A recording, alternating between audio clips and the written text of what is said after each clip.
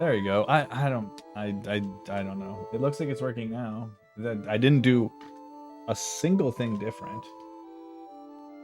Yeah, okay, we good. We Gucci. I don't know why it wasn't working, but sure. Yeah, I didn't. I literally did everything exactly the same. I just did it 3 times.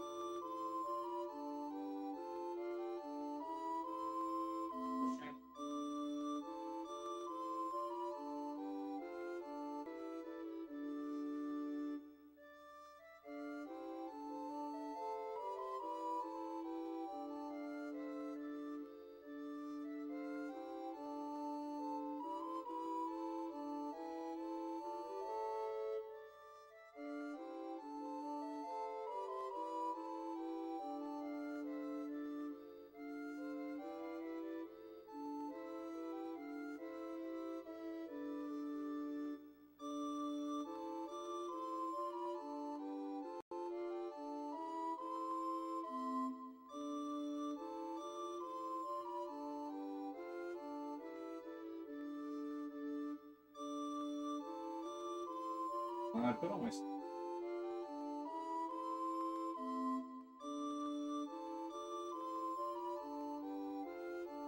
Ugh. I mean, that makes sense. She's over there. What's up, Moo? What are you doing? Bless you. She's sneezing. That's what she's doing. Bless you.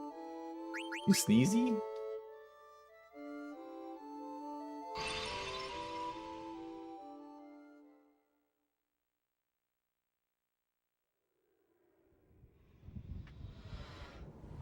You have to attend a Christmas party. Why are you doing that?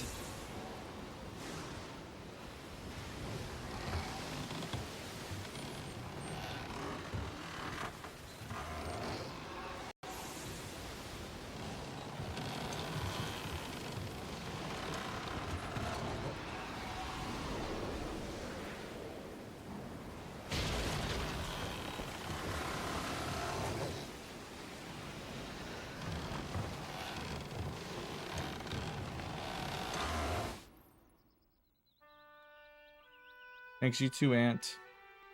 How you doing, Premi? What am I watching? Real question.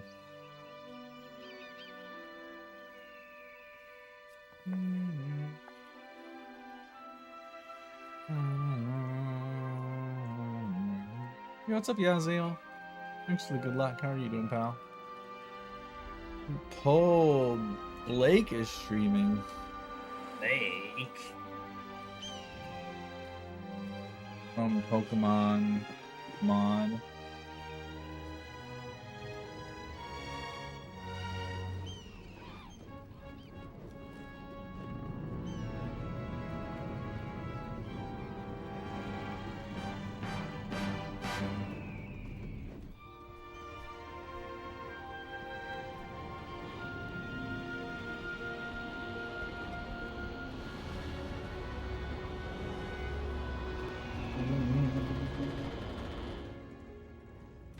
Calculator.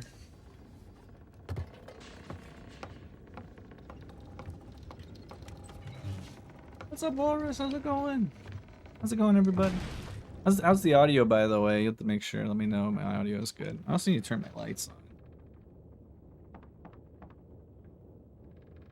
The most sacred of holidays, yes. Christmas Eve. All I want for Christmas is a 3rd try Mage Master steal.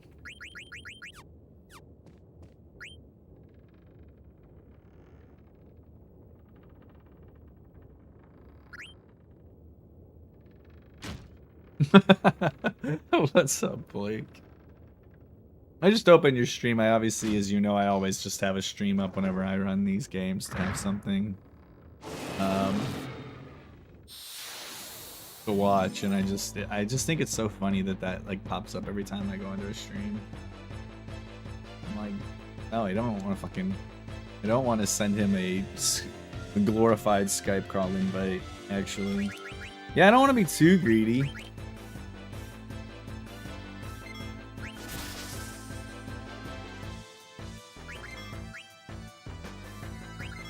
I did not get what I asked for. Santa isn't real, guys.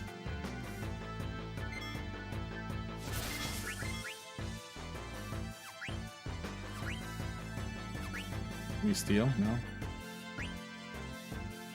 For real, though. I think we go blank and then reset.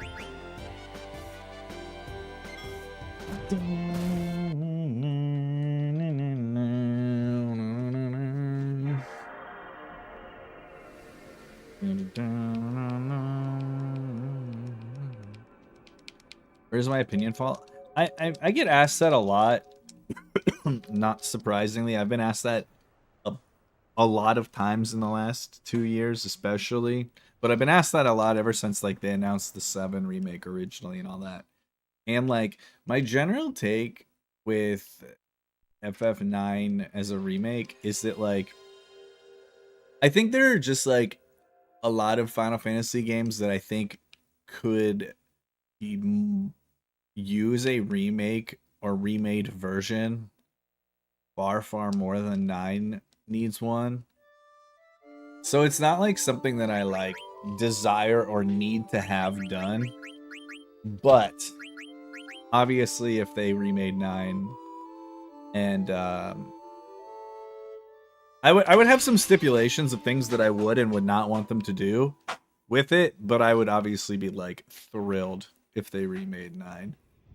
What I don't want them to do with 9 is make it like hyper realistic looking.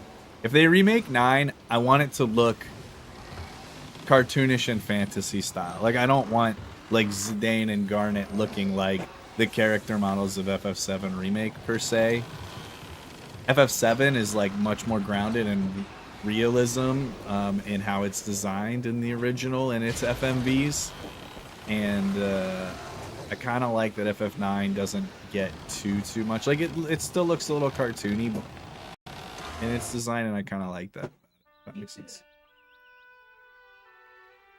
Yeah. Yeah. That's true.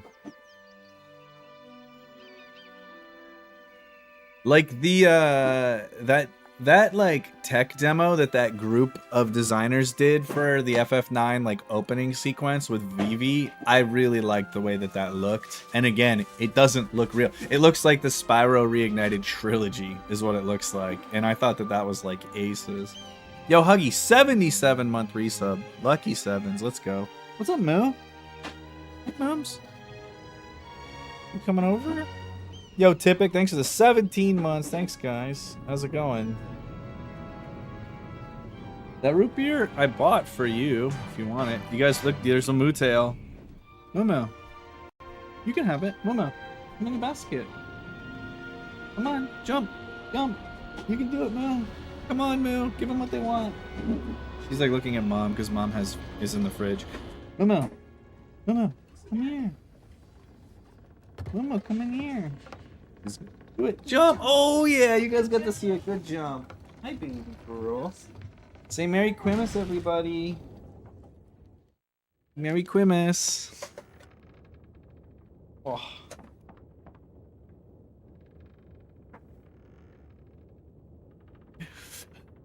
Yeah, there's nothing official about 9 being remade, but there's been like rumors, and they're doing an animated series about 9, and there's been some like stuff and some leaks that points to the possibility of a remade 9.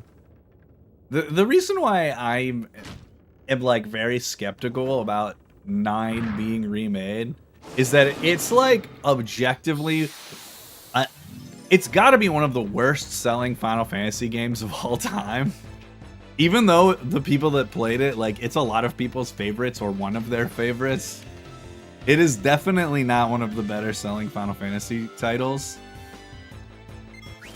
Obviously, that doesn't mean it's like 8 is better. I think 8 obviously sold a ton because it was coming off of the insane success of 7.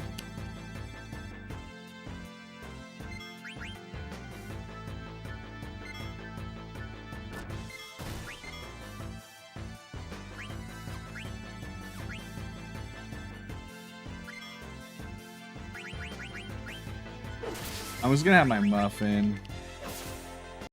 I'll grab it. Don't worry about it. Thank you. I do need to make my tea though. I heated up the water and forgot to actually make the tea. I could use the guy.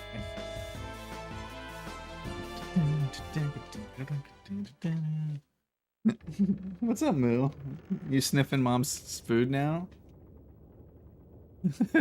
She's like, but you were in the fridge.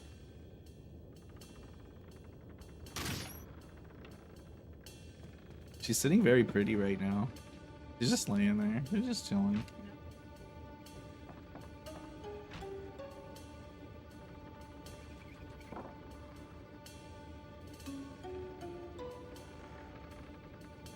She doesn't even have her Christmas collar on right now because we don't make her wear her collar around the apartment. We just have the collar attached to the leash, and when we take her out, we just put the collar on, and the leash is already attached. It's just convenient. And while we're like in house, she doesn't wear it. I think a lot of people went back and realized how good 9 was after the fact. Yeah, I agree. I think that's pretty fair to say. That it definitely has grown in popularity. Yeah, it also came out like at kind of the point where they were getting ready to transition to the PS2 in a little bit too. Kinda. It wasn't that far off. IIRC. What year did FF10 come out? 2001? 2002?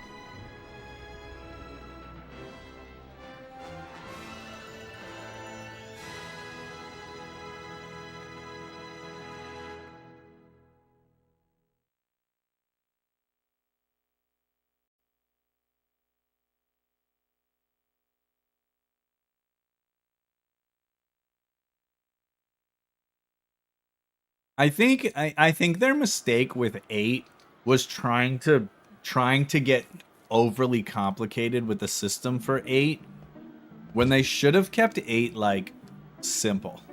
I bet if 9 came out instead of 8, like if 9 and 8 were switched and 9 was the one that came out like riding the coattails of 7's success, I bet 9 would be like a lot of people's first Final Fantasy and also a lot of people's favorite. I just think that they tried to do too much with 8, and like they probably got a lot of people that bought 8 as their first Final Fantasy title because of how big 7 was, and then like immediately got turned off by the complicated nature of kind of getting going in 8.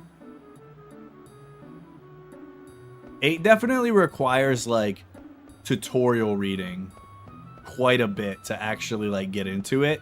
7 and 9, I feel like you actually don't need a single tutorial about anything in those games for the like to be able to play them and enjoy their combat and like accessory materia and ability systems. Like 7 and 9 are like super simple in that regard. Like you can pretty much figure them all out just by playing the game. And 8, like you kind of can't. Like you can, but like it would take a lot of like exploring and like the menus and kind of trial and error and such. At best, you need a tutorial for the card game in 9. Fair. Especially because they force you to win 2 games of it. That's a good comparison, Scott, honestly. Yeah, but it's like a really rewarding system, like whenever you like kind of start to get it and click and stuff. But yeah, I think that they just maybe that wasn't the time to release a game that was gonna be as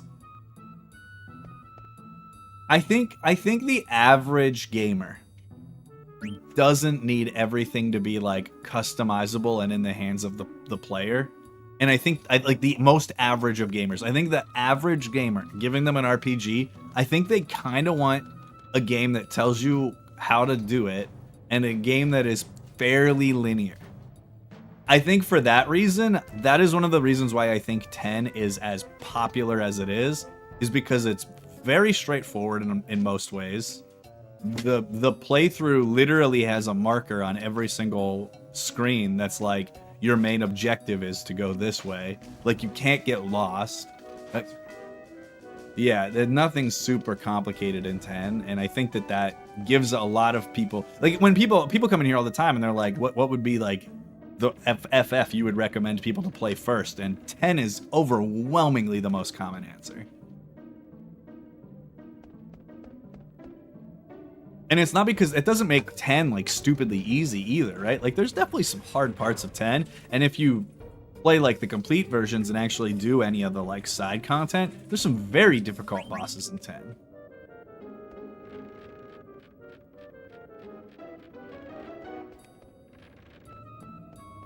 Or you can just spend 17 hours playing Blitzball, like, you know, like there's a ton of options.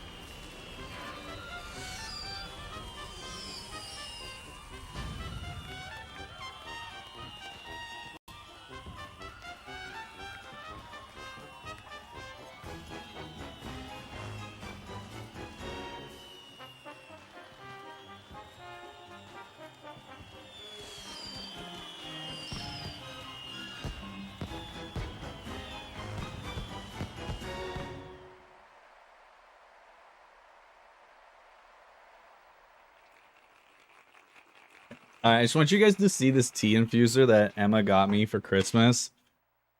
Because any of you that have been on this stream for a while know that this is like a big deal. So here's the cup, right? Wait for this guy. And then you put the water in, right? You put the tea inside this adorable capybara. And then he just hangs on your cup like that. And you have a little capybara.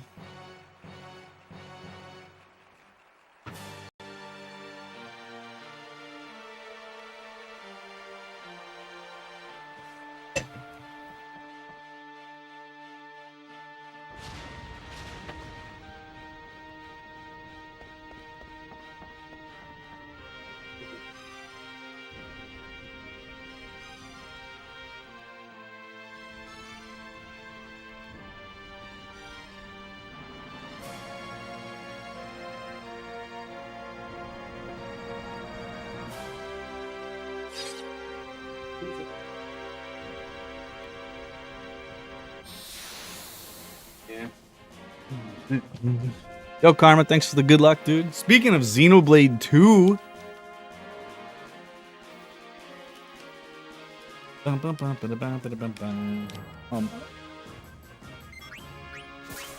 Um, 4K no los dos. Does Emma want root beer or hot chocolate?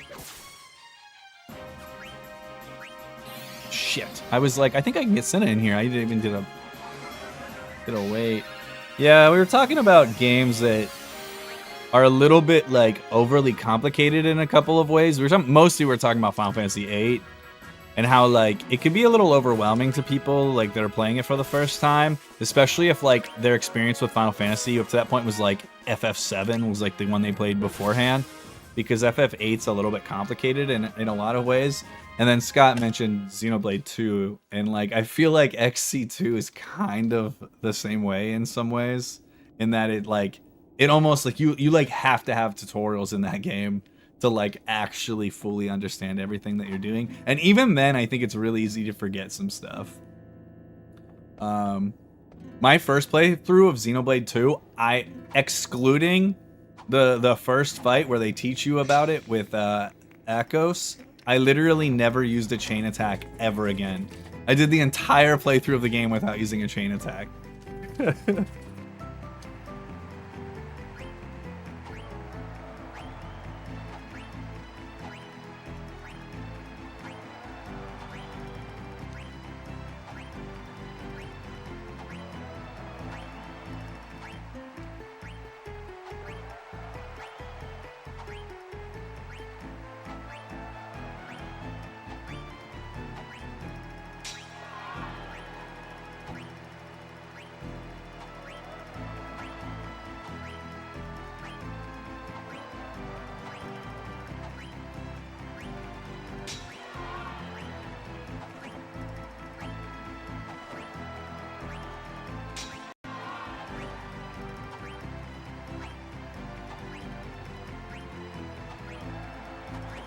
It's a pretty rough pattern, but I think we're okay. Yeah, okay.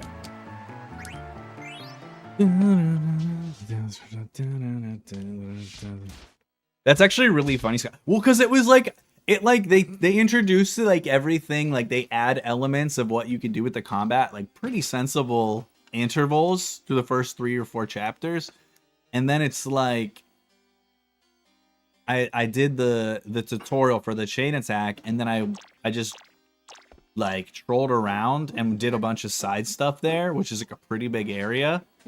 And then whenever I actually got to the end of chapter 3, I like completely forgot about it. So I just did all the end chapter fight stuff without it, and then just never remembered it. And like I would just like keep building up orbs, and I couldn't remember how to break the orbs. So I would just finish every fight, and everyone would have like 4 orbs just floating around them.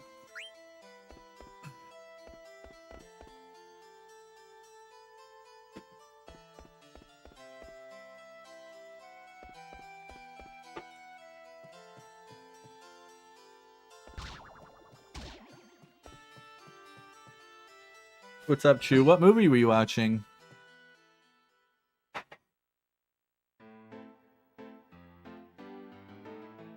I imagine Xenoblade 2 is possibly my most played game one year. It tends to usually just end up being 7 or 9, FF7 or FF9, but it's obviously not always the case. It was Link to the Past a couple times. 3 Billboards? What'd you think? I wish Josh was here so he could try to tell you that it's not good.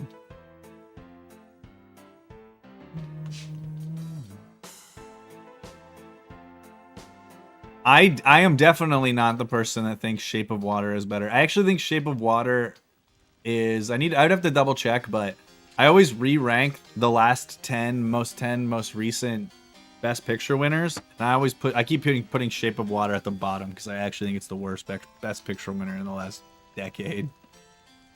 It's like a cool movie, but it's definitely not nearly as good as some other films. But he'll be okay. He's just chilling. But I like 3 Billboards. I don't think it's like an amazing movie, but I definitely think it's good.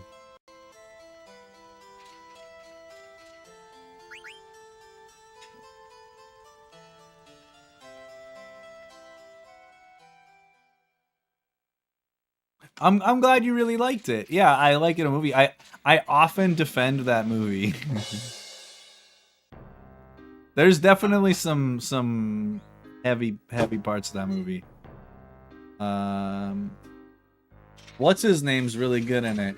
Emma, you saw him at Jimmy Fallon, and I ask you this all the time. Sam Rockwell is really good. And I also love Frances McDormand. What is that? Yeah. Emma asked me like who my like weird celebrity crushes were, and I said Frances McDormand, specifically in Fargo. And she won't let me live it down.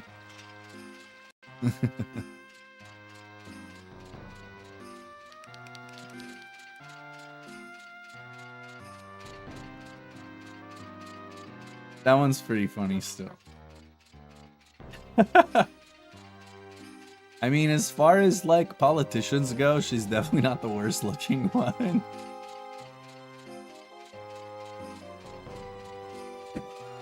Three billboards outside Fargo, North Dakota. Yes, that is a dream movie for me. What's up, Jack?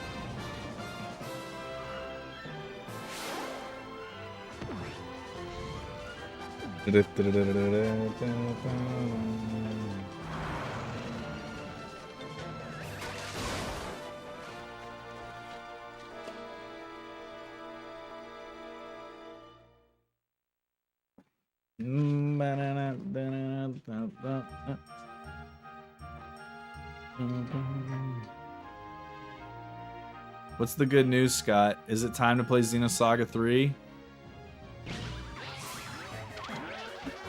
That would be very good news.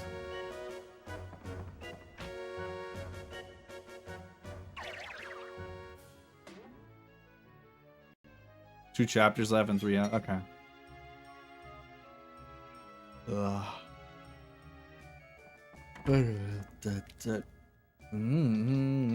Speaking of chapters left, I guess if I die in this run, we can finish Resident Evil 4, huh? Just do that. Christmas time with Ada Wong and Leon! Leon! I'm really nervous to drink out of my capybara's bathwater.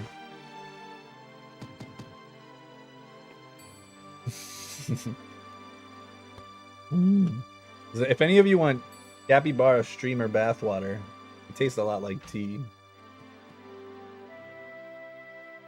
What do you have? Do you have a hard copy of Three Houses?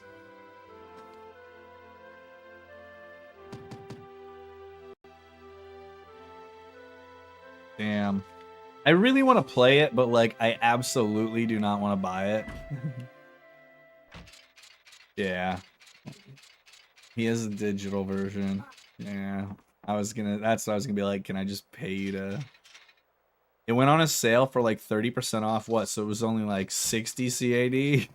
Like, dude, Nintendo titles are just so brutal. The thing is, the reason why I don't want to like just buy it, Scott, is like, I'm not positive I'm actually gonna like it or play it the whole way through. Which is why I don't really want to spend the money on it. Prime Loot gave me his copy of Octopath, so I have that, which I would like to play anyway. I haven't really played my Switch much recently.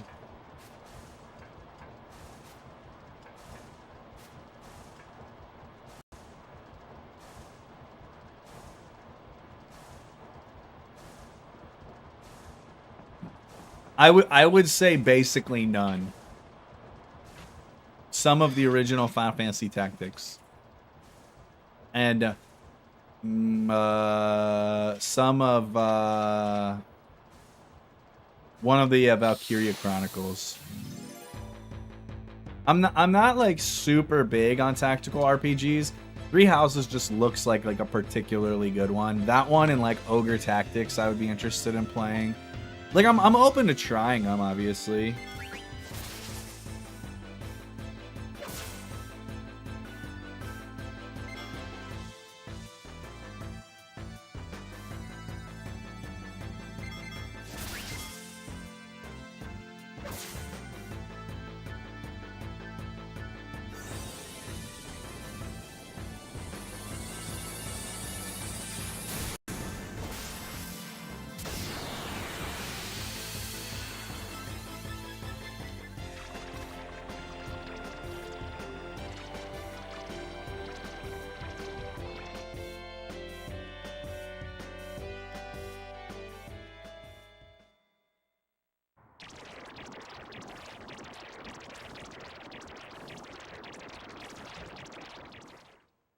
Merry Christmas. Last Christmas, I gave you my heart. The very next day, I gave it away. This year, save me from tears.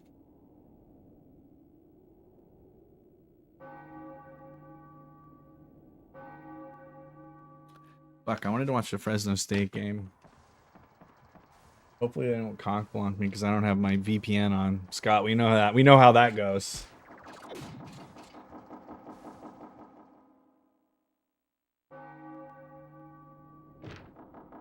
Well, like, the website that I watch my live sports on is great, but, like, sometimes they make you have a VPN live to be able to use it. And I always use a VPN when I use it, except for when I'm already streaming and I don't have my VPN on.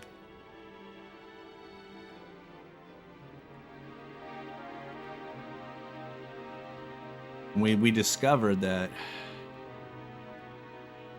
yeah, everyone says that, like, it's pretty good. I heard Engage is, like, also pretty good, but not nearly as good as Three Houses. I watched Ian Frodo do some speed runs of it, and I used to watch her speed run it, and I'd be like, oh, this is pretty cool looking.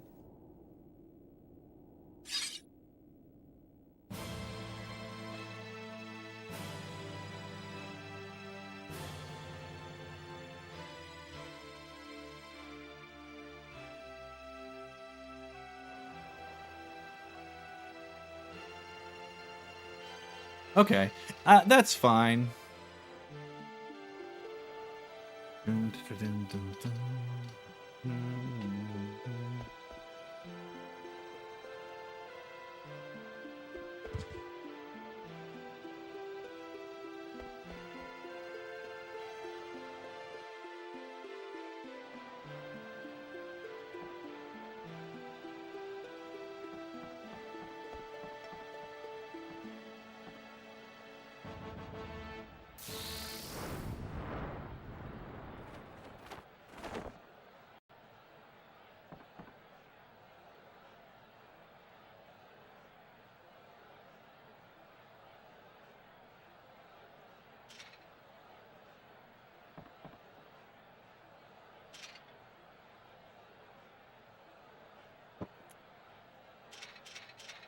I'm trying to think. I can't remember if that was my, like...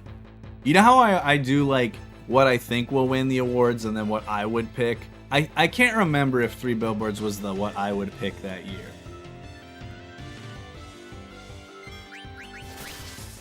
I definitely picked it to win some acting awards, but I can't remember if it was my best picture choice or not. I need to look. I'll look at the nominees. I can't remember what all was that year. I remember I was pretty high on that film though. What year was that?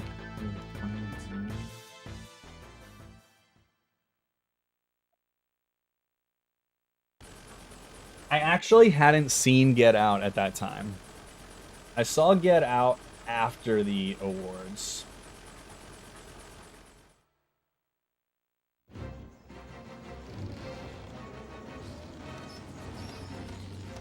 Get Out was the only one that I hadn't seen before the Oscars. It's definitely an option. This is the craziest thing about The Shape of Water winning, is that, like, with the exception of The Post and probably Darkest Hour, both of which I think are, like, not particularly great movies, I would have picked basically every other movie nominated over Shape of Water. I would have for sure taken Call Me by Your Name, Dunkirk, Get Out, Lady Bird, Phantom Thread, and Three Billboards. I would have picked all of them. My pick would have been, it was probably either Lady Bird or Three Billboards. I'd have to look and see, but now I think I would pick Get Out. It would be tough to pick between Get Out and Lady Bird because those are two of my favorite movies in their respective genres of the 21st century for sure. But they'd be really, really hard. What's up, Godwhip? How's it going? Thoughts on Wicked? I've not seen Wicked. I don't really have any desire to see it either.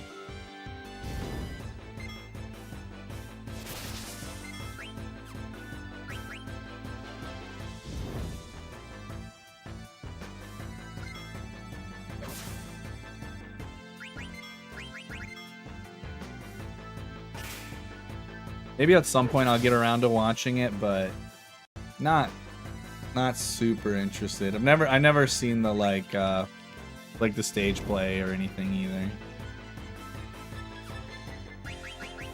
I want to see the substance. I want to see the substance really bad, actually. I think that actually has a lot of potential to be really good.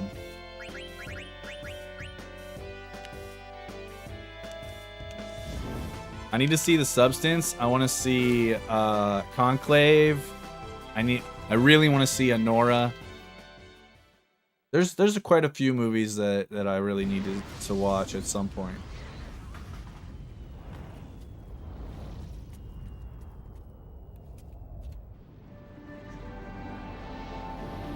I haven't watched The Wizard of Oz in a really long time. I watched everything on the American Film Institute's top 100 list over the course of 2 years as like my New Year's resolution. It wasn't really like a resolution. I was just like, I'm gonna watch 50 this year and 50 the next year. So I watched basically an average of 1 a week.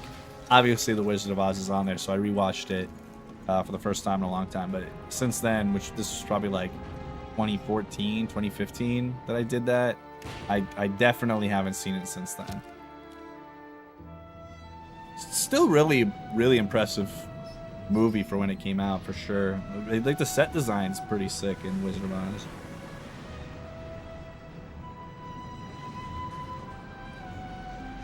What's up, Nebo?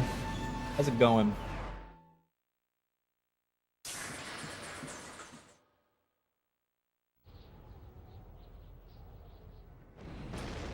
You think Sareth might have bad taste? I think Sareth generally has pretty good taste.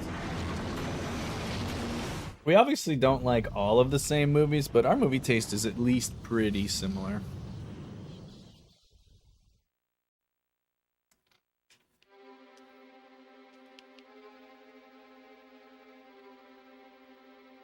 I think that that's true about a lot of movies, Huggy. One of my favorite, more recent instances of that is that, like, when I went and saw Paul Thomas or Wes Anderson's Isle of Dogs in theaters, there were a ton of people that took their kids thinking it was like an animated kids movie about dogs. And like, it was absolutely not. Like, the movie's like it's like an allegory for Japanese internment. And so, like, obviously there's some like foul language and some kind of violent scenes in the movie. It's just told through the perspective of the outlawing of dogs to, you know, a shithole island. And it was clear that the people that they like had no fucking idea what they had taken their kids to. That was like a movie going experience I will literally never forget. And it wasn't just like 1 or 2 sets of parents with their kids either. And like, I'm talking like 4, 5, 6-year-old kids too. It was like a lot of them. It was actually kind of annoying because the kids were, not shockingly, fucking annoying at the movie. But it was still funny, and I really like that movie, so.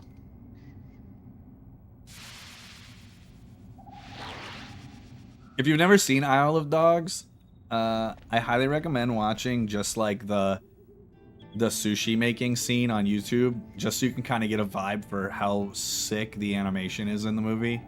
Like, if you just watch that like 90-second clip, I think it like gets the job done, and why I think it's such a great movie on top of what it's about.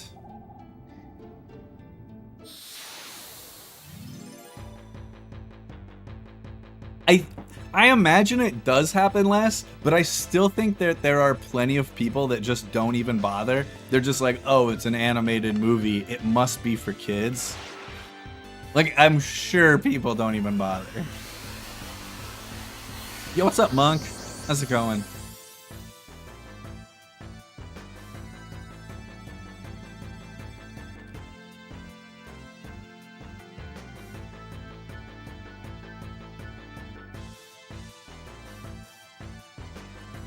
Speaking of animated movies, and that we were kind of talking about how I think Shape of Water is incredibly overrated and definitely not the best picture of that year that it won, Guillermo's Pinocchio was actually quite good.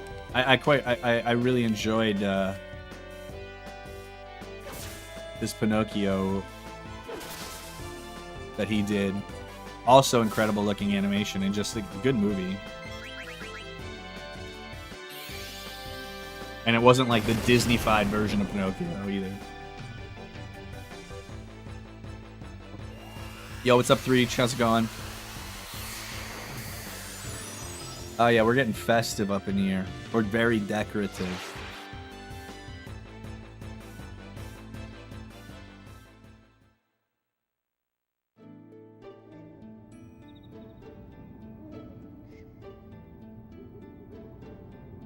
Moana's a 0 out of 10. I haven't seen Moana 2, but I definitely want to. I like Moana a lot. It's not my favorite of like recent Disney movies, but it's definitely good.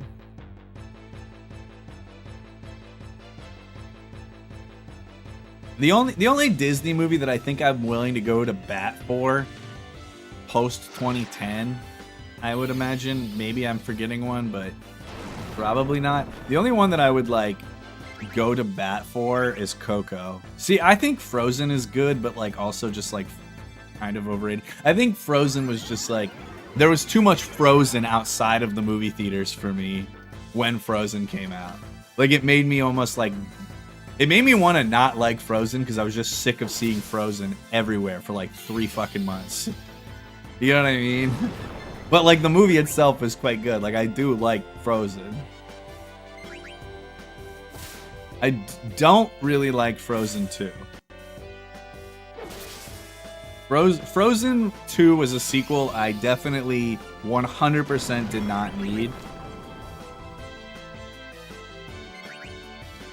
Yeah, fair enough. Probably, Scott. Yo, what's up, Andy? I'm sure you do.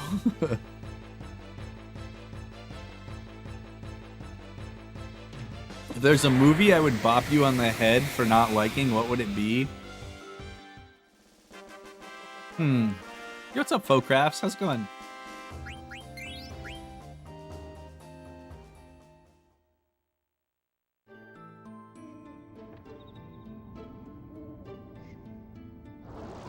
I think a lot of my favorite Disney things, Monk, are like the Disney Pixar entities a lot of the time. Okay, let me ask you this, if you like Star Wars and MCU stuff in Disney. There is a Disney movie that I definitely had no interest in watching when it came out, and then watched it in like 2020 during the pandemic when some friends and I just watched a bunch of them, and it is Big Hero 6. Big Hero 6 is actually like probably my favorite Marvel movie of all time. I am not really big on Marvel movies. I think Big Hero 6 is actually the best Marvel movie that has been made.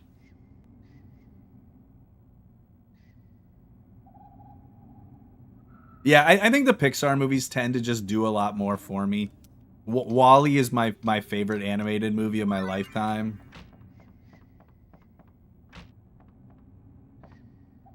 Yeah, okay. I was wondering if you were down with Big Hero 6. B-Dude 6 coming in with the raid. B-Dude, have you seen Big Hero 6? What's your take on that? And if not, what's your favorite? What's your favorite animated movie?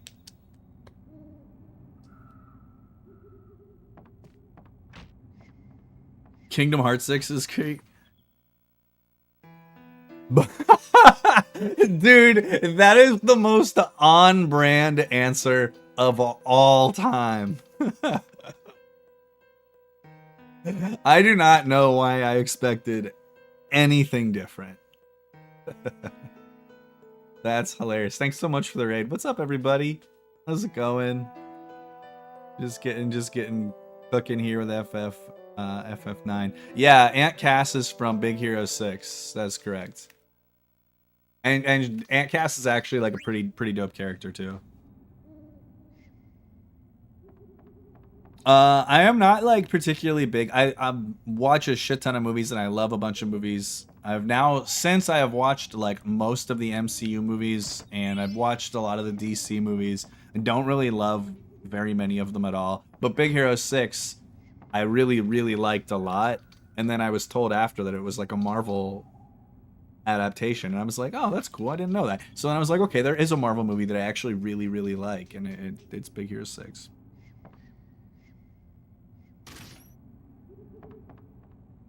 Big Hero 6 is goated now, Scott? Hell yeah. That's so funny. I'm glad that Antcast was all it took for you guys to get into BH6. Ugh.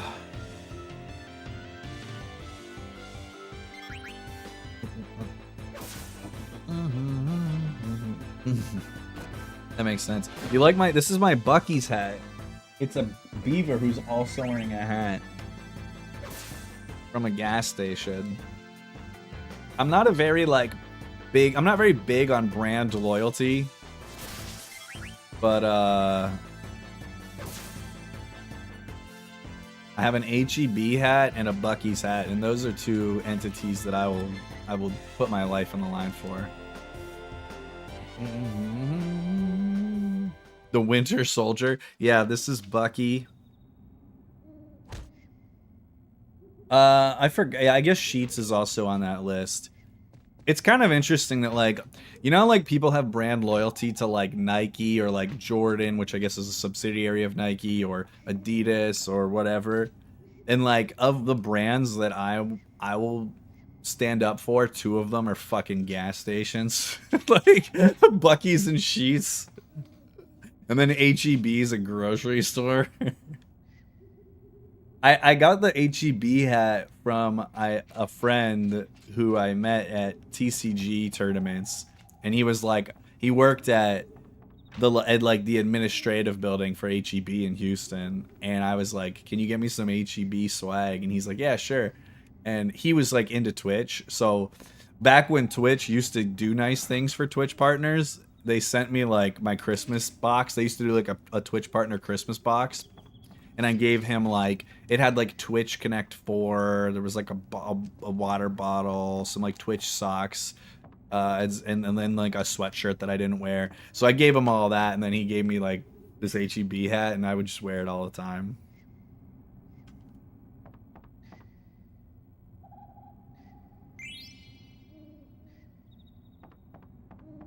Is that a cat or something? I don't think Wawa's Garbo at all. I definitely like Wawa, but, like, not enough to, like, defend Wawa. I just not go to Wawa enough. Like, the only time I would really ever go to Wawa is whenever we would go to my grandparents' house. And, like, my last remaining grandparent died when I was 16 or 17 or something. So, like, I don't really make my way out to East PA all that much anymore. So I just don't have any family there. You're very much in the Wawa territory. I do like Wawa. Honestly, you know what's interesting? Despite, like, being from Pennsylvania, the state that I go to Wawa at the most by far in the last 10 years is Florida. Because, like, I'll go and I'll visit my parents when they're there for spring training. And there's, like, a Wawa right down the street. Wawa's definitely one of the better options for sure. I will say I think Wawa's hoagie game definitely outclasses Sheets' sandwich game by a little bit, but I think overall I just think Sheets is just a better joint. Like, I think their options of everything that you can get at Sheets is a little bit stronger than Wawa. But, like, I would put Wawa and Sheets and Bucky's, like, in just like a full tier above basically everything else that is in the same category. Imagine Twy. Yeah, I want to know what that means too, Lore.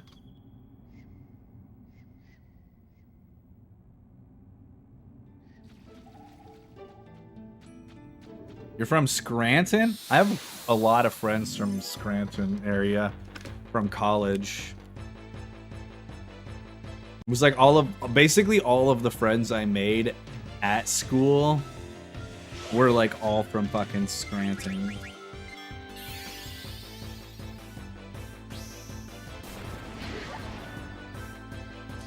My best friend went, I don't know how familiar you are with the high schools because that's all I kind of know at this point. My best friend went to Valley View High School in Scranton.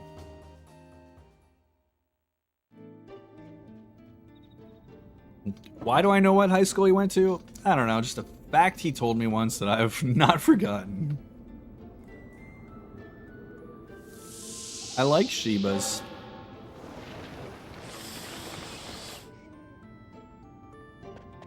Oh, hell yeah. I want to say my other friends, I want to say their high school was called like North Pocono High School. Is that a thing? Is it North Pocono? Am I just making shit up? Hey, what's up, Cal Show? Thanks for the good luck. Yeah, okay, I thought so. Yeah, so they all went to North Pocono. There's like 4 of them who are obviously, I met them kind of all through each other in college.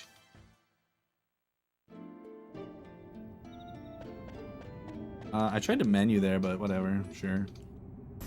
We don't really need a menu here yet, I guess. That encounter was not great, but...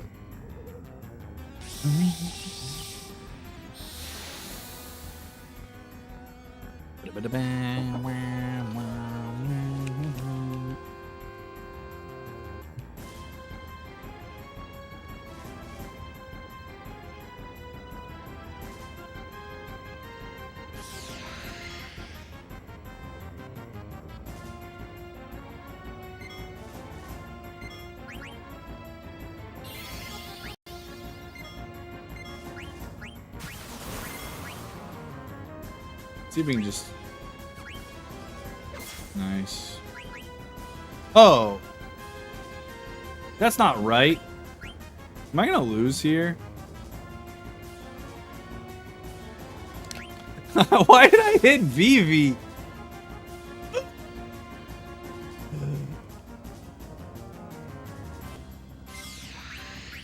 We're gonna do this. We're gonna go attack. Phoenix down. Fire sword. That's fucking hilarious.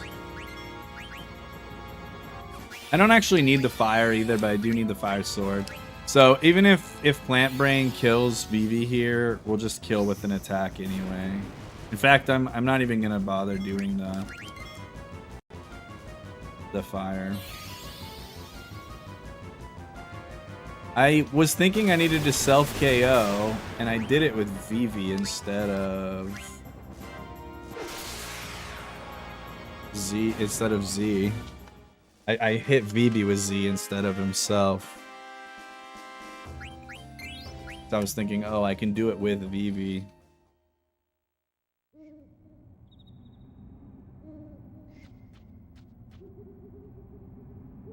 I just wanted to give Plant Brain a chance, you know? Fighting chance.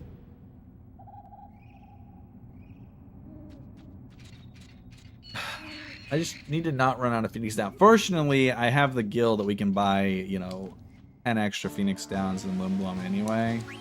But...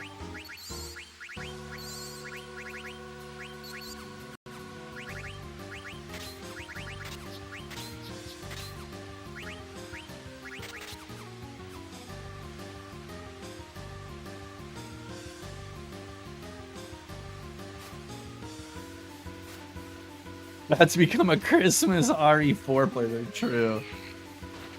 True. Listen, I know that you just want to see that more Ada and Ada cutscene action.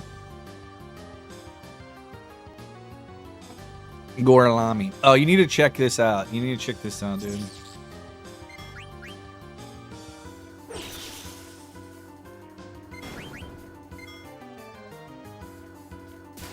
Damn it, I was like, maybe he'll kill himself.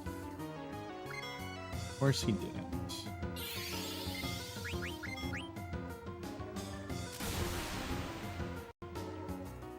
He's gonna get another turn, and it's just gonna be what it's gonna be. Let's let him go. Maybe he'll just kill Steiner for me. 50-50 chance, right? Looks like he's doing it. He sure is not.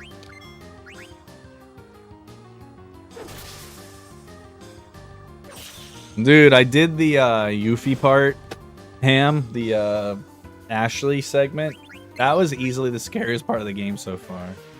All right, so check this out. So Emma got me this tea steeper, a diffuser that is shaped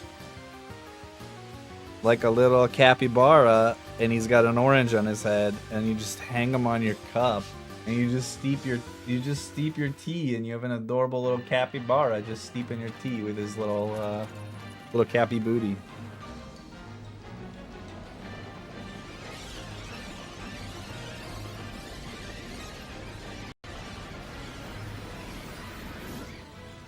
Just a chill guy.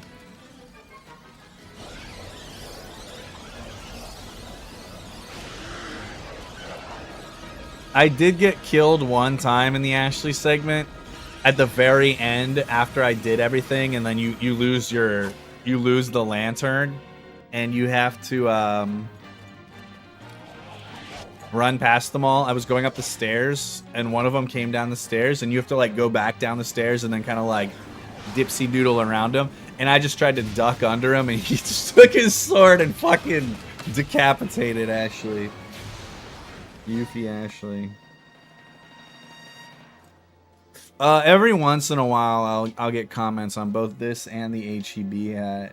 Usually with this one, it's people that know what Buc-ee's is, and usually with the HEB one, it's people asking what HEB is. At which point, I just tell them it's the greatest grocery store I've ever been to.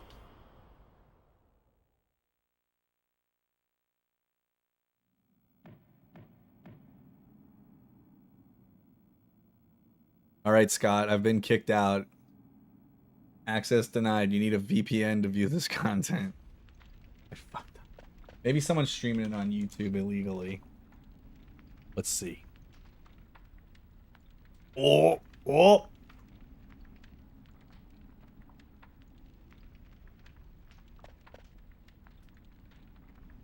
Oh yeah, let's go. YouTube coming in clutch. The quality is not as nice. It's a little bit grainy, probably on a slightly bigger delay than the site that I normally watch on, but it's okay.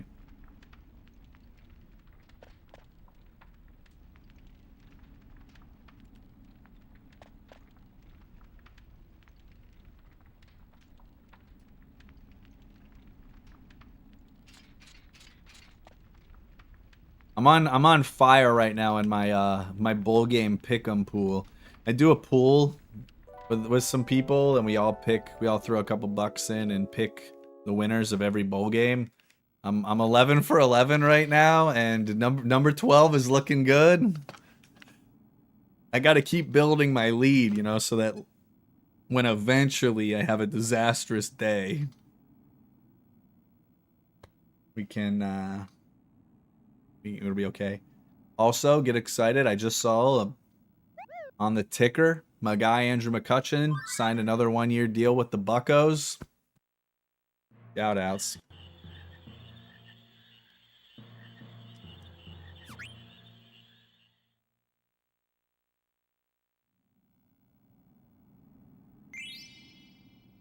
Yeah, we love Kutch. If it wasn't for Sidney Crosby being like the literal like GOAT of the 2000s prior to Connor McDavid, I think Andrew McCutcheon would be like the best Pittsburgh pro sports like athlete, like pro team player. I think Cutcheon would be I think he would win like the popular fan vote of like favorite athlete. But I think it would definitely be Crosby though, probably by a lot. Who else do you think would be super high? I feel like the Steelers don't really have anybody right now that I think would do all that well. Who even is the most popular player on the Steelers? TJ Watt? I guess TJ Watt would probably do quite well, actually. Yeah, I was like, that makes sense. Yeah, I thought of him right as I was thinking through their roster, Corn. I don't think he would be nearly as popular. Definitely not more popular than Crosby, and almost certainly not more popular than McCutcheon. But he would almost certainly be the most popular Steelers pick. So I guess he would be third, probably third overall. It would be tight. I'll tell you where it gets weird. I'll tell you where it could get a little bit more complicated. Is even though he's only played 1 year, I bet Paul Skeens would score incredibly well on like favorite current Pittsburgh team athlete. I bet you Skeens would get a huge vote. He's got to be the most popular coach. Maybe of my lifetime in the city. I don't even like the Steelers. I don't give a shit about the Steelers, and I like Mike Tomlin. Like,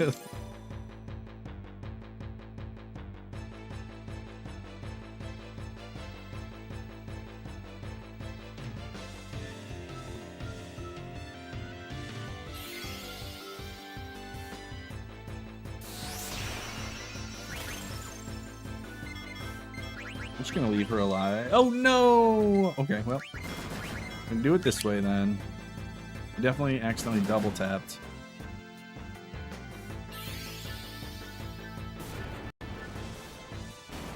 Imagine not even being the first person to bring it up, Zwanzig. Oh, is it the 10-year anniversary? Hell yeah. That's so good.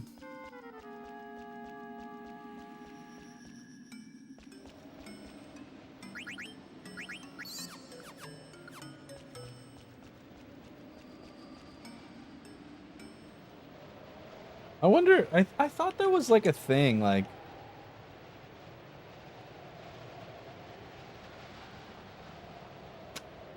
I need to figure out what it is. Oh,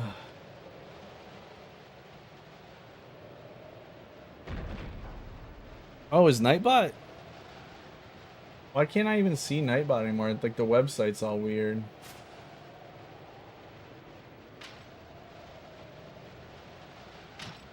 Oh, it's like a new app. They've made like a new app. Okay, it's just the website's all different.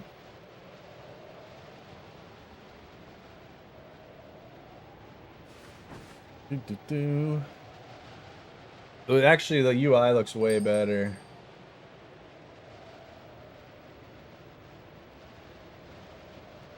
Some of these are actually really funny, though.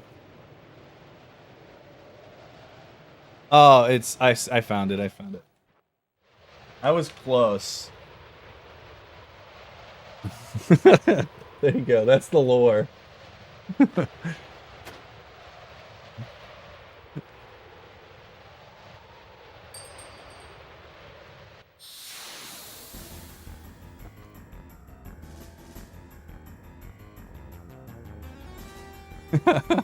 Mother, I just finished preheating the oven.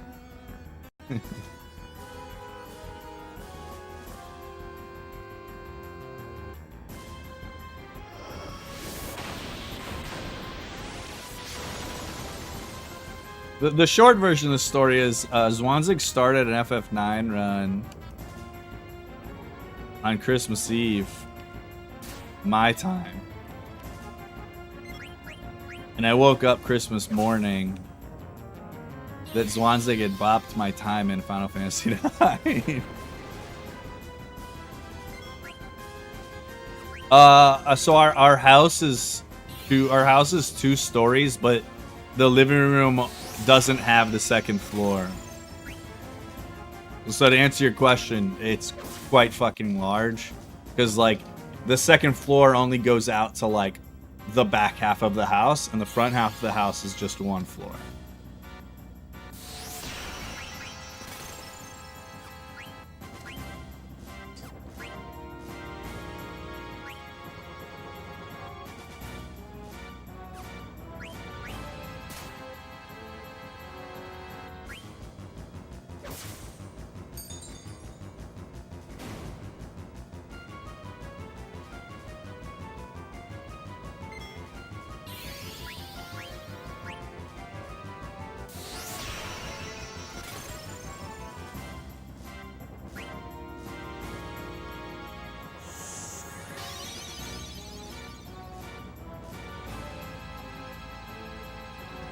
I don't know. We would get one like every year. They'd be like 10 feet tall.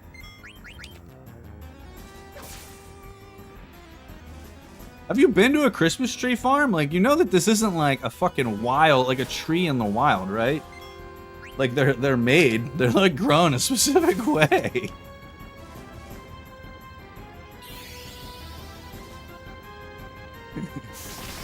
There are skylights.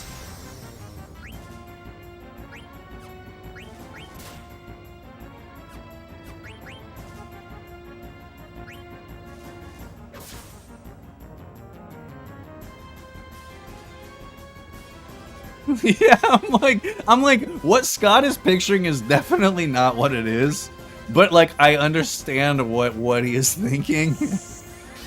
Because out in the woods, evergreens like that are pretty fucking big.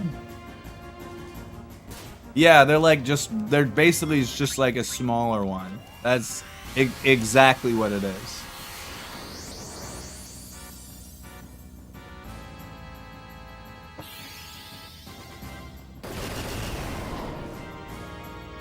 Shoutouts to Useful Trance.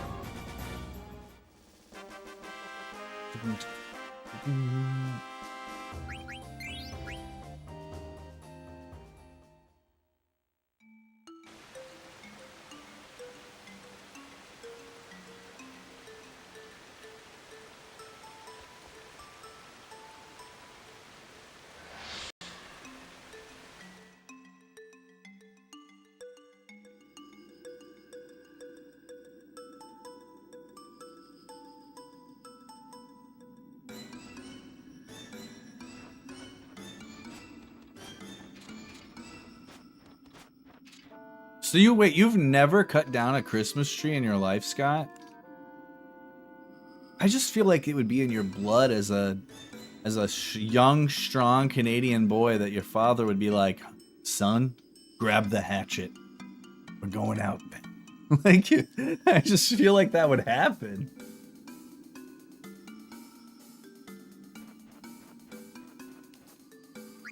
I don't need to heal. What am I doing? Oh! I did this. I changed the RNG opening the menu. My God.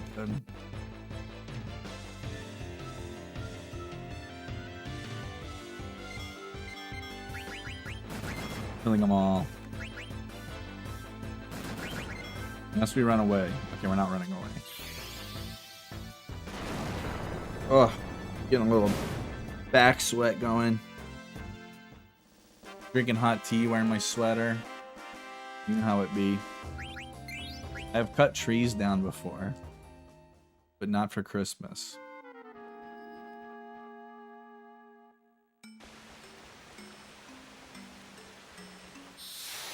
You do like birthday trees? Yo, Frothing.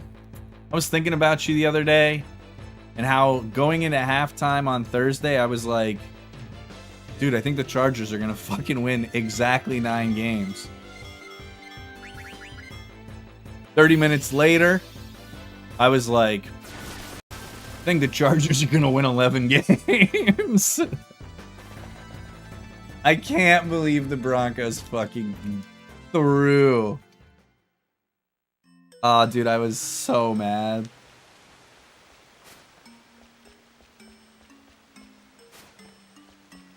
Yeah, that shit was wild.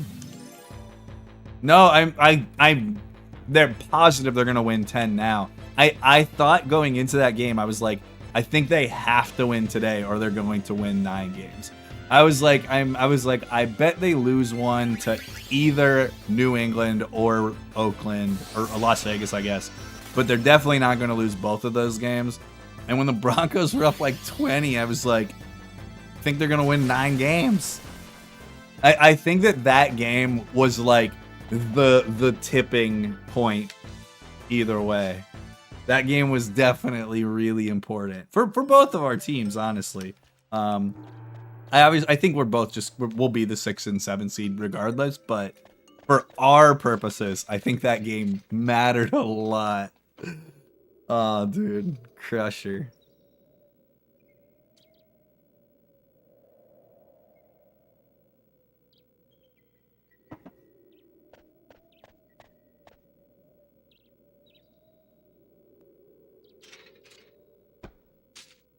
Yeah, they probably did.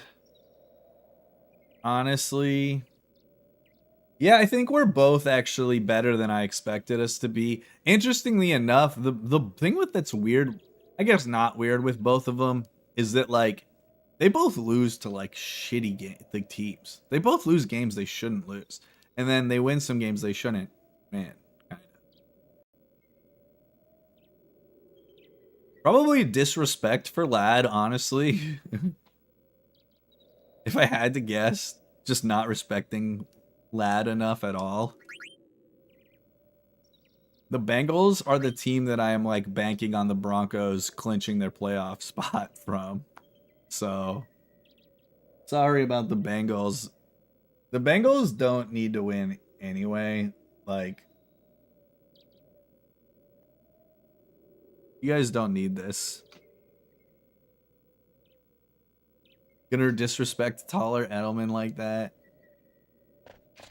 I guess so. Like, you know what's weird is that like, despite having Pat Surtain, I actually don't think our pass defense is like particularly good. Despite having Pat, I like Riley.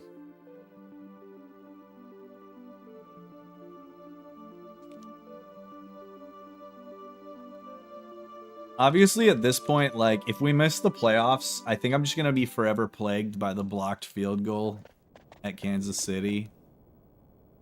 Like, that would actually break my soul. Yeah, I think our pass rush is good, but I mean, like, our actual defending of passes, I don't think is particularly great.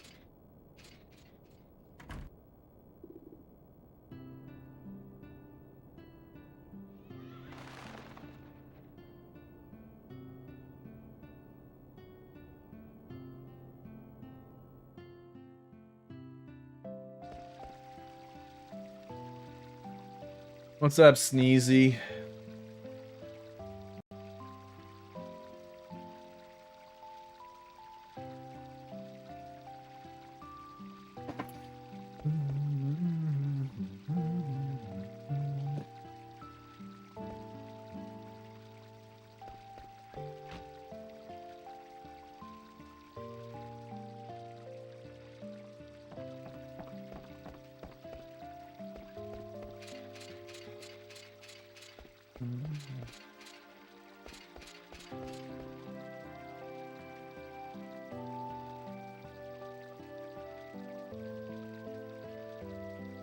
This is probably just like recency bias, but like I feel like the Bills are gonna fucking blow it. Probably to Kansas City, because why wouldn't they? I want the Bills to win so bad sometimes. They've lost my playoff trust. I don't trust them yet. I love Sam Darnold. Dude, I've been a huge Sam Darnold defender every year he's been in the league, and I am just like absolutely like ecstatic that he is having a good year.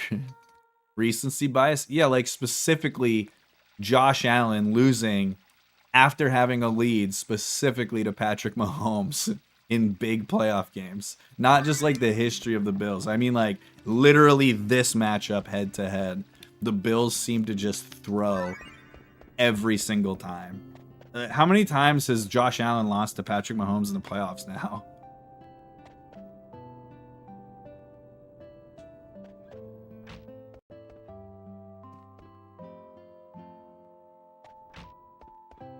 I'm just glad Sam found himself with a team that isn't the fucking Jets. I have a couple of friends that really like the Jets, and like half the time I just don't have the heart to tell them that I just don't see the Jets ever being good. Because they're just like the most mismanaged team by like a very large margin. Them and the Browns give each other a run for their money sometimes, but the Browns always seem to have like some semblance of success here and there.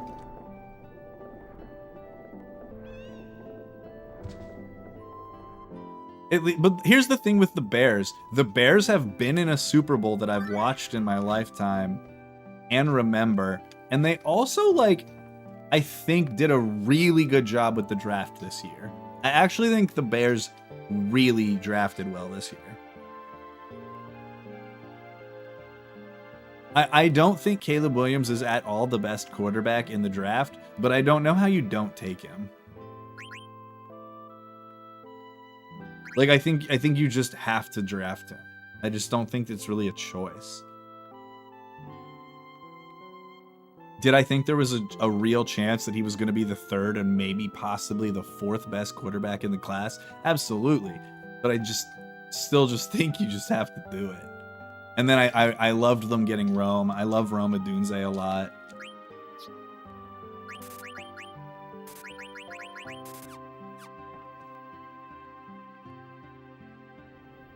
Yeah, that's very true. And Caleb's had some really, really good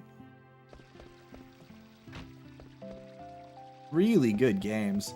Yeah, I think they were just kind of caught between a rock and a hard place on that, Corn. Like, I really wanted the Broncos to trade for Justin Fields, personally.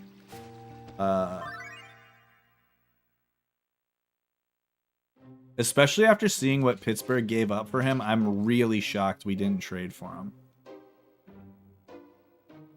I thought the Broncos were going to draft Justin Fields in the draft that he came out. Oh, yeah, dude. And I have in my Dynasty League, Corn, it's an auction style, and you don't just get to have keepers, you have contracts that you can get up to 3 years of a contract, and the price that you bought them for at auction of your salary cap, it goes up 15% every year. I drafted Justin Fields for $1 and immediately gave him the max contract because I'm like, I am certain he is going to be a starter somewhere, sometime during this contract. And I'm like, if it costs me $2 in year 2 for him to just sit on the bench, fine. Well, the other thing, it's a dynasty league with a super flex position, so it's essentially a 2 QB league. So quarterback values are just vastly overinflated as it is, and him being a running quarterback just makes him so playable. And dude, I ran him for like 9 weeks this year, right? Like, Russ didn't play till like week 9 or something like that, and Fields was way more than serviceable the entire time he was playing.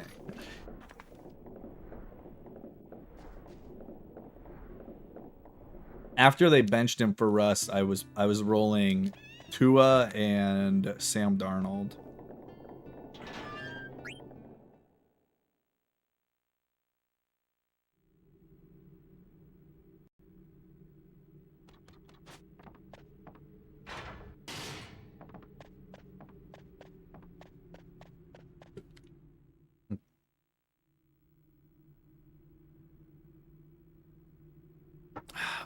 I need to watch some more of that, Jibs. I've decided that that's gonna be the one Toronto team that I get on board with. They're gonna be my one Canadian professional team that I want to be a fan of.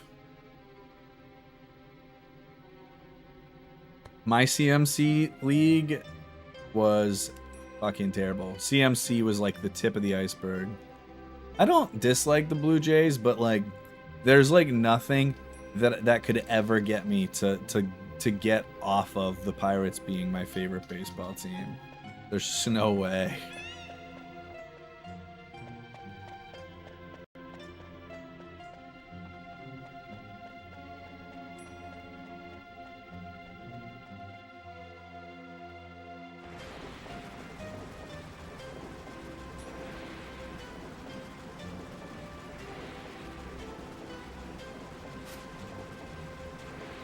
I don't like hate the Leafs though.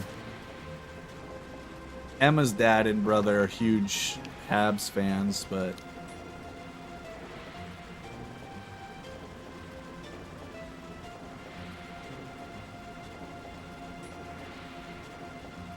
I don't really have a problem with the Leafs. I had an Austin Matthews jersey. I gave it to one of my students whenever I moved. I was giving away a bunch of stuff that I couldn't take with me. One of them was from the GTA, but I moved to Houston, and he like really liked Austin Matthews, so I gave him my Matthews jersey.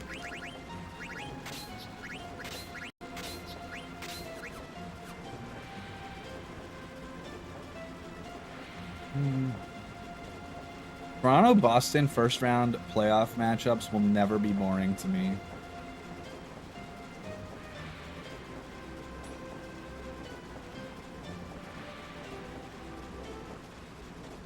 Always have been. Wait, so wait, where are you at, Frothing? And so are you kind of like me, where you have like some teams that you just liked as a kid or whatever that are not necessarily where you're from? Or like, how did the Boston Bolts thing happen?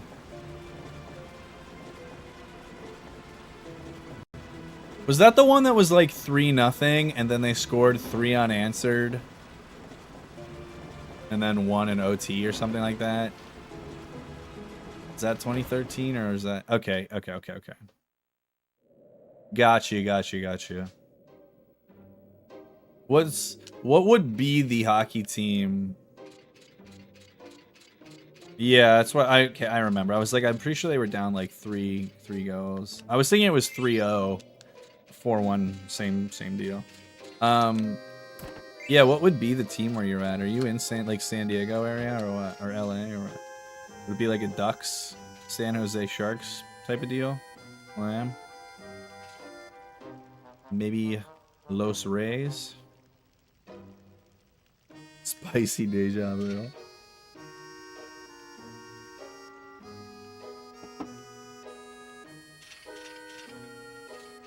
Okay, cool. Dude, Celebrini though for the Sharks. Yes, they will be playing the Canucks. No, I said Celebrini for the Sharks. And that's all I said. And then Google was like, the Sharks' next game is... Our Google Home just responded to me and told me when the Sharks' next game was.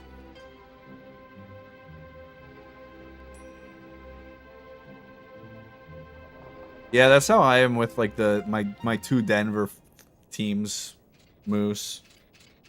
Like I started getting into sports when I was a kid, like a little kid. The Avs had just moved from Quebec City to Denver, and then they won the Stanley Cup that year. And then the following 2 years, basically, were back-to-back John Elway Broncos Super Bowls. And I had gotten like a Terrell Davis starter jersey from the fucking Goodwill store in my hometown. And so I just like kind of jumped on board with both of them at the same time. Because it was like when I started watching sports that weren't baseball. Yeah, Elway was 97-98. So the 96-97 season and 97-98 season were the Super Bowls. And the Avs was, what, 95-96? So I think it was literally 3 years in a row. Unless I'm like off. There might be, unless I'm just remembering one of them, like the chronology's off by a year. There might be a gap year between them, but I think they're back to back to back.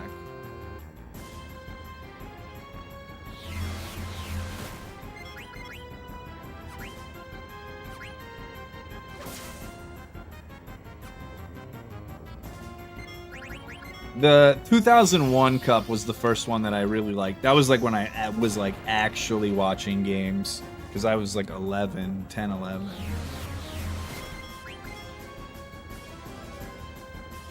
The Avs were before that. The Avs were their first season they won the Stanley Cup. The first season in Denver. And then they won in 2001. Denver fans were spoiled for a little while.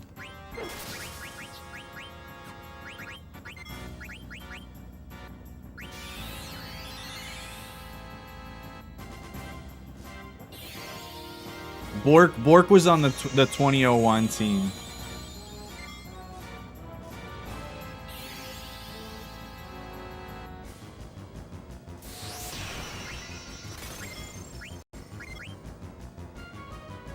This should end, but just in case it doesn't.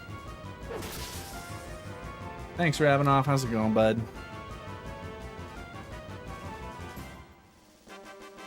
Yeah. The easy way to remember it is that Sakic passes the Stanley Cup to Bork to hoist it himself first, but it was not Sakic's first time winning it. So he had already won one. Dude, Shem, where were you yesterday? My God, dude.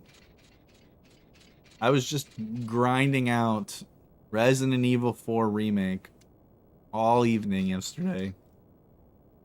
No respect.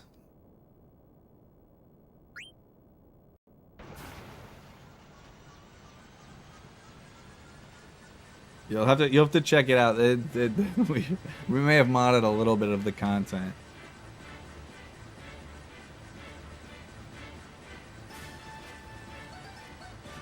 We made Leon as Ada, and Ashley is dressed like Yuffie from FF7. It's been great.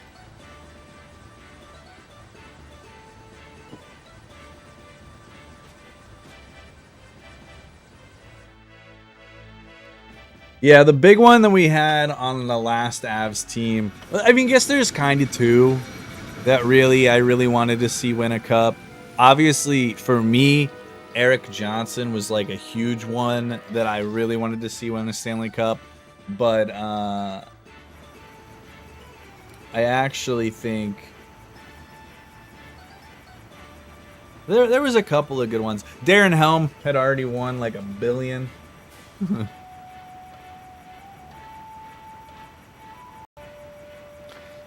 But it was cool seeing him winning again. But my stream, damn it, I need to find a new stream, Scott. It went down.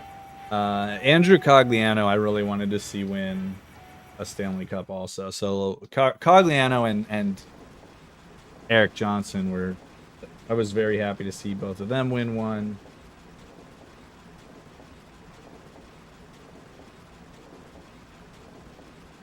I can't, it's too late. We're in too deep. Don't worry, I found another YouTube stream. It just went live 17 minutes ago.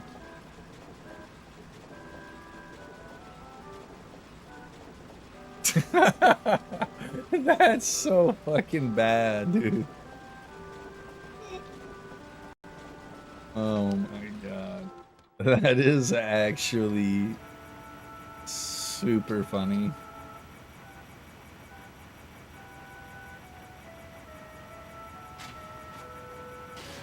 Dude, Shem. Look at this. Look at my capybara diffuser, my tea diffuser. You put the tea inside his little belly, and then he just hangs on your teacup, and you just steep your tea with the capybara, and he's got a little orange on his head.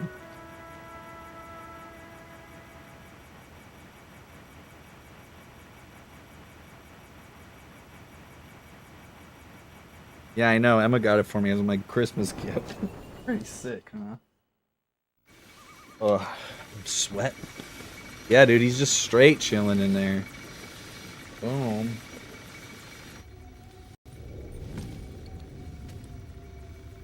I called it capybara bathwater, but Scott didn't like that.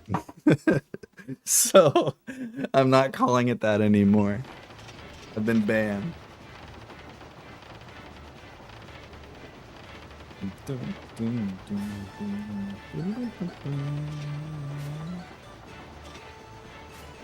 Is there though?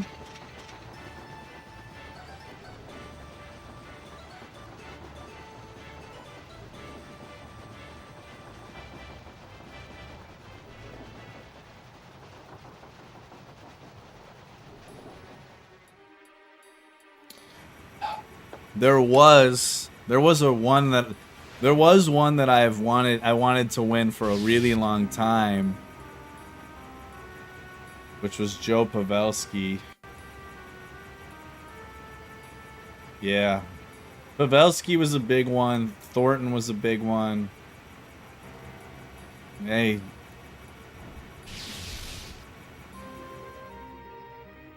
I'll tell you who's getting up there. My boy, Matty D. How old's Duchesne now? He's got to be mid-late 30s. He was drafted in 09. Oh, he's actually only 33. Okay. Duchesne's got a solid, like, 6 years left. 6 years is plenty of time.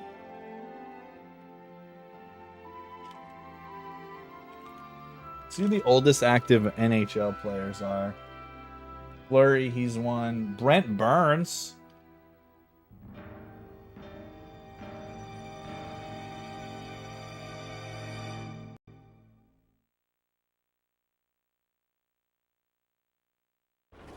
How old's Eric Carlson? I don't even see him on here. Brent Burns is the most notable person that they have listed at 39 for me. Ryan Suter's there, but like...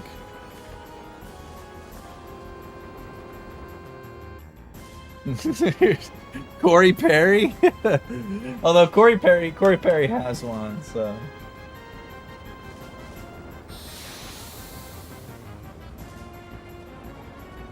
Yeah, what's up, Dino? Does TJ Oshie have one? He was on the Caps, right? I was just trying to think if he dodged both the Caps and the Blues ones. Yeah, okay. I was like, was he with the Blues for the Caps one and the Caps for the Blues one? Because that would be so sad. I think the Caps one he was there for, would be my guess. Hey, if nothing else, that's what I was like, he's got one of the most iconic moments in the sports history. Yeah, I guess he has been with them for quite some time, huh?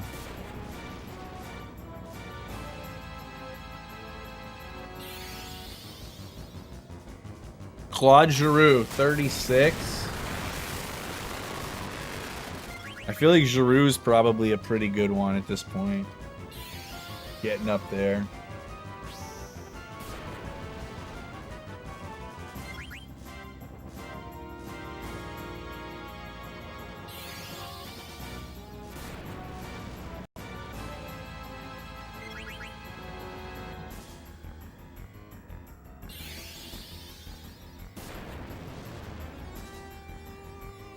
Tavares he was drafted the same year as Duchesne, so I imagine he's 33 or 34. Yeah, I was gonna say they were drafted the same year. So I imagine they're getting close, but they've got time. Both of them are in very good situations right now too, honestly. Like if you told me right now that was the Stanley Cup final this year, I don't think it wouldn't blow my mind.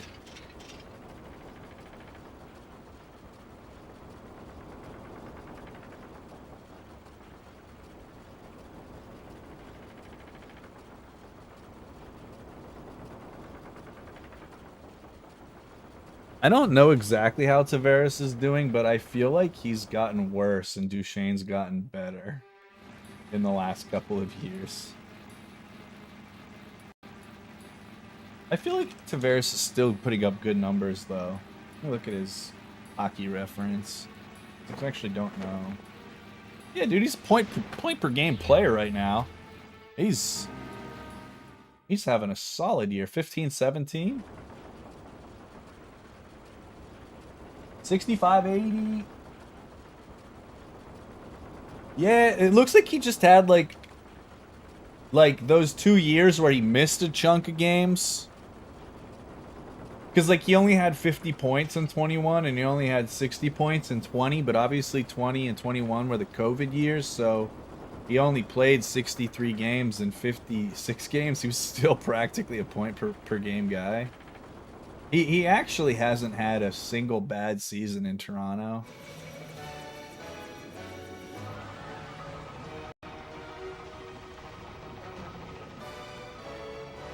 Last year was his worst year, but still 65 points, 80 games, like that's plenty good. And look at Matty D. Matt Duchene, very similar. 13, 17 in 32 games this year. 65 points. Very, very similar to Tavares last year. Same amount of points, 80 games. A handful fewer goals, and obviously the same amount more assists.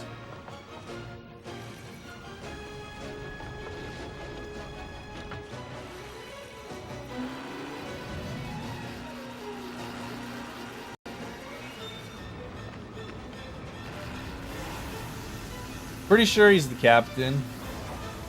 No? Who is? Oh, is it Matthews now? Yeah, I was like, actually, yeah, I remember them giving it to Matthews. Yeah, I had to think about it.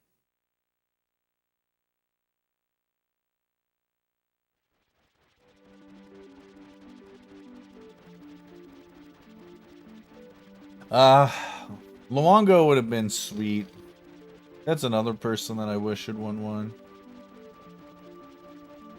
Similar to him, you know who I was thinking of? Goaltender-wise? It's Craig Anderson.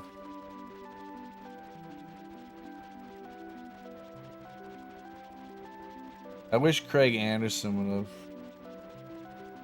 have won one. Mika! I do like Mika.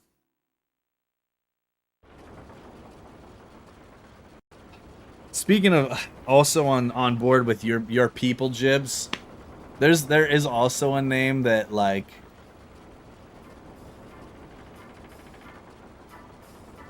there's actually two. One of which is your guy. One of them's not, but they were on the same team for so long. Mikko Koivu and Marian Gaborik are two. Maybe Gaborik won one with LA. I can't remember what years he played for LA. I feel like the answer is no, he did not win one though. Mikko, I feel pretty confident, did not. Was Gaborik on that LA team? Okay, so Gaborik did win one. But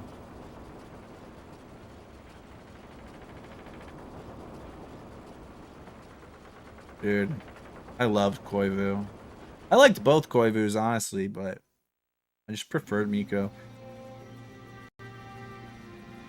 Yeah, no, I like both of them.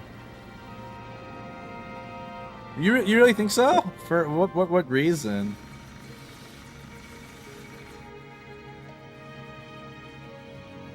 I was more of a Mikko fan personally.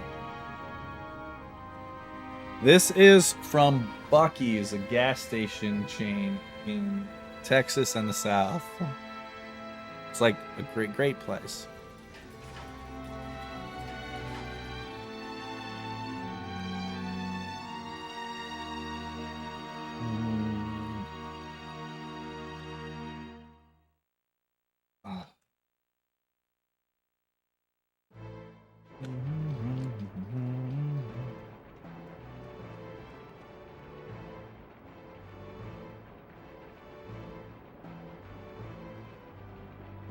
So let's see what he was like in Anaheim.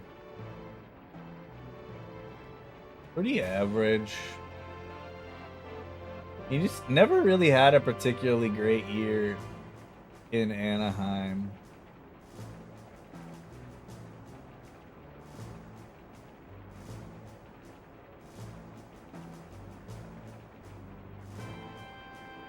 Yeah, that's a bad beat, honestly. Missing those eras of really good Canadiens teams.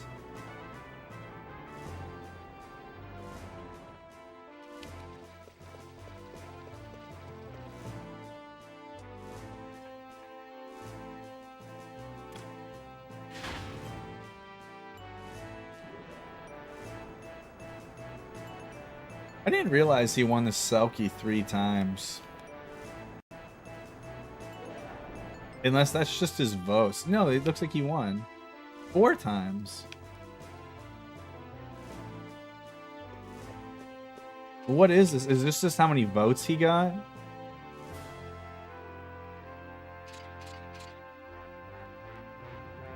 It's how many votes. Okay, it's just how many votes he got. I was like, I don't remember him winning. Because he didn't.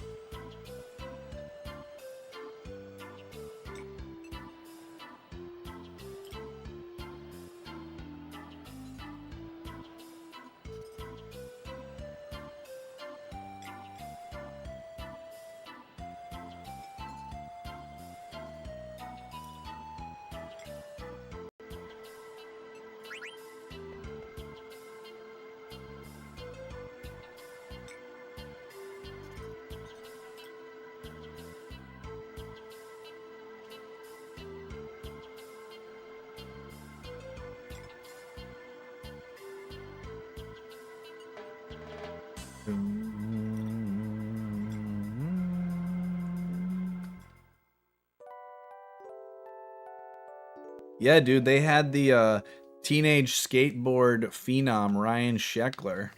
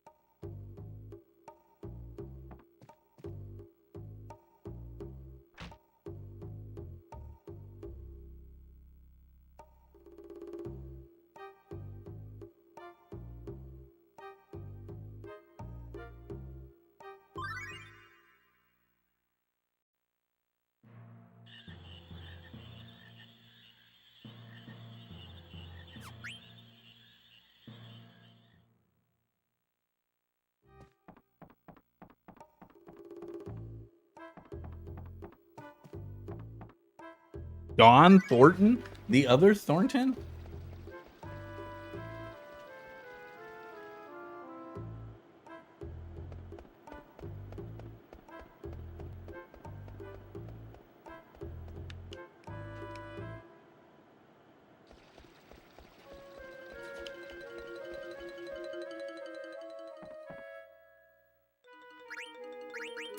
All right, we have one steepled, so we can go like that. Hi, Math. I'm. There's a clip that I've watched a billion times, Frothing, which is Milan Lucic hit on Mike Van Ryn. It's like a classic Bruins clip that I've watched a bunch of times.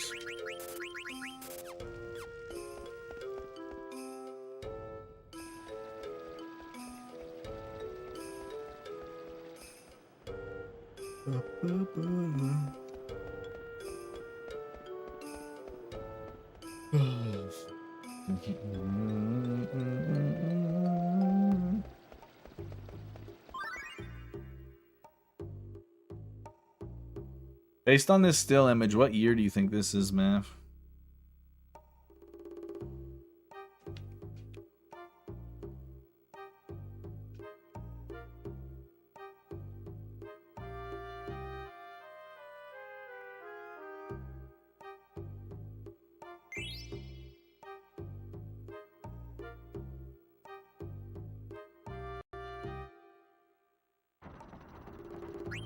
My other most watched clip in like probably end of high school, early college, every time Matt Cook would do something douchey, I would always just go watch the Evander Kane Matt Cook fight. It would just make me feel better instantly. And frothing, if you want to feel better about Matt Cook, just go watch that fight on YouTube real quick.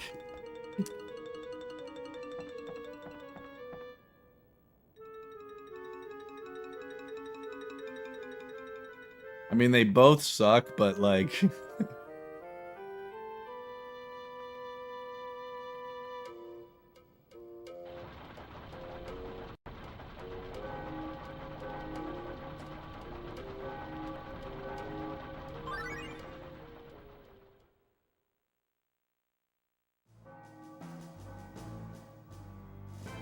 for a brief moment.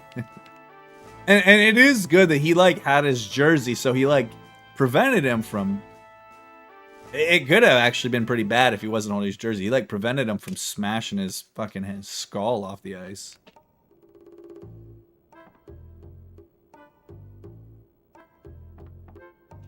Dude, I think Fresno State just blocked a punt, and I think they're in field goal range. Like, the punt was with, like, 12 seconds left. They blocked the punt, and I think they can kick a field goal.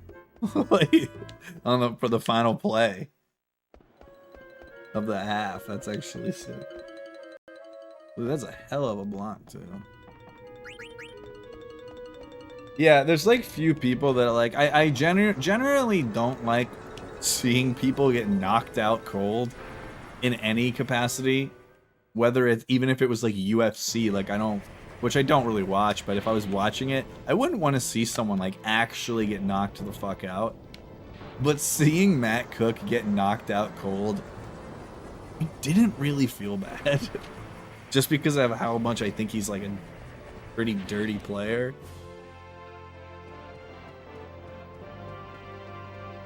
Did they just miss the field goal?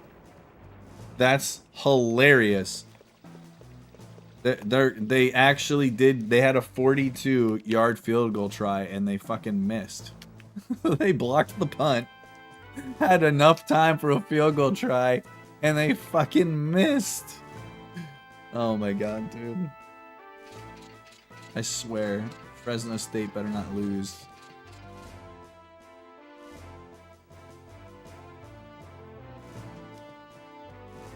Oh, that was Matt Cook? I didn't know that. Why am I talking to him already? I did not know that.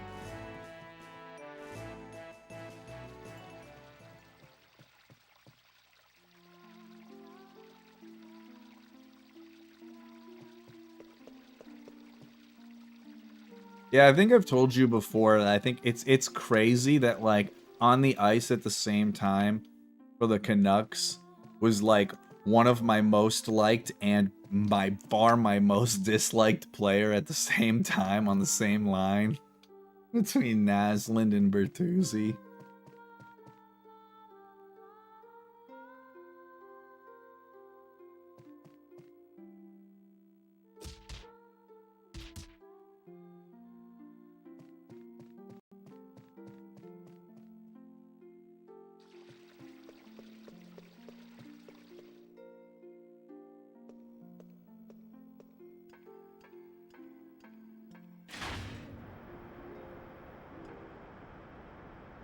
I will not put respect on Bertuzzi's name. I actually fucking hate Todd Bertuzzi. He's probably one of my least favorite professional athletes in any sport.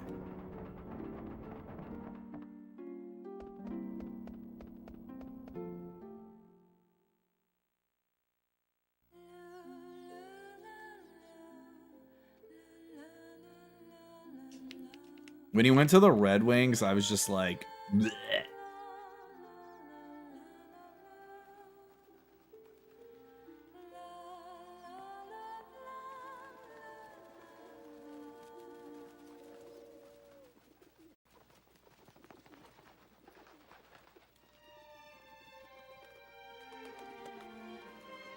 Yeah, pretty similar.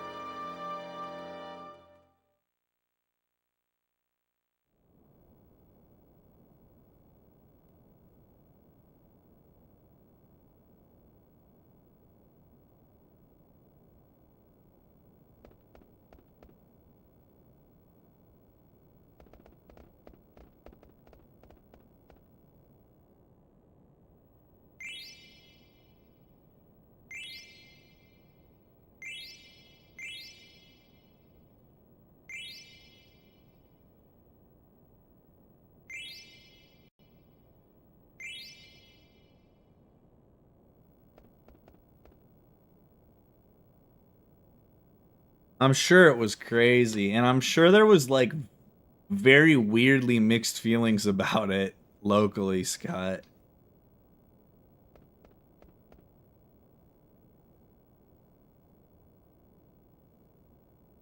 I'm sure there were people in the area that probably vehemently tried to defend the sucker punch entirely, just because that's how it goes, right? Like,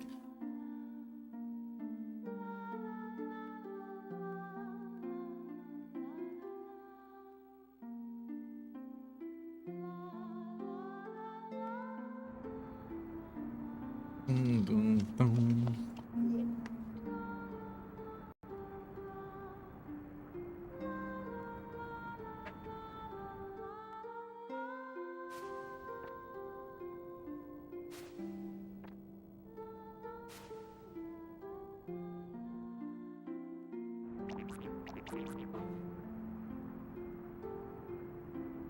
It looks like you're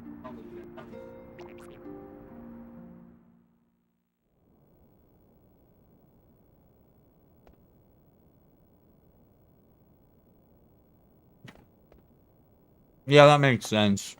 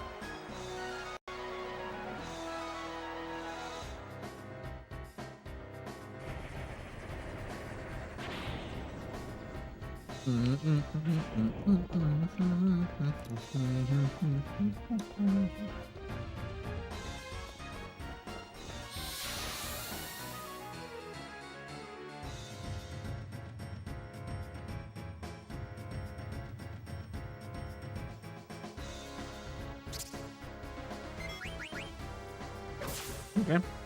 Not terrible.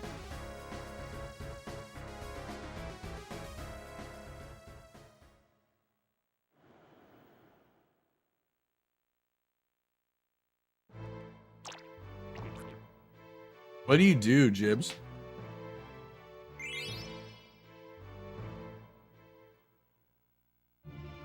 I mean, I don't know how hot this take is, frothing, but like, I think baseball has actually been just like a pretty fucking terrible league, probably my entire life, and it's almost all caused by the lack of financial regulations in it. Like, there's just so many things that I think are objectively worse without basically any salary structure requirements on the low or high end that I think just make Major League Baseball bad. I obviously still enjoy baseball and I go to games every year, but it's to me it's definitely like one of the worst leagues in American sports for sure. I think they need to do both ends though. If you want to be a billionaire, if you're a billionaire and you own a baseball team, but you're like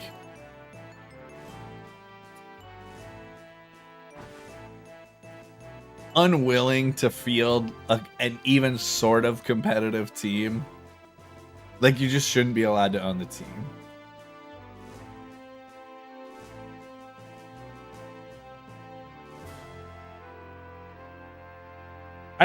UFC, I know like very little to nothing about, and I definitely don't know anything about the like financial end of UFC fighting or boxing for that matter. That is just like a completely foreign language to me.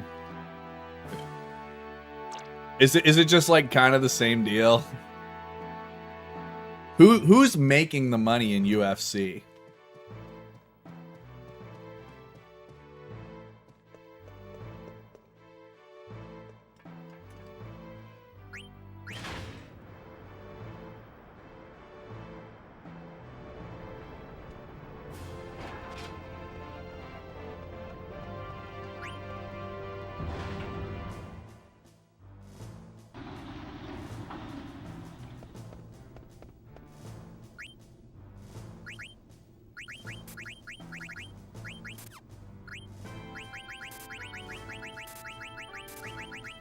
I grabbed a couple extra Phoenix Downs because we had to burn those ones early.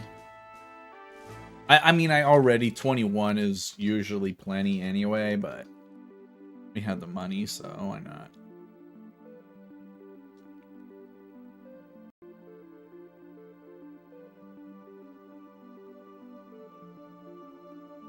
Okay. Understood.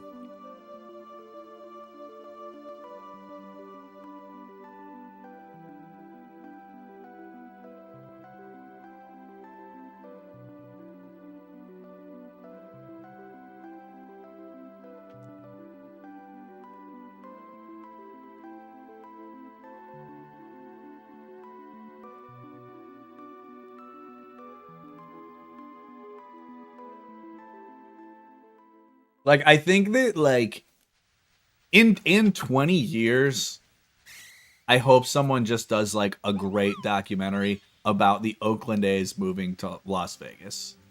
Like, I think that I think that people don't realize exactly how scummy the whole situation really was.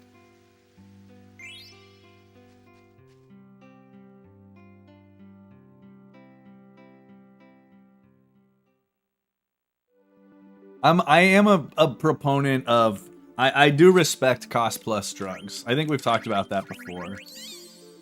At least, like, he has that in his corner as, like, a pretty defensible business structure that is still profitable, but, like, obviously isn't predatory.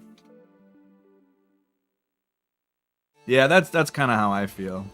Although, on that same token, Jibbin, I've been praying for him to buy the Pirates for, like, the last 20 years, so... so there's that.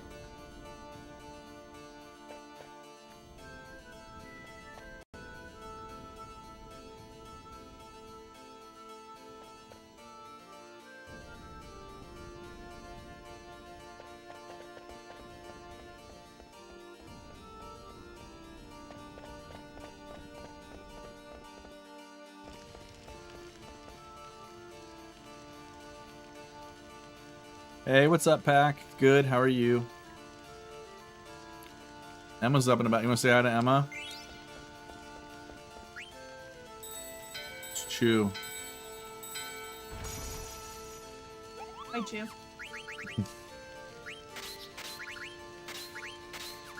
You get that?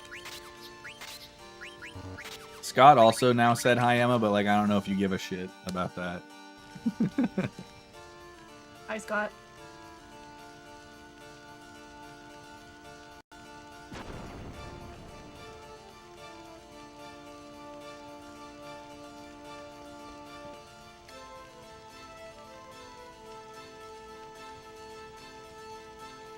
I think basically, like, the model of the business, Jibbin, is like, this is approximately how big the profit margin should be on drugs universally, but he's just the one that's willing to do it instead of making it, you know, 100% markup or whatever. So it's not even that it's like this, like, great philosophically moral practice. It's just that it's considerably better than, like, what the vast majority of how fucking bad it is basically everywhere else is. Yeah, exactly. That's completely fair. That's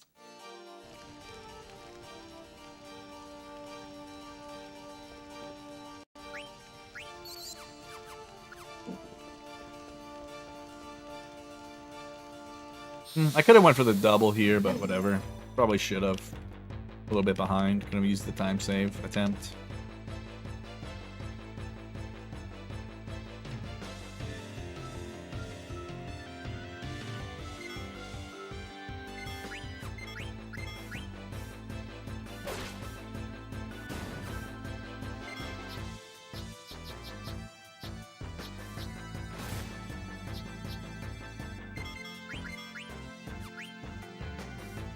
No, for sure.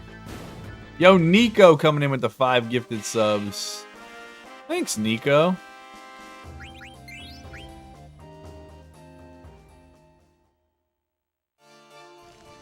Mein Gott. What's up, Nico? How you doing, bud?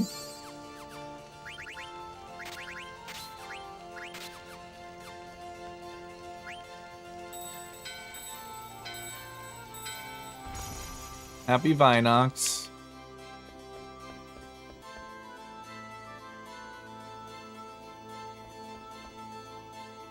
Vinox Martin? Gefallen mir sehr gut, by the way. I fucking love Vinox Marks.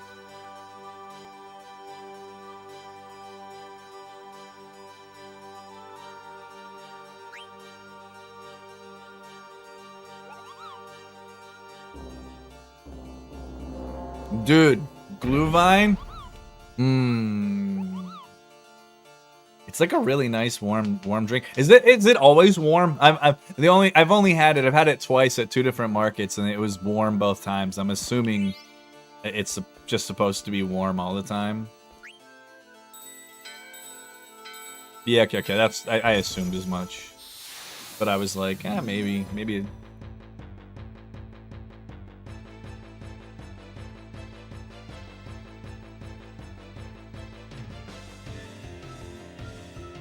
You just came back from Deutschland. Where were you at? Sehr lecker.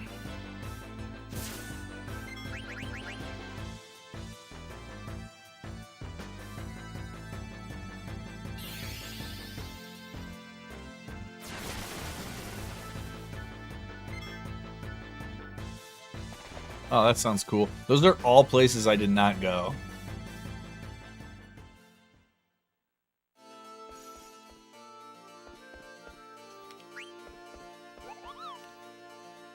I would really love to go back. I would need to. I would re-study for a year. I would want to re-practice the language for a year before going back. But I feel pretty good about my Deutsch. I think I'd be all right if I went today, but I would definitely want to de-rust. What's Glogi?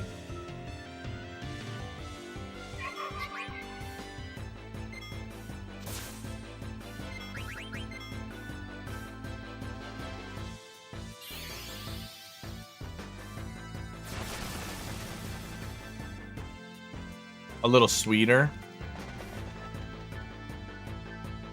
I was just going to assume whatever it was going to taste like shit because of that fucking candy you gave me.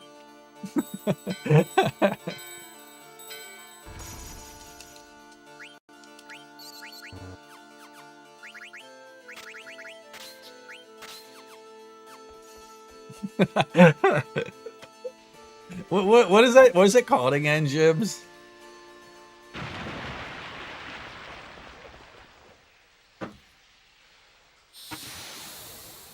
What's that candy poison you gave us?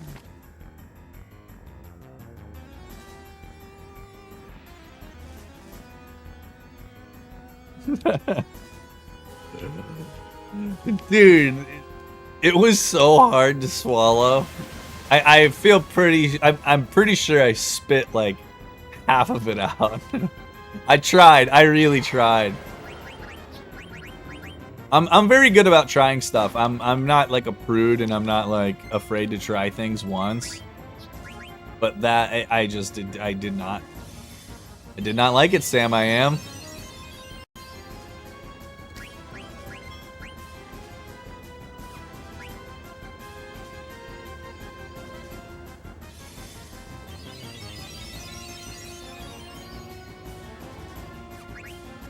Oh dear, oh dear.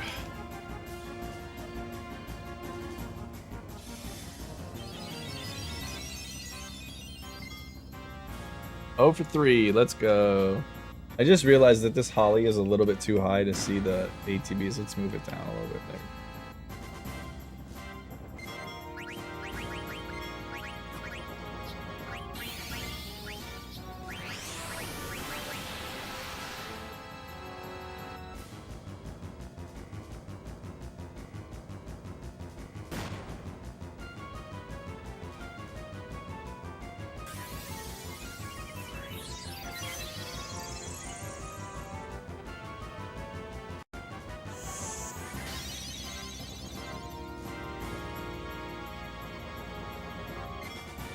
I was gonna say, he's gonna fucking water all, isn't he?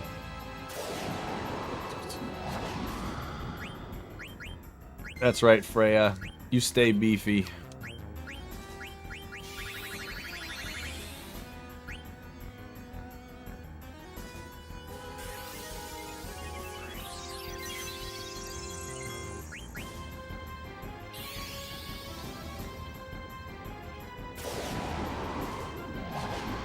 We should be able to tank that.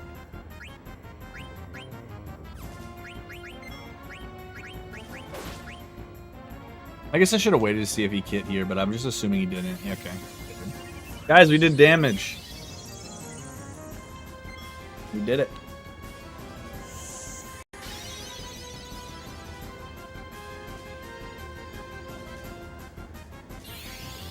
You motherfucker.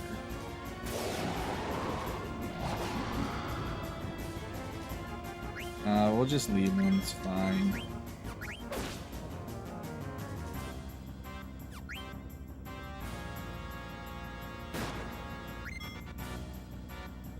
Yeah, it's pretty low for him to do the AoE.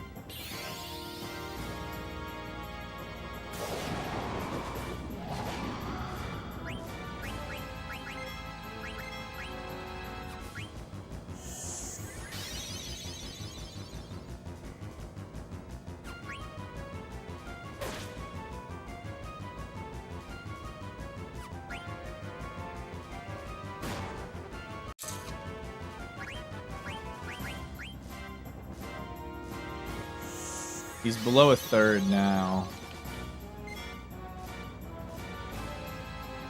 Barely. Okay.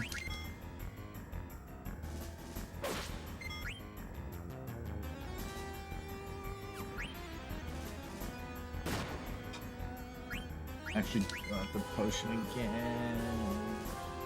I guess I could have potioned with VV and then attacked, but I think I'm better off just keeping VV's ATB clear.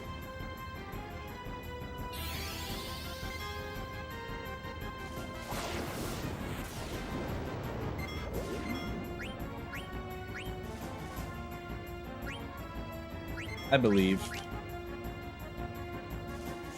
Would I have double potion here? Sure.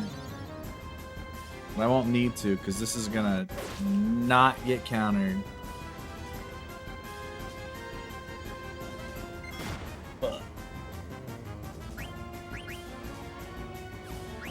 This is where it gets dicey.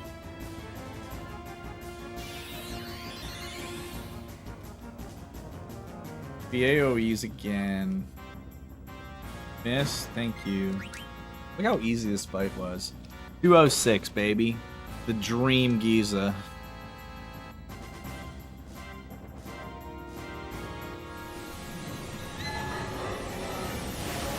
Ugh.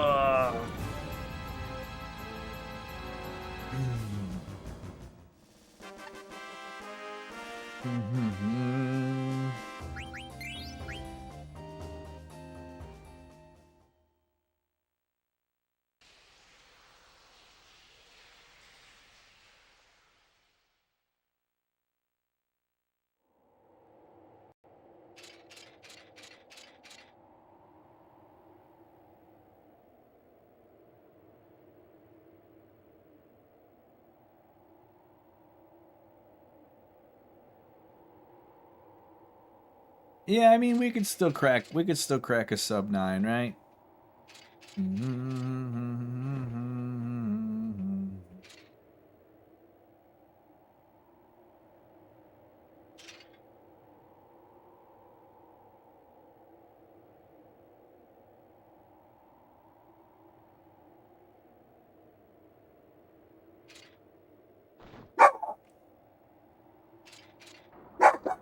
No. Oh, what's that? What's up? What's out there? I don't see anything.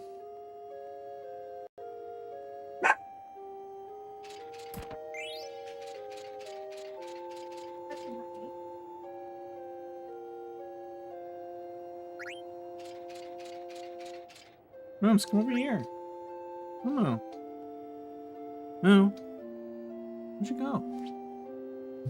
Hey, Moo? Are you just laying under the table? Okay.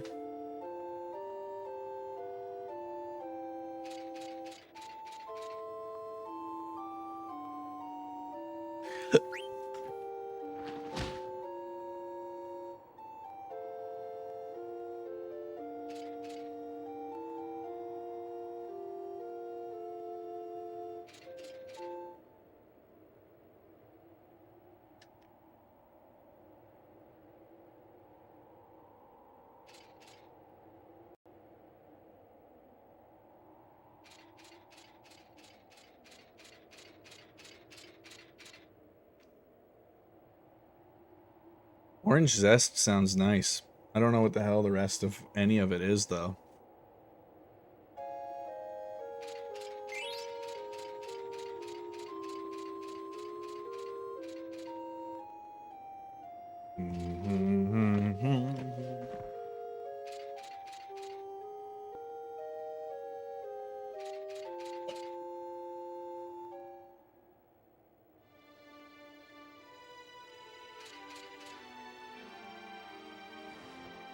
Gooby. Goobs. Hey, Gooby. No. What this? Come over. Come around. Oh, she snuck through in your basket. Have I fun?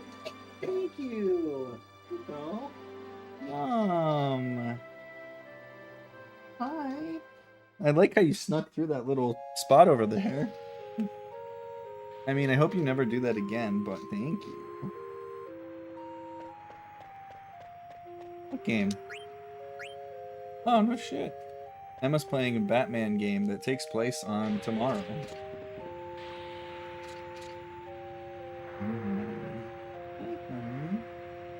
Hi. We know. Uncle Scott, Uncle Jibs, everybody's here.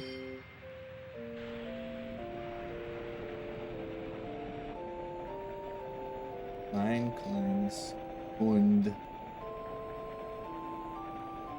Have a kiss? Oh, thank you. Oh, that was so nice. Hi, honey.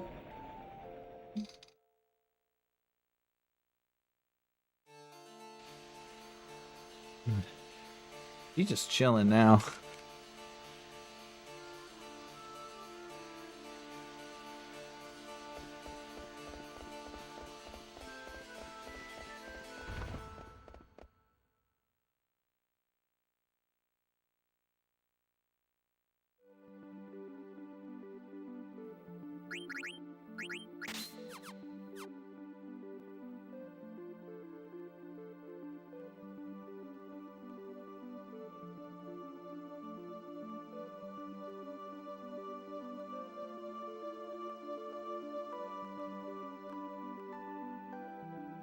Comfy?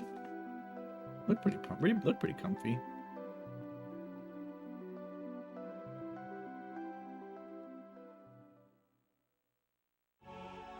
What's up? Yeah, she's just protecting the house, that's all. She just wants to make sure that you guys are safe in chat and that nobody's trying to break in and steal you. Good job, Moo. Keeping us safe. Thank you.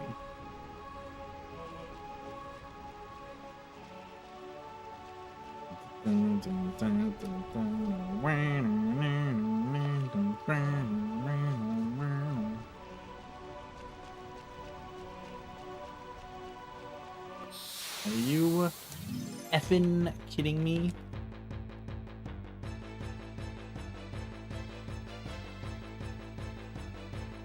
Emma, this football game I'm watching right now, I feel like it's made for you.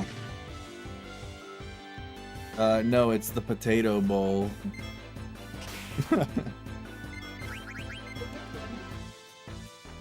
They probably are. It's in Idaho, so. What's up, Vincent? Thank you, you too. Emma is a potato. Whenever they first introduced the, when we first introduced the, what is it, Twitch, not partner, the other one, affiliate thing, they defaulted her, like, emote prefix to Emma Tat, so it was like her emote was just a capital O, it was just Emma Tato, and it was just a smiley cute potato. What's up, Mike-ness? I'm glad to hear that. Let's go.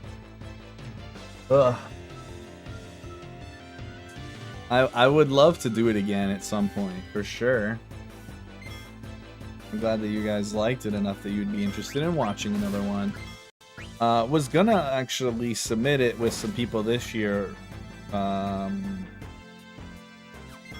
a man-eater on? What?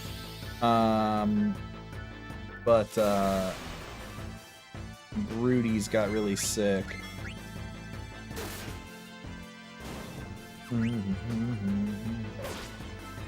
There's the Emma Tato.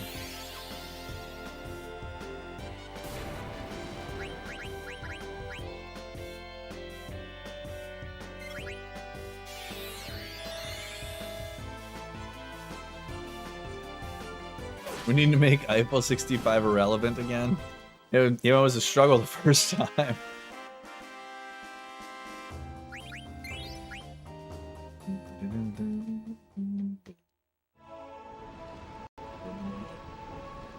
Oh, did I back row him already? Maybe that's what I did. Did I back row him early or something? Yeah, I already back rowed him. I was like wondering why I wasn't hitting for enough. That makes sense.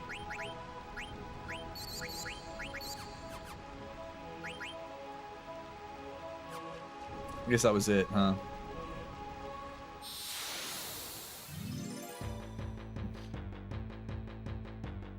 This has been a terrible disc 1 so far.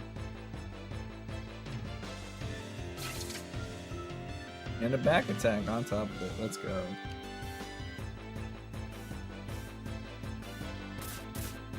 Yeah, I mean, it was like a weird reference to our limit break run where someone, I think I made a joke about Eiffel 65. And then Kara was like, after the laughter had kind of settled down, Kara was like, Blue's not even like one of their 5 best songs. And I was just like, how many of their songs do you know?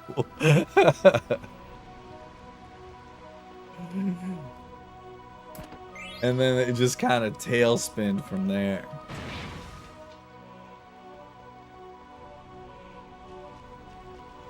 Yeah, that's possible.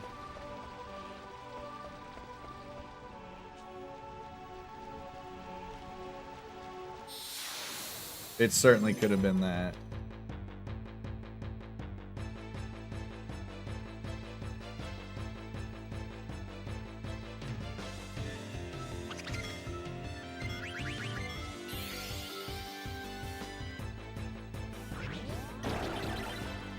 Moves is just staring at the door. There's somebody in the hallway right now, and she's like, I don't know about this.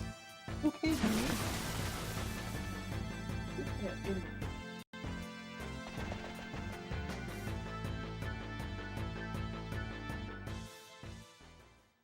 There was somebody going into their apartment. I heard someone open their door. She's like, I gotta watch. That's what she's watching for. The baddies. Not the good kind of baddies either, the bad kind of baddies.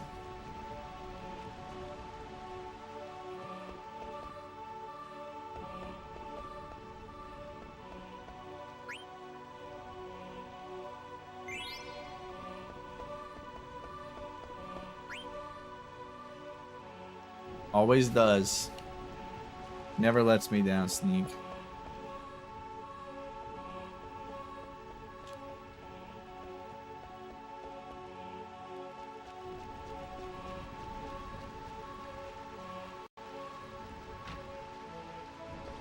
Exactly. Not the ant cast kind. Oh, dude. I feel like you have to watch that movie now, Scott. I think you'll like it anyway. Like I said, it's not really my type of thing, and I like it.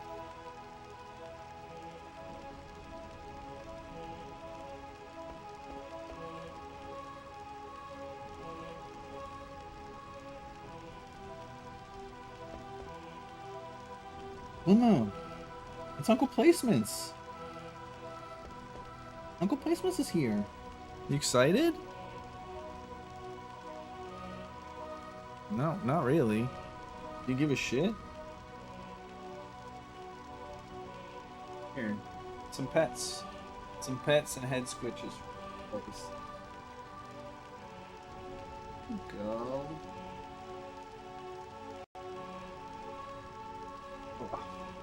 What's up, buddy? You got the Bucky's hat on today.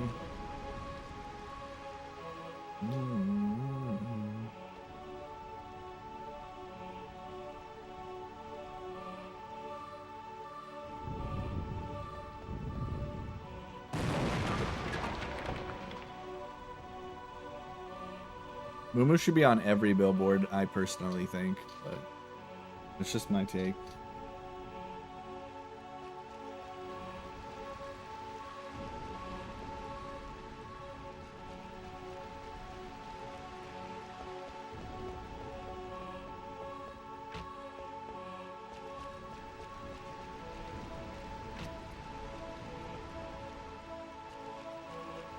Maybe your route is missing some funky menus. Maybe you need to take it to Funky Teeds, you know?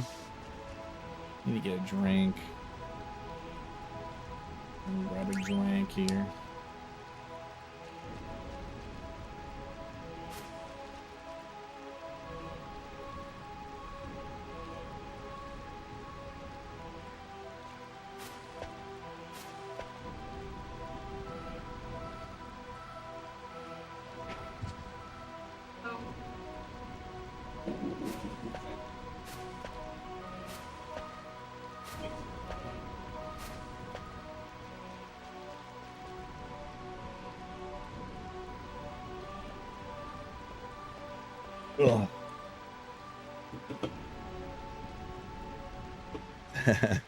Take it easy, Magnus. Thanks for popping in. I appreciate it. I'll do my best.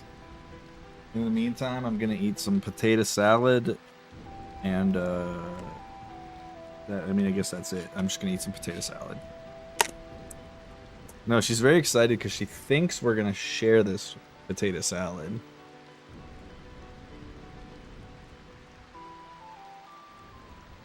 I did get a drink, but she's not interested in that.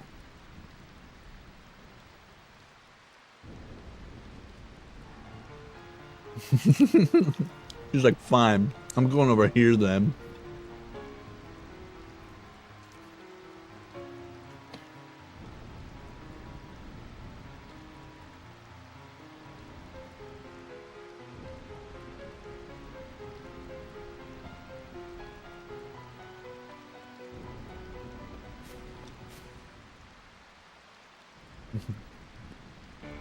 one Tato.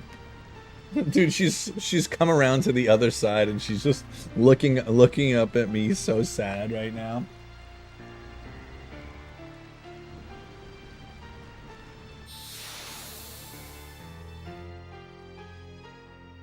I'm sorry, Moo. I wish I could share this with you, but I can't.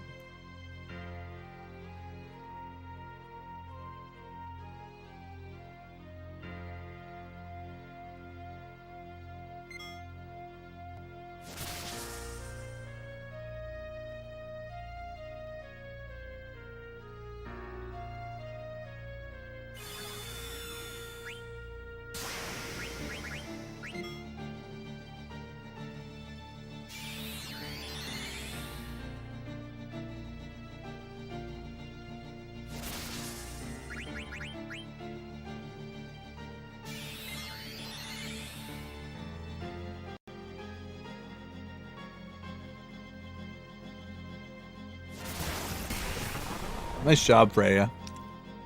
Solid damage roll to the face there.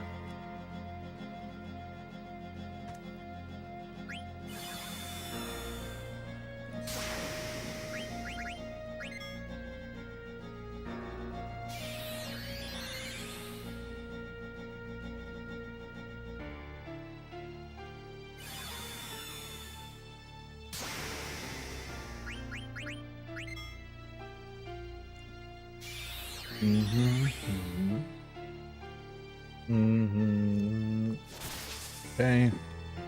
Let's just hope she hits Z here with not Thunder Slash. That works. Are we getting... Whoa! Say that again? Are we getting next? I think we're getting fucking tacos. I think it's taco night. When the girl wants tacos, you give her some tacos, you know?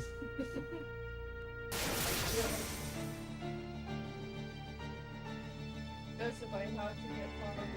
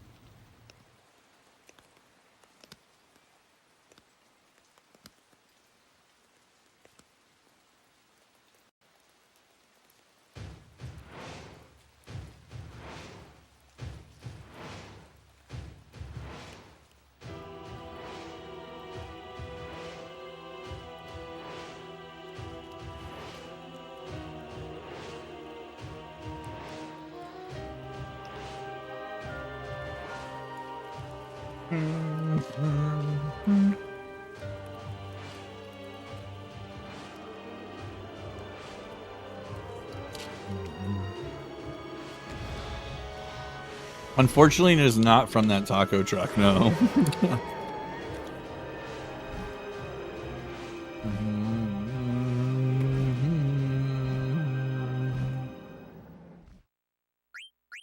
It's in Salt Lake City, actually.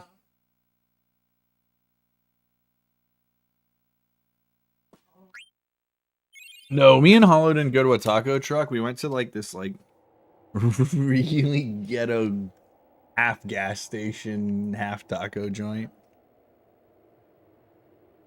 No, I wish. Taco trucks are great.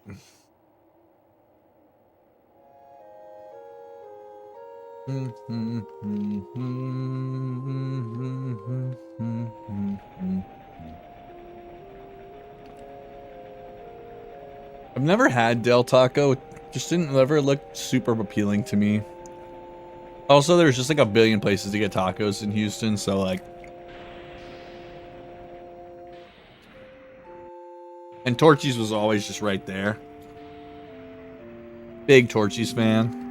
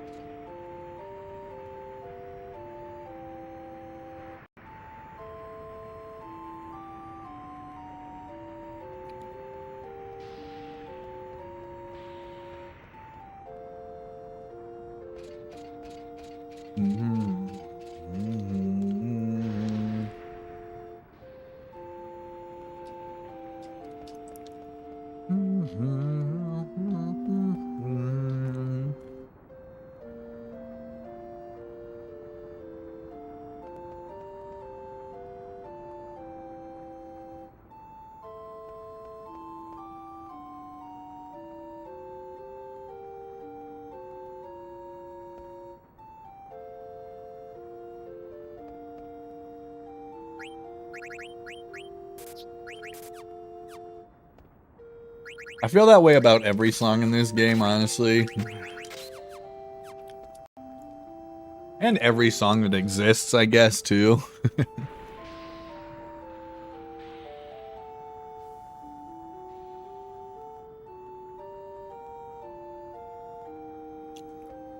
I'm very bad about getting songs stuck in my head.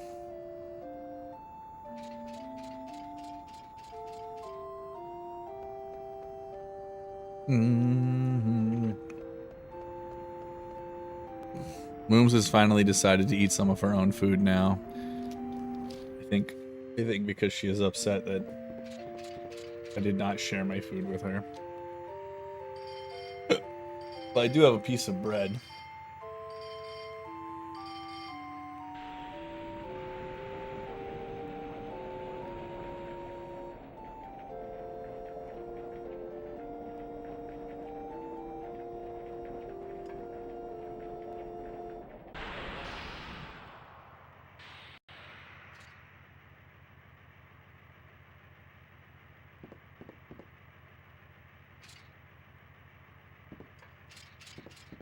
I mean, I guess that's why it's not called Harmonies of Life, right?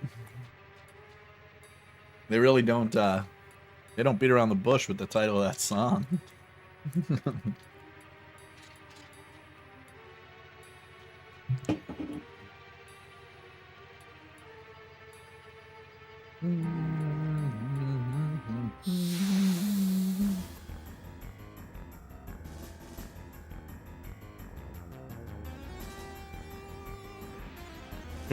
Can one hand this fight, so I'm gonna keep eating my bread.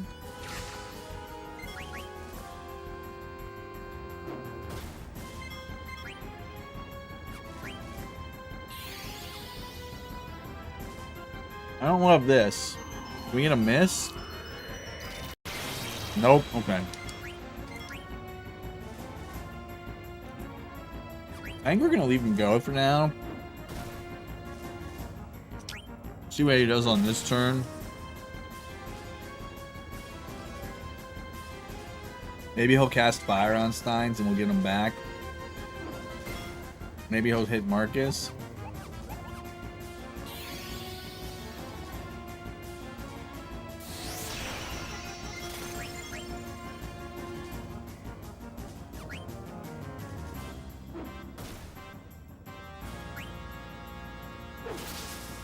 Come on, Steins, get back. Come back. He's back! Do it, Garnet, for the win! You like that strat, guys? The old Steiner D-Thaw into Garnet for the win?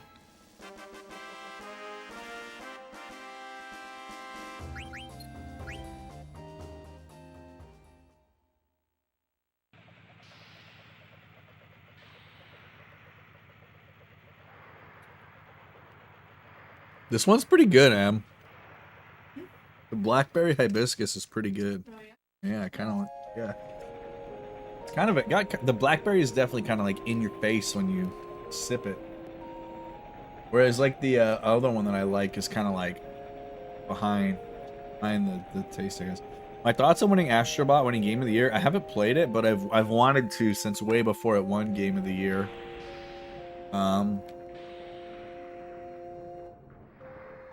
Here's what I'll say about Astrobot winning Game of the Year, having not played it. I'm glad that it won because I want them to make more games like that. I want there to be more games like that. Just a silly, fun little platformer with some boss fights and some cool mechanics. I want them to make more games like that. There's like been this like massive push for like every series and every like big name to make just like all of these like massive worlds, open maps, and like everything has to be an open world map game with all of these like choices and stuff. And like I'm like, can we not do that? Like can we that's great. That is a type of game that I enjoy, but like let's make some other things too. Let's kind of go back to some of the more rudimentary gameplay styles of games, and I'm like, let's make some more of those. Like when I see Astrobot, I think back to the first time I played A Hat in Time and how I was like, this is an obvious 10 out of 10 game. I want more of this. And so seeing Astrobot win Game of the Year, I was like, I'm glad that happened, because I'm like, maybe this will influence people to make more things that scratch that itch. Yeah, a lot of them feel like weirdly empty, honestly, Jibs. Rebirth was like, obviously it's a Final Fantasy title, but that doesn't necessarily mean I'm going to like it, because I don't like all of the Final Fantasy games, and I definitely don't like all of the open world games. Like FF15, I think, is one of my least favorite open world type games that I've played. But Rebirth did a pretty good job for me. Yo, Kaya, thanks so much for the raid, buddy. How are you doing? What's up, Flores? Thanks and good luck.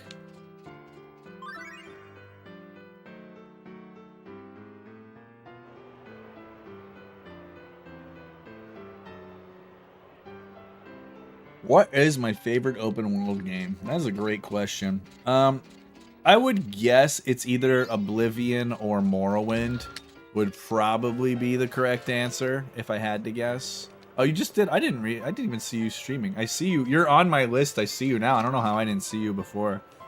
But how did it go? I hope it went well. Nice, dude.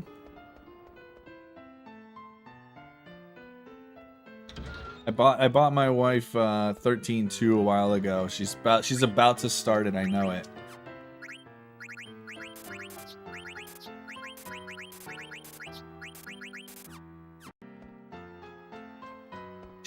Masa!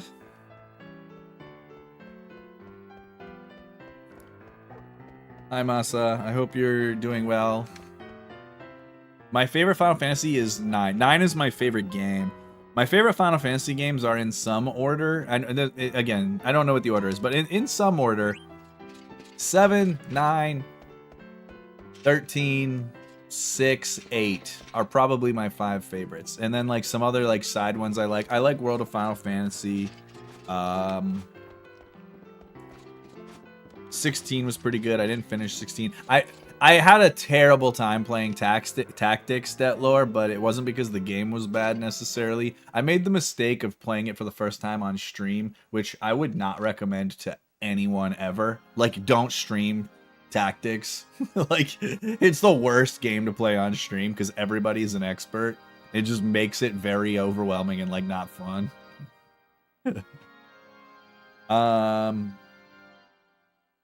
While they're not like supremely open world per se, because they like the map opens up over time, I do think Xenoblade 2 and 3, as far as like massive map games go are also two of my favorites. Again, not inherently open world in that like you don't just have free reign like you do in the Elder Scrolls games right off the bat, but I would still largely consider those open world games. Even though like I said, like it's kind of like the open world sort of is partitioned off, and over time you can kind of slowly unlock areas to it and that sort of thing. Hey, what's up, Ames? Thanks, buddy. Thanks for the Gorlami. 13's your favorite game? That's a great take. I love Final Fantasy 13, which I'm sure Kaya is keenly aware of. I am like a huge 13 defender.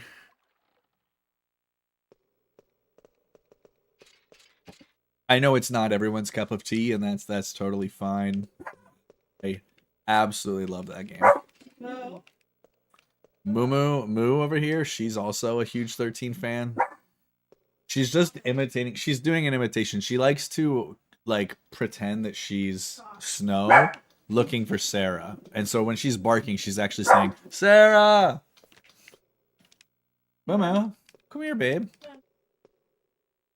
One day you'll see a 13 80% run. Absolutely.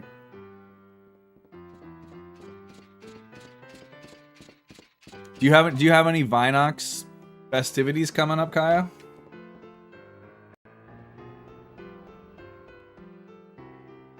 I have been waiting for a playable PS4 or PS5 port of 13 for so long because I want to get the Platinum Trophy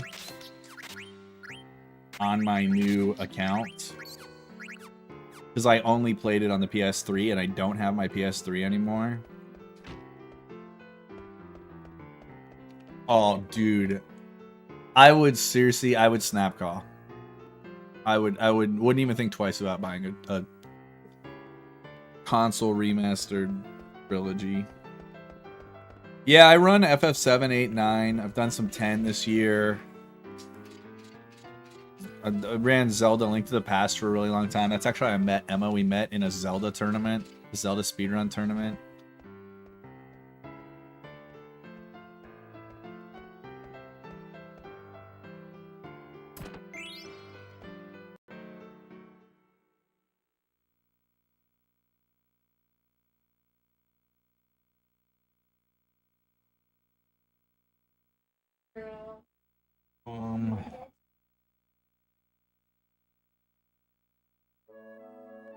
I did FF1 PSP speedruns for a while too, because it was short and fun. That was a fun speedrun. I actually don't really like FF1 all that much, but the speedrun was pretty fun.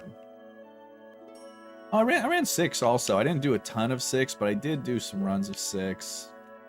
I've done a lot of FF speedruns now I think about it. I learned about a quarter of 13 way before I knew Kaya. In like 2000, FF13 is legitimately one of the like earlier speedruns I started to learn.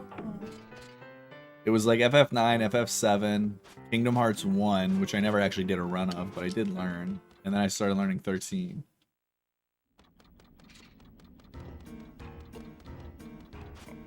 Dude, that's what I originally played 13 on. I always talk about how, like, I mentioned this, I think I drafted 13 on the BG draft, actually. One of my favorite things about FF13 when I played it for the first time was I just remember it is the last game that I picked up at midnight release was Final Fantasy 13, and I just remember taking it home, playing it all of spring break, and getting to the end of disc 1 and just like the prompt coming up and being like, put in disc 2, and I was like, oh my god, this is amazing.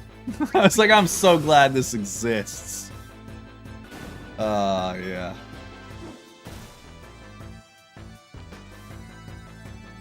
That was just such a nostalgia trip. Just the prompt to put in a new disc for FF13 was so sick.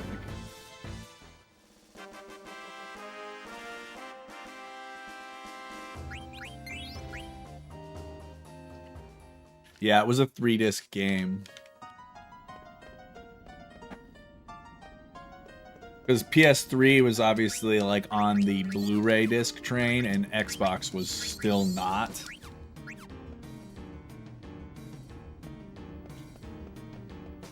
Are you effing kidding me? How do we have 14 encounters and we're not even at round? Oh.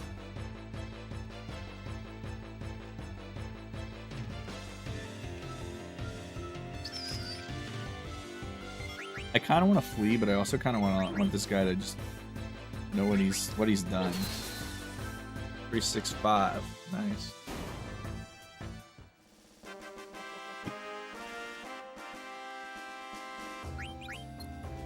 Like, I obviously don't think 13 is like a flawless game by any stretch of the imagination, but I do think it's just like a great game that I think a lot of the things people don't like about it, I particularly do.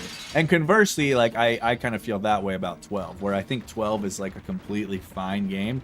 I am just not the person that FF12 is for.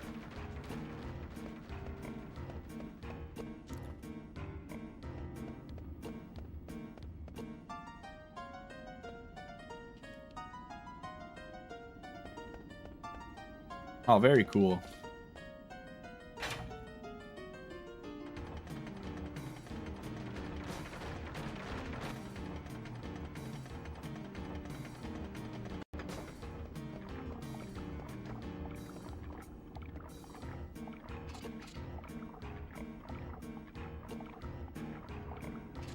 Shut up, Cal Show. In fairness, since Final Fantasy IX, Square has legitimately not released a game better than Xenosaga 3, so you know, there's that.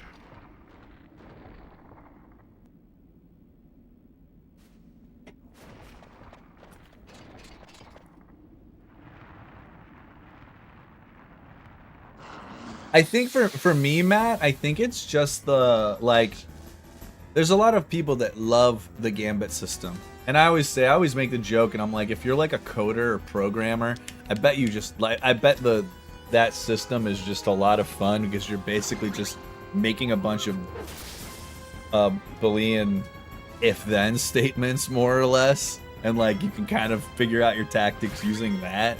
And I could definitely see that being appealing to a lot of that type of gamer. I am just definitely not that person.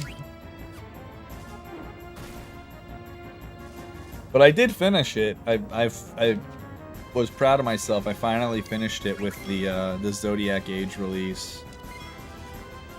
And I also did not realize that people don't love the story of 12, which I actually thought was my favorite thing about it. I was 9. 9 is actually my favorite game of all time. This is my favorite Final Fantasy and favorite just game overall.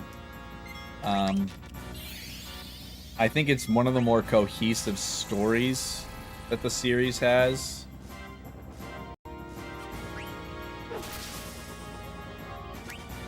Especially when you compare it to 7 and 8, which have, like, some pretty interesting either translation errors or just plot holes throughout them, but I really like the 9 story and characters a lot. Yeah, thanks so much. I have my follows right. I have my follow alerts anonymous because I personally don't like when my name pops up whenever I follow someone, so I just have like an anonymous follow alert, and I don't like call people out for following, but I appreciate it. Thanks so much.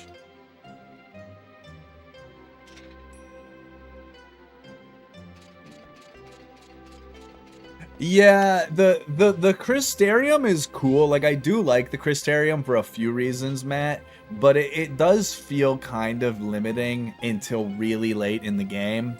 Into like you don't really have a whole lot of choices you get to make within the Crystarium for like probably 2/3 or more of the game, where like you can deviate a little bit in your Crystarium choices, but it's still pretty concrete and boxed into what you can do, which isn't really a problem for me personally. What I do like about it, which I don't know if this is like a bad take or not, I am not a person, by the way, I'm gonna put a big preamble to this. I am not someone that just like thinks games need to be difficult, all right? I don't think games need to be hard. I think it's fine that there are games that are easy.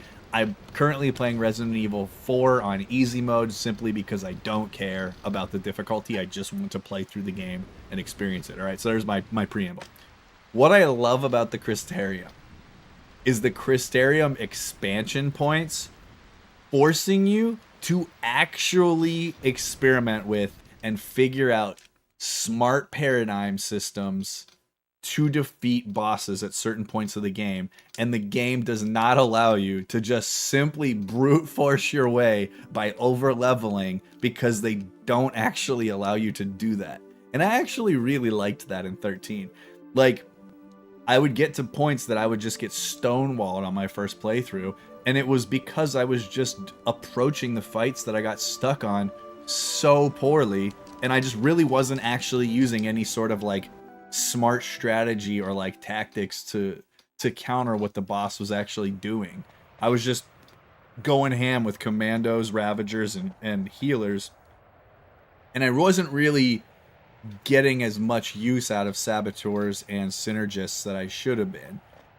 Dude, I remember I was stonewalled on PC2 for days because I was just like being an idiot about it. And like the game was like, no, like this is as strong as you can get right now. Figure it out. And I just like, I really liked that part of 13's Crystarium setup, is just how they slowly give you the expansions in like waves, so that you don't just become so strong and so powerful that it just nothing matters in battle. Like your choices in battle actually do matter a lot. I like it a lot too. It's definitely a big reason why I like 13, outside of just enjoying the story and characters. I imagine for many people, I feel like battle systems are a super important component whenever they're deciding which games they do and don't like. And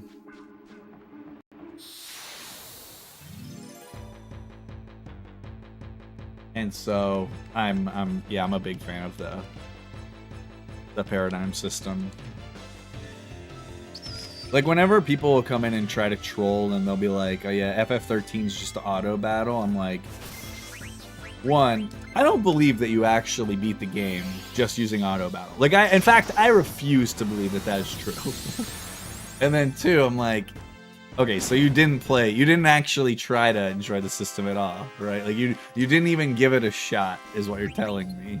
That's an opinion, or like I guess it's not even really an opinion. It's just like a bad stance on a system that I just assume the person didn't even try. Like, it doesn't mean that you have to like it, right? But like, if that's your takeaway, that it's just auto battle, I just don't think you even. I don't think you tried even a little bit to get into it.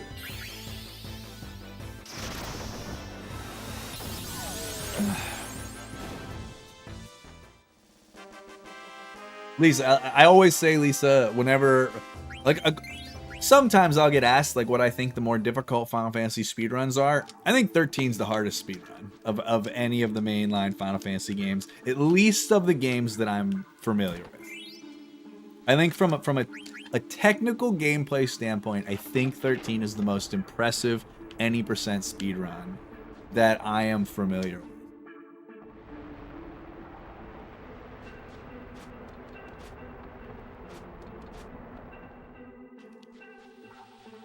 That sounds like a very me type of thing to do, Scott. I'm kind of glad you did that.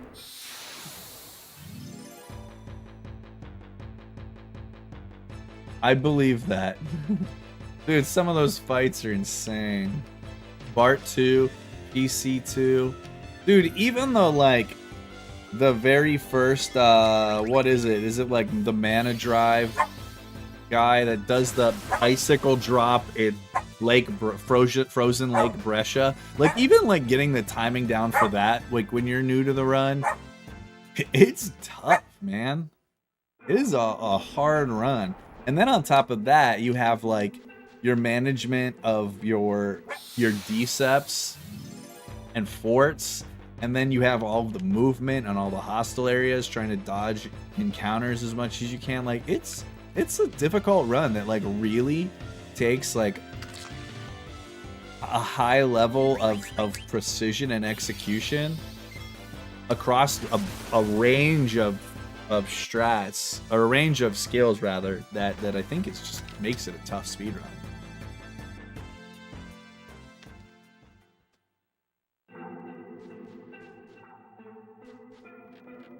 Yeah, Sid 2 is definitely kind of a dog shit fight in that speedrun.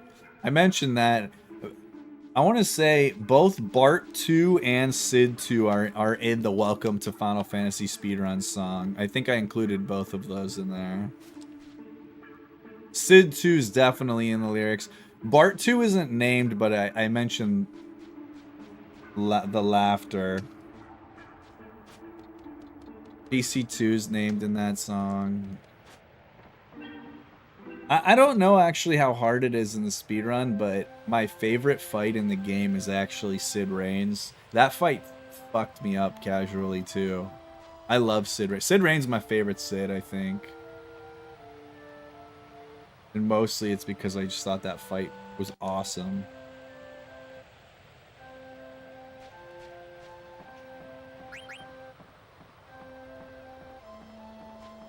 I like how the trophy for the potato bowl is literally a big glass bowl filled with fucking potatoes.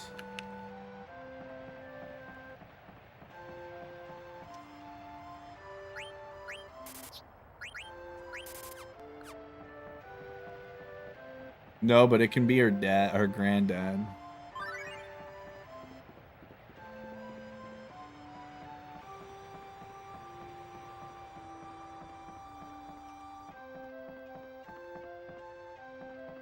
She's being a goober is what she's doing.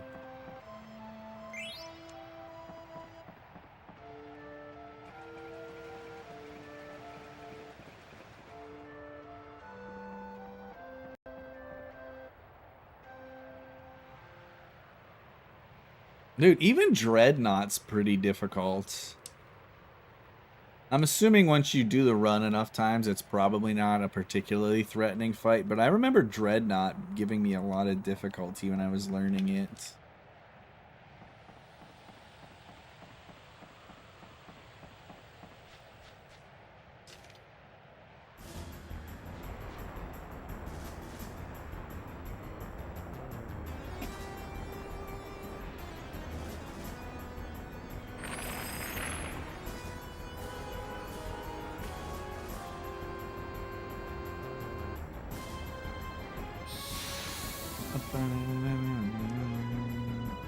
Yeah, that's kind of the vibe I got. That's kind of why I said it the way that I did. I was like, I bet after you have done it enough times and are just like more familiar with the feel of the fight, it's probably not super bad. But when I was learning it, that was probably the fight that I had up to the part of the game that I learned. That's probably the fight I want to say I probably practiced the most times. I'm trying to think what else it would have been. I forget the name of the enemy you fight. When you get to those like ruins, the like flying electric one. It's like, I don't know, green dragon, like a drake of some sort, but it's like a lightning type. That fight I didn't think was super bad.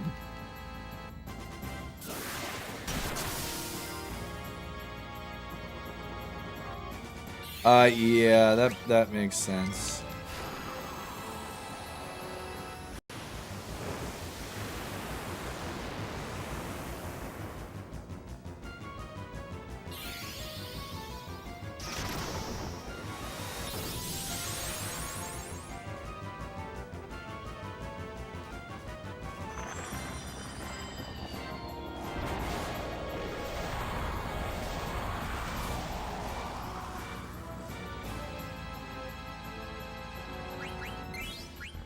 We're getting absolutely smoked on this run, by the way. 18 encounters into Antlion is crazy.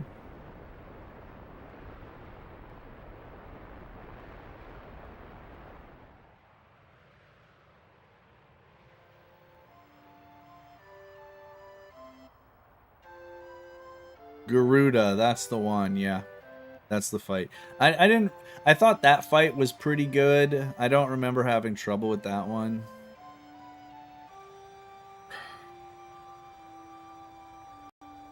I definitely got smacked with that wrecking ball quite a few times from the knot, though.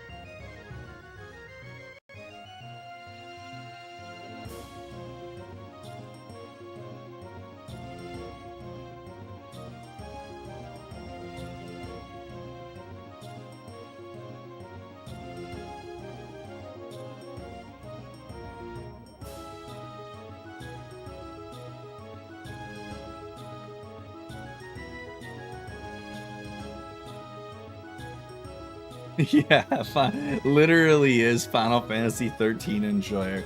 Yeah. Final Fantasy 13 enjoyer and Jill Valentine enthusiasts are probably my most important tags on Twitch, honestly.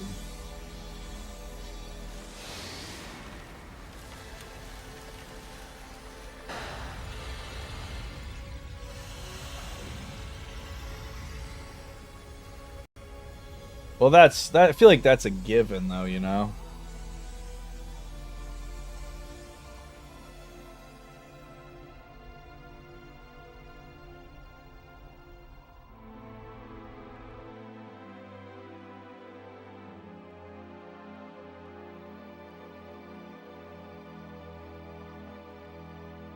True, not today at least.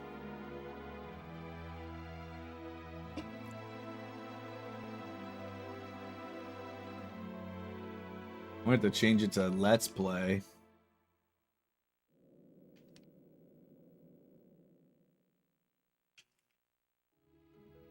This run is just a Let's Play with a Kiwami controller.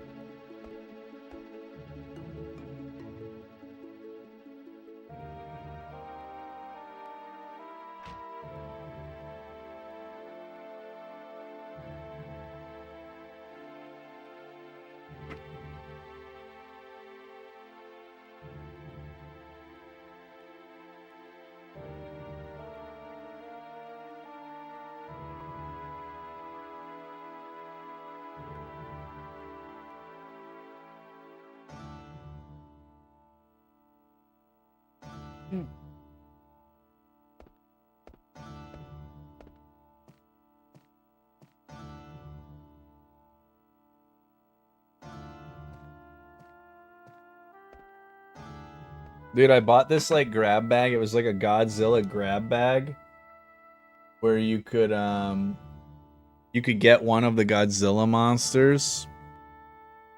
And I was really excited. I got the one I wanted. They actually had what's his face from Bashi Zwanzig, which I would have been really excited about just because of that. I actually don't think the movie he's in was particularly good as far as the Godzilla movies go. But I got King Ghidorah, and it just look how sick that looks, dude. Like look how lusty and gold they actually made him. I really like this. The Mothra one was pretty nice. It had a lot of colors on it, which was cool. Obviously, I would have been happy with the king himself. I just wanted anything other than Rodan. I remember you telling me you've not seen a Godzilla movie.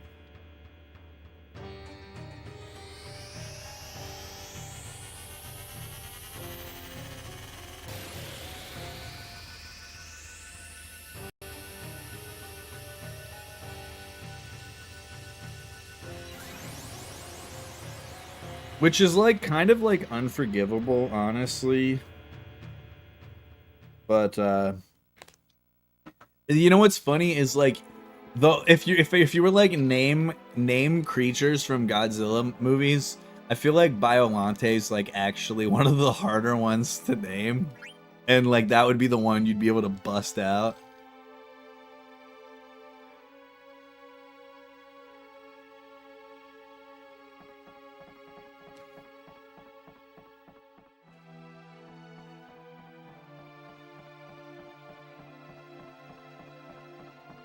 Really, Ricky? Dude, if you ever want to watch any of the classics, let me know. I'm more than happy to do it. I forgot to menu Freyo. Yeah, Biollante. There was a Biollante in the grab bag. So it was like a Godzilla grab bag of these like pretty nice keychains place. I got King Ghidorah, which is the one I wanted the most actually, so I was really excited. But they actually had a Biollante in there, which I would have been happy with. It's not a kaiju record. That's fair. I here's my general take, Sarah. I think everybody should watch the original Godzilla. I think the original Godzilla and like understanding its like, you know, meta nature of an allegory, I guess, for like post-nuclear Japan, I think is really good. I actually really like the movie a lot. Some of the like follow-up kaiju movies are really cheesy, but like that makes them fun. But I won't try to argue that many of them are great, because many of them are not. One that I also heard was really good that I have not seen was Shin Godzilla. Have any of you guys seen Shin? I've heard it's quite good. Not -1 tier, but close is what I was told. A Biollante grab bag, yes. Biollante, the boss of World 4, and I want to be the Bashi.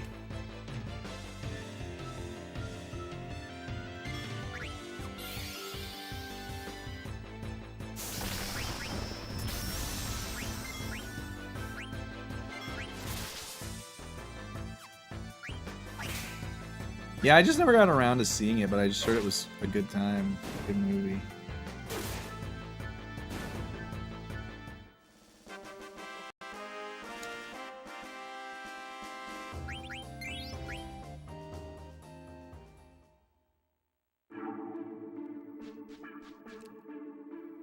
You trust Biollante in everything.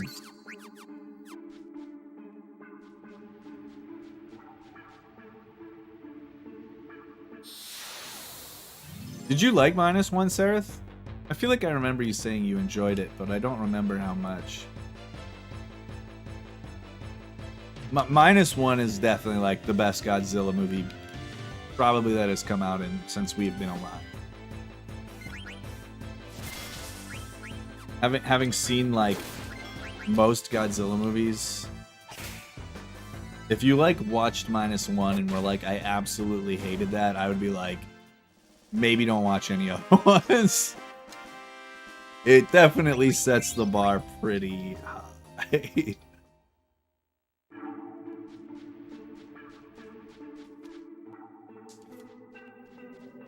Hell yeah, Lisa. I kind of go through phases where I'll watch like 2 or 3 of them. I have some clips on my phone of like hilariously bad scenes from some of the old ones.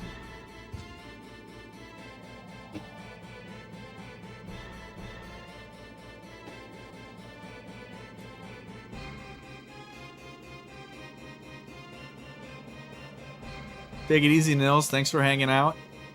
Have a great Christmas yourself. Hope we see you again.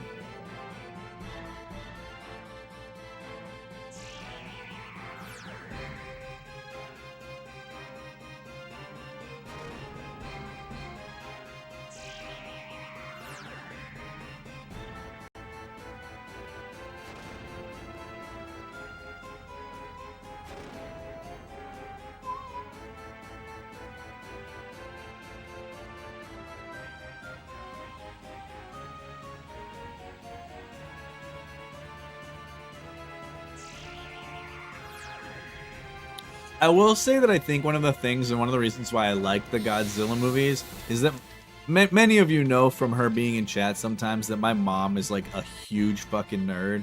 And like my mom and I, we would just like if I was like homesick from school or something, she would go rent like an old Godzilla monster movie and we would like fucking watch them while I was sick. Like if I had like the flu or something, she would go rent like Godzilla versus Mechagodzilla, and that's what we would do. She would make me soup and we'd watch a fucking Godzilla movie. And so I think that there's like probably part of that, which is why I like them as much as I do. Like I'd be remiss to not mention that there's probably some of that influencing that. She is cool. She just likes nerdy things, which is why we have a decent amount in common.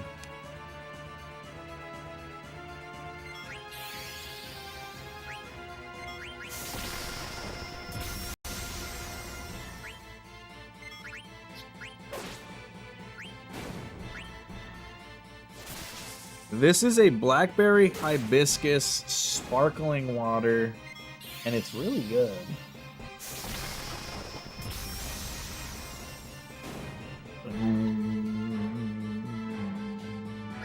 I should have healed Vivi before this fight. I don't know why I thought it would be okay.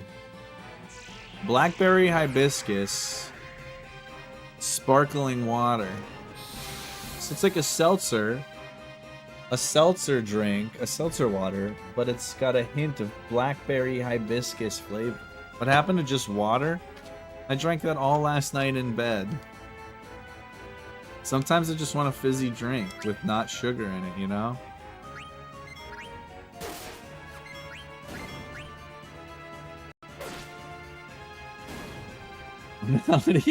I did not marinate this one in the capybara. This is not cappy bathwater.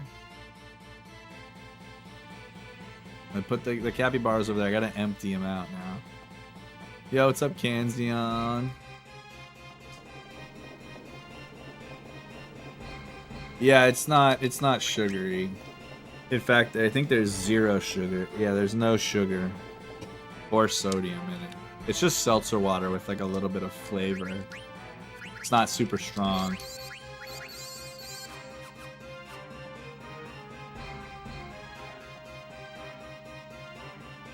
I find normal like seltzer water to be a little bit too bitter to drink plain. So I get ones that have like a little hint of flavor.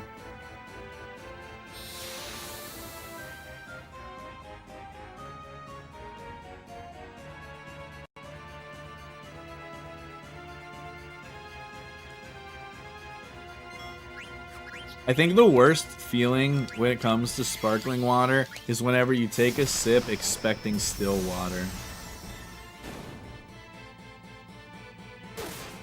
Like, that's gotta be, like, legitimately one of the most awful experiences. Like, anytime that's ever happened to me where I was expecting to, like, be putting still water in my mouth and realize it's sparkling water, I fucking, like, want to gag. We'll save the mom today, because it's almost Christmas. What's up, Dankle? Day ruining, yeah. I think you just, wherever you're at, you just go home. You just go home and get in bed and, like, just phone it in for the next 12 hours. Wake up the next day and just go for life again, you know?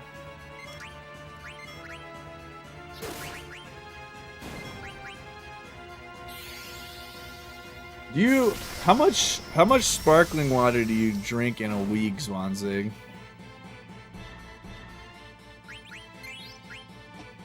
Yeah, it's for sure way more prevalent in Europe than it is in North America.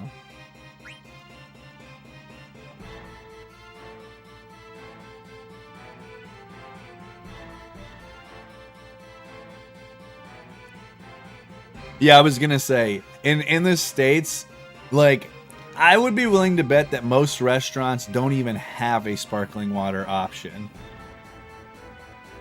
Whereas, like, when I was in Europe, like you've said, you would have to, like, specify that you wanted still water.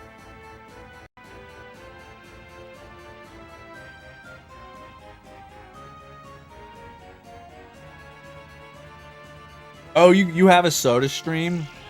Do you like it?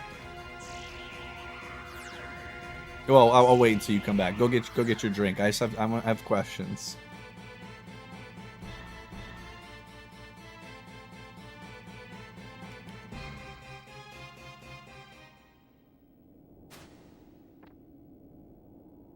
It's probably because they look at you and they're just like,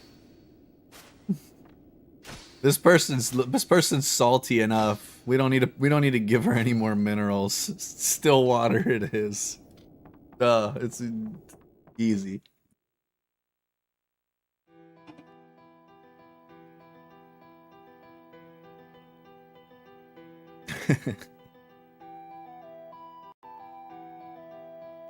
That's fascinating. Do you think it's like more prevalent like mainland Europe? Because like I distinctly remember being given sparkling water when expecting still water, and I also remember having to specifically ask for still water, but it may just not have been in the UK. You know, I've been to several places in Europe that like I don't exactly remember where those experiences were. So that may have just been on the mainland in like Germany or wherever.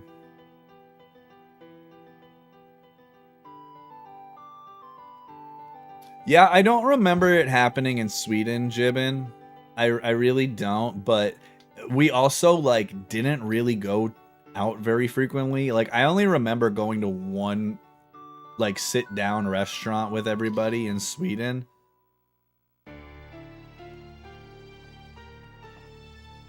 But I don't remember it being a thing there.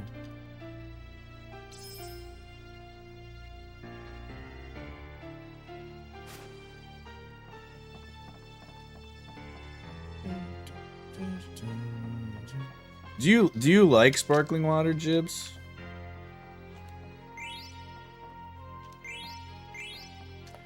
Yeah, I feel like Germany is probably where I had it the most.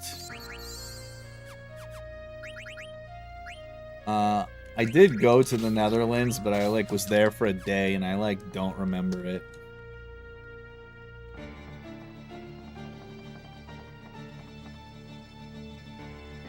Unless, yeah, they just get that you get defaulted the hard shit. All right, Zwanzig, I wanted to ask you how to like. Okay, so for the soda stream, is it attached? Do you just attach it to your tap and then it just runs through it, or do you like put water into it and then put like a container underneath? Like, how does your soda stream work? I'm just curious.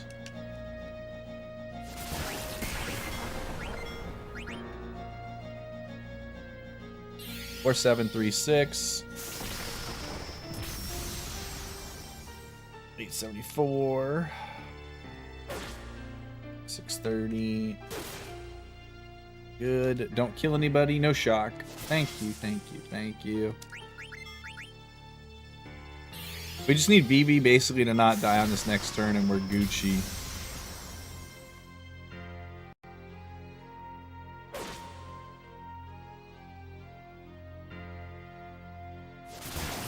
Vivi, my goat! We'll just hold just in case. Okay, so you put a CO2 container, and then it runs through. Okay, that's kind of cool. Can you actually, man? I fucked up, Bram. I'm sorry. Can you next time you use it? Can you send me a video on Discord of you setting it up and using it? I just want to see it.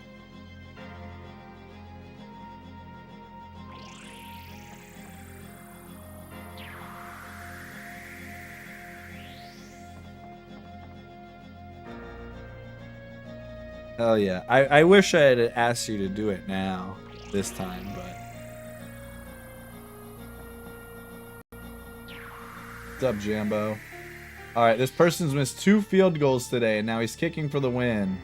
And he fucking missed. He actually missed. He missed a 49, a 42-yard field goal, and now to win, he just missed a 23-yard field goal. Fresno State is trying to ruin my perfect bowl game pick'em pool right now. They're trying so hard. And I obviously don't trust him in overtime because he sucks at kicking field goals. Yeah, I mean, I do a bowl game pool with some friends every year. And this year the winner gets like $200, I think. And I'm 11 for 11 right now. So I'm trying to keep it rolling. Fresno State had a 13-3 lead. They scored 0 points in the second half, and now they're about to go to overtime. They're trying to throw for me.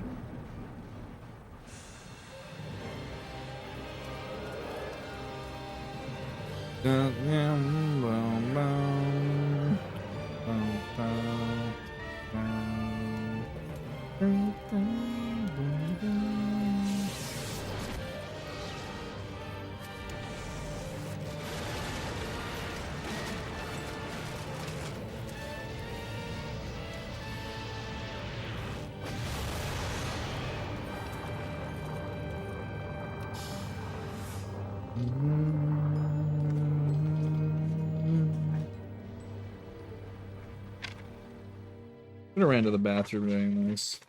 All right. I have my paper notes out. How many pages behind the current part of this game do you think I am right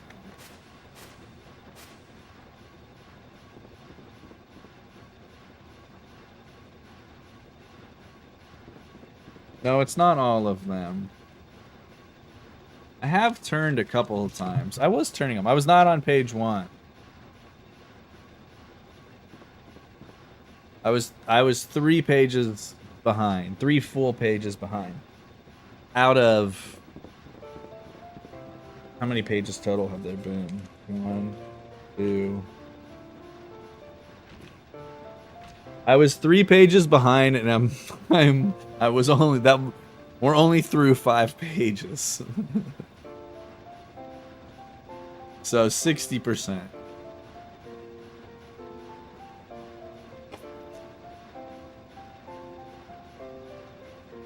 Yo, what's up, Sayo?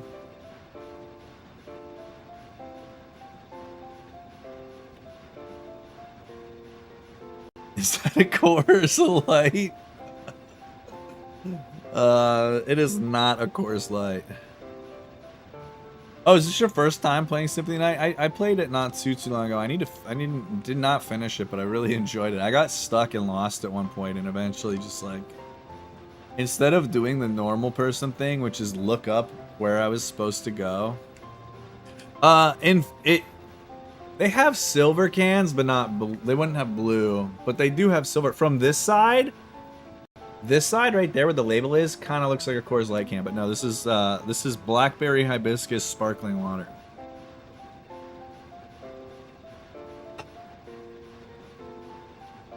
Rich boy. It was they were on sale. It was a 12-pack for $5.80 Canadian, which is like $3 of real money for 12. And no tax. It's no tax season, baby.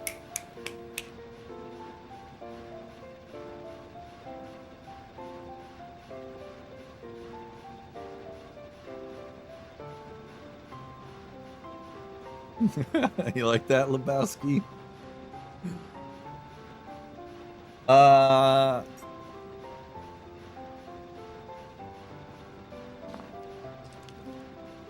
Yeah, I think just because of like the rising cost of things and people like, I think the government just wanted to like lessen the burden of like holiday spending for families. So like each province kind of did like some tax, like sales tax thing. I thought each province got to kind of make a decision about what they were gonna do with it though. Uh-huh. The federal government taxes all their food and its toys and toys. Uh-huh. Then our province, a jug for our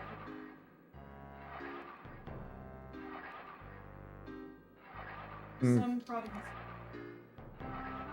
but Got you. nobody has. So there's no federal tax, and we don't have a provincial tax right now either. In Ontario, on things like it's like kids' toys, games, Pokemon cards, a lot of food stuff, restaurants, like eating out. There's not a tax on that, so you can go eat at a restaurant with not having to pay tax, which was nice. And it runs through January something. Maybe even February, Am says. But yeah, I think it was basically just to like alleviate some of the stress and burden of like holiday spending for families, especially those with children, which is why toys were one of the big things. Toys and food were probably the two big ones, obviously.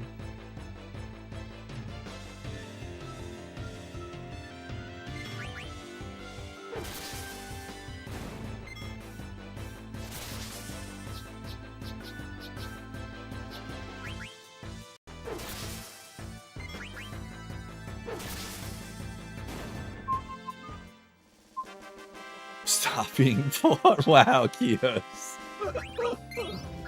Fucking Paris Hilton. My god.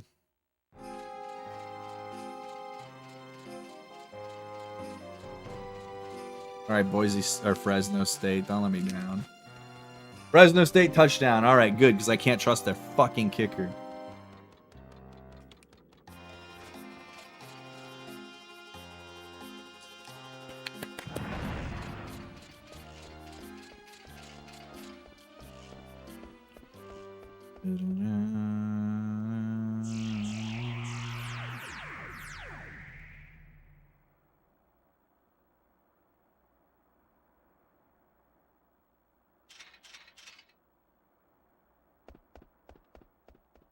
No, trust me, Jibs. It'll be different in Finland.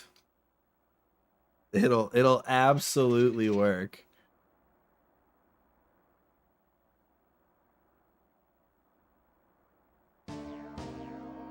You don't have to include tax. Yeah, I mean, it's like that in Canada, too. Like, it's not a thing. Yeah, you have to kind of figure it out yourself. Canada is actually a little... I struggle with it a little bit more because of the different tax on stuff.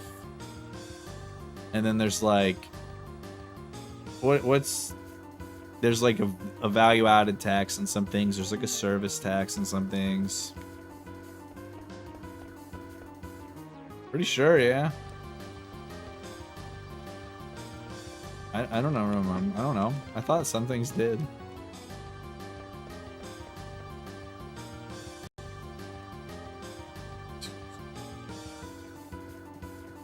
I don't know what I feel like. I don't know what European countries are like in that regard either, but I don't know if they have to have the tax included either. I don't know. Do you guys have to have the tax in the price on the price tag in England? You do have to. Okay. I just never really paid attention. I know I never carry cash when I'm in Europe. I always use my card for everything. Yeah, I could definitely agree that that is something that should not be allowed, though. I 100% agree that the price on the price tag should be inclusive of tax.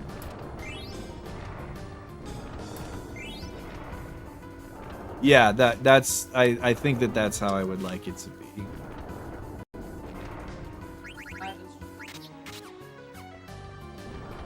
That's the federal. Okay, that makes sense. I thought there was like a service tax on like eating out.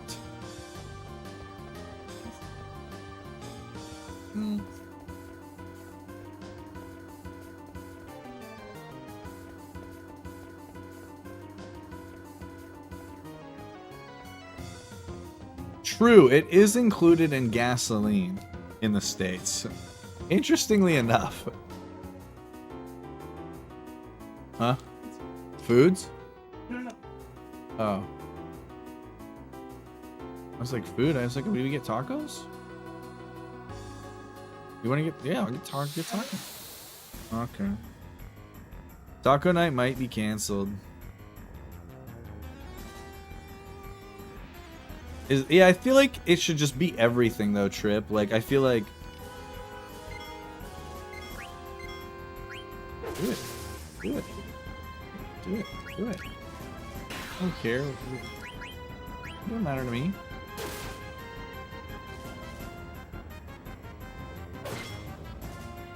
Sure. Nothing's wrong. No. Give me a sec. Is it on skip? Okay. I'm bringing it up. What's it called?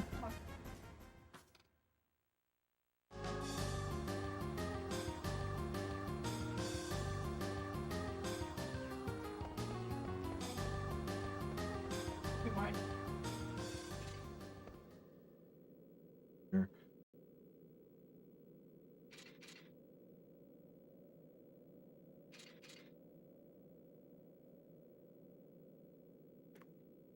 Yeah, but here's the thing though. Like I understand that the taxes could be different from county to county or state to state or province to province, but I still don't think that makes it any more difficult for a store to just factor the tax into the price that's on the price tag.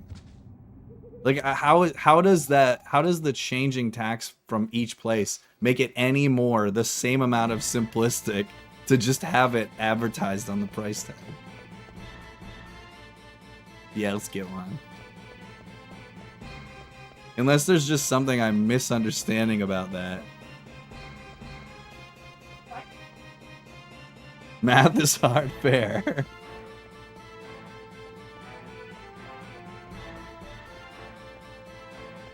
Because I presume we're at the point where they just put the price they're going to sell stuff in their system and then print the price tags off.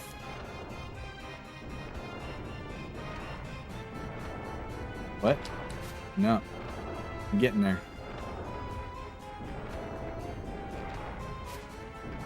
Alright, let's see what we got here. It's taco time. What did you get?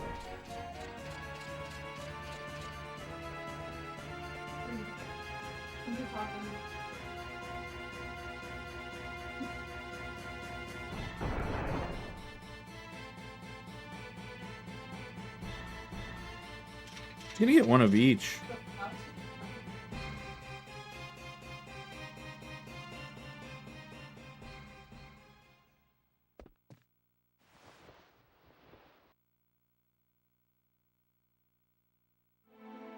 Onion, cilantro, salsa. Sounds pretty fucking good to me. Sounds good to me.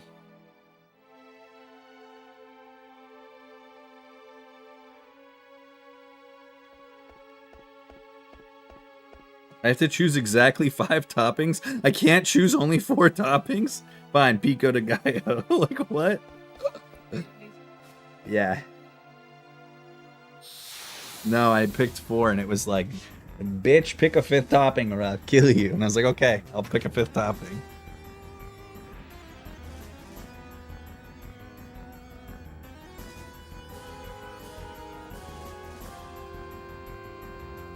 I'm gonna give a nice big driver tip because it's Christmas Eve.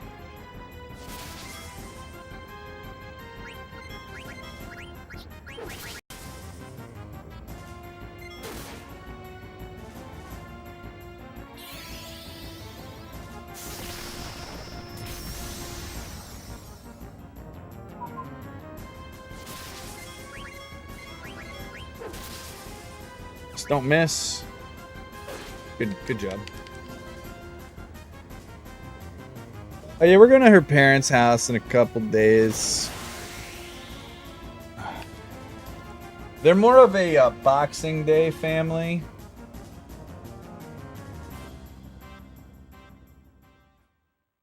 But we're going to go there. I'm assuming we're going tomorrow? I don't know. I don't remember. I'm so bad. That sort of shit. You ordered a big-ass bean burrito. Proud of you.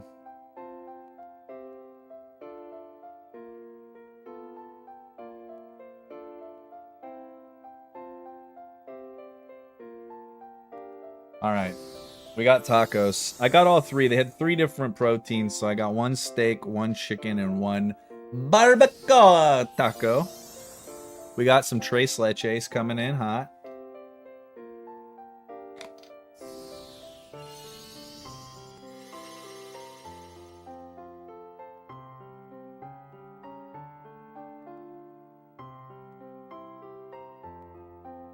I'm assuming they're soft shell because this is like an actual taco place.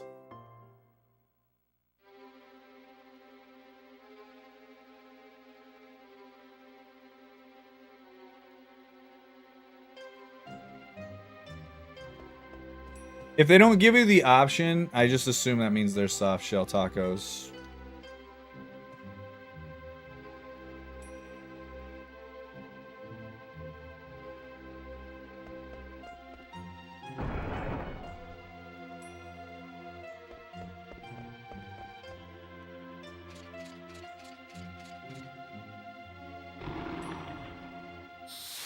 Can't believe Fresno State's gonna fucking blow it for me. My perfect record! Down the drain! I have no faith in them to convert at all here. Soft Cell is an 80s music group. You're not wrong, Jibbies.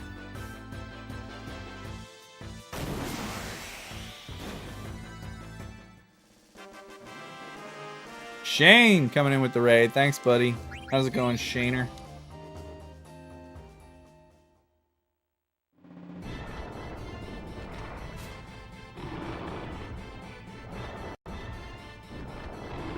Thanks for the good luck. Good luck. Appreciate it.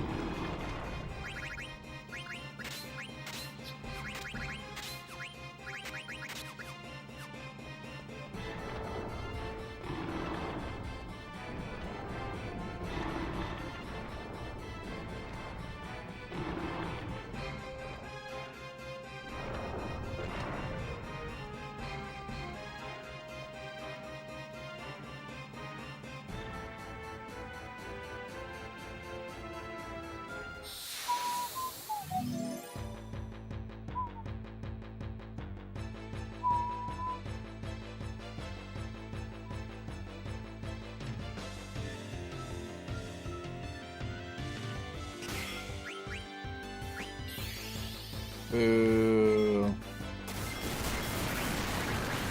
I ordered tacos.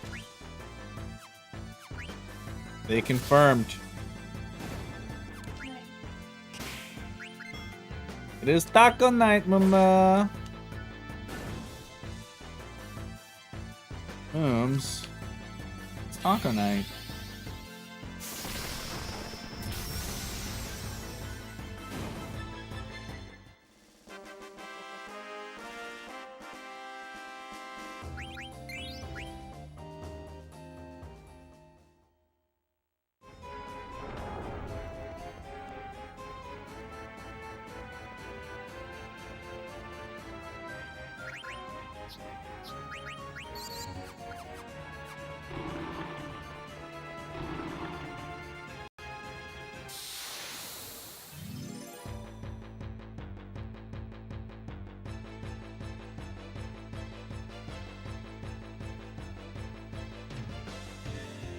Take it easy. Appreciate you hanging out. Have a great rest of your day.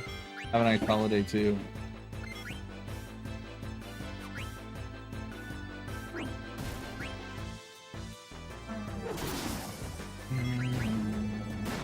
Honk.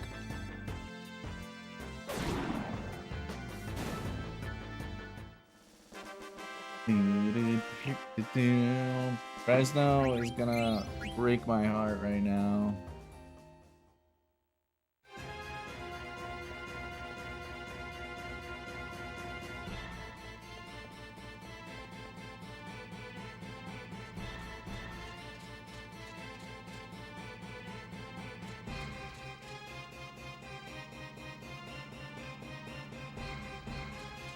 Oh, it's dinner time, Mooms? I'm thirsty, Mooms.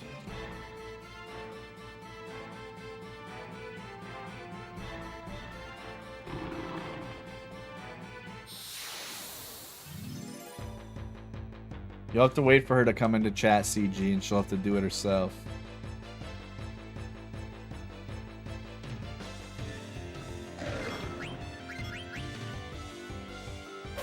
That's actually really funny, Scott.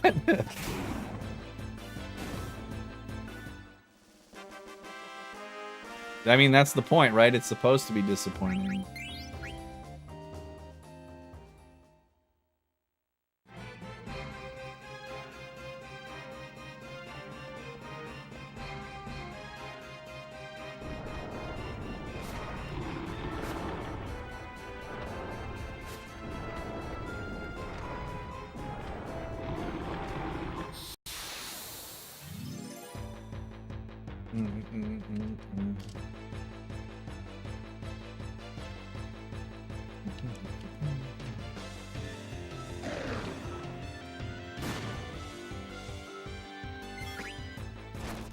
Oh my god.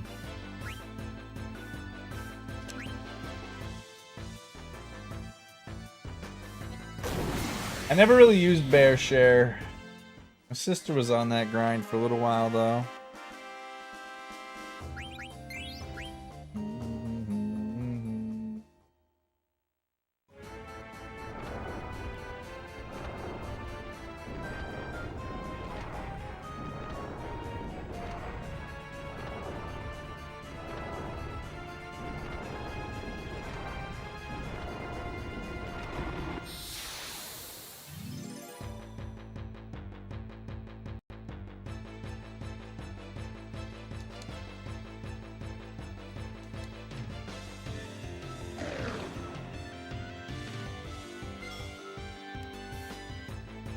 Yeah, it was kind of designed like LimeWire too.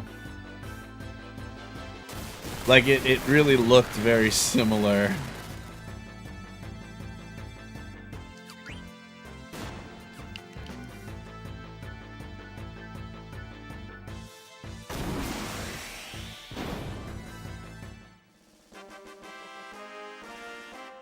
Honestly, kinda, yeah.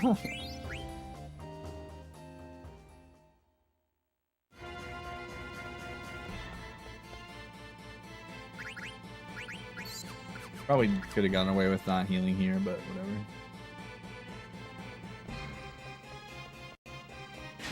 whatever. Babe, wake up. The new LimeWire just dropped.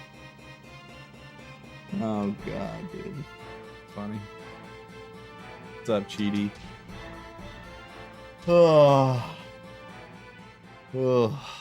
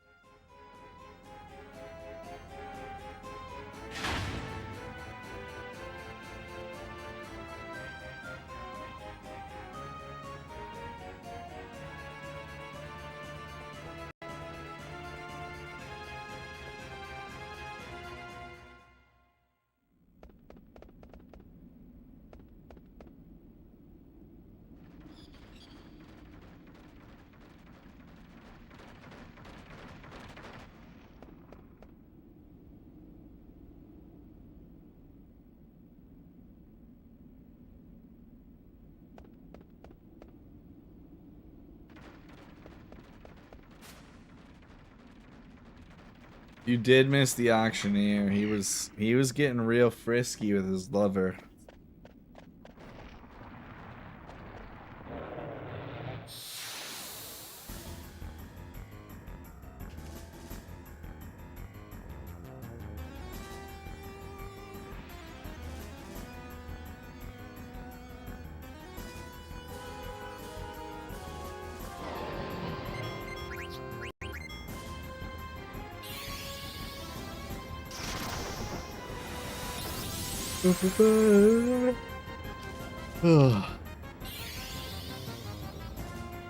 Is he eating garnet?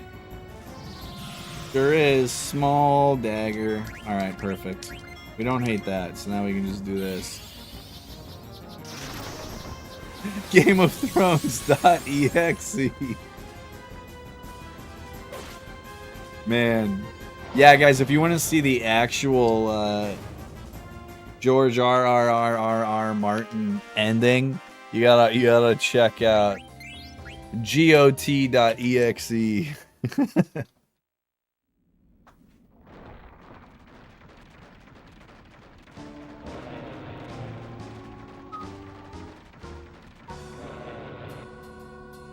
I mean, honestly, for Game of Thrones, would that even be that far from reality? like I feel like of shows that would actually just have that in the series.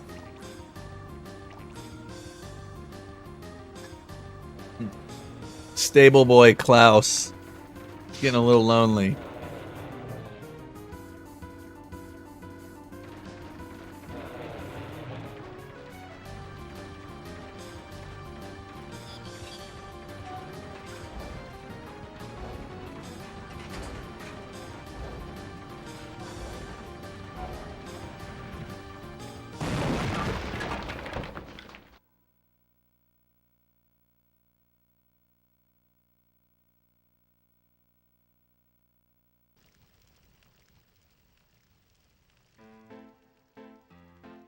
Frosty or Nosferatu? Emma and I were watching the original Nosferatu recently.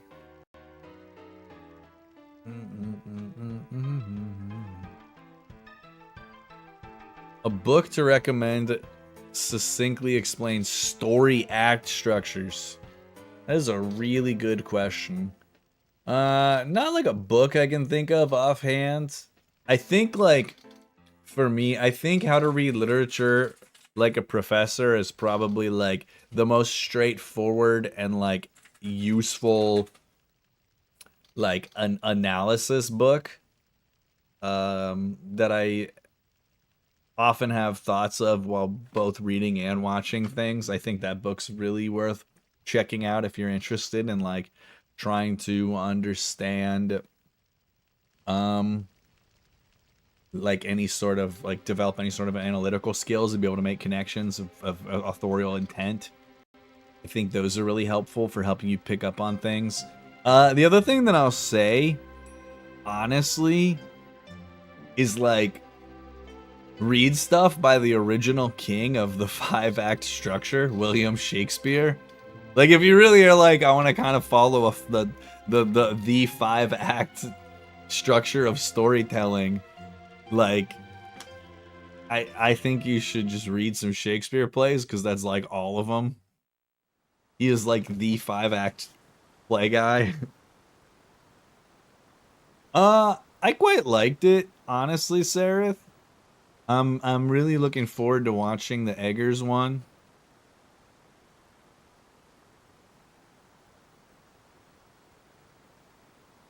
But yeah, no, if you've never read How to Read Literature Like a Professor, I recommend that. I still have mine.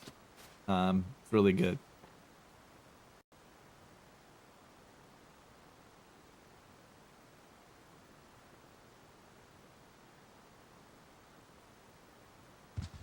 I thought it was cool, Sarah. It's so old. Like, it is much older than I realized it was. As someone that watches quite a few old movies, I was very surprised. I'm watching the movie I was watching last night was also pretty old. It was called A Holiday Affair. It's like I want to say like a 40s holiday film. Yeah, I think it's really good, Random, and it's not hard to understand.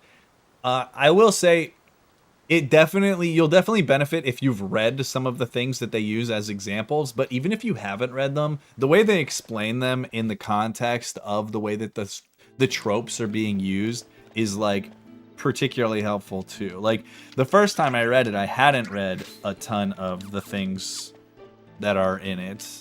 Now when I reread it when I was older, I had read a lot of the things that it references, so it just made a lot more sense to me.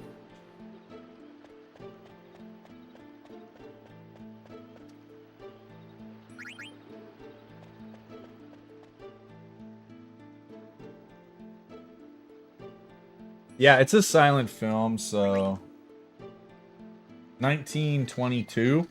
It's over 100 years old, Jibs.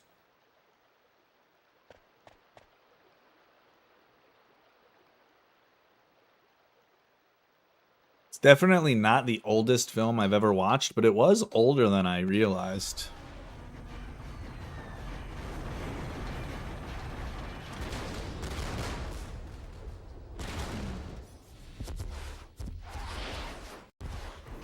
I've seen Birth of a Nation. Birth of a Nation came out in 1915.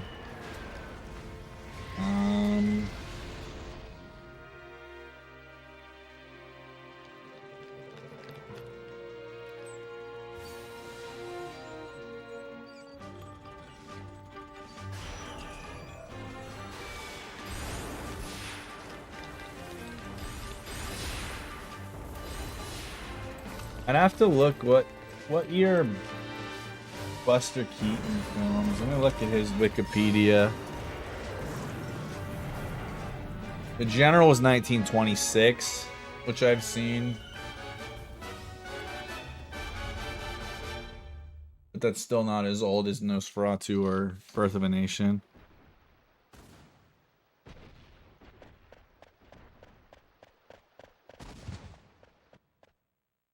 No, of course I've seen it. Like it's you know, obviously one of the most impactful pieces of film ever made. It is absolutely crazy. How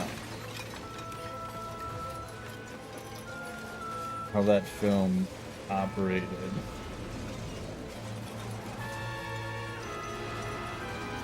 Yeah, it's insane. If you're unfamiliar with what it is, Seraph, it's essentially a film that, like,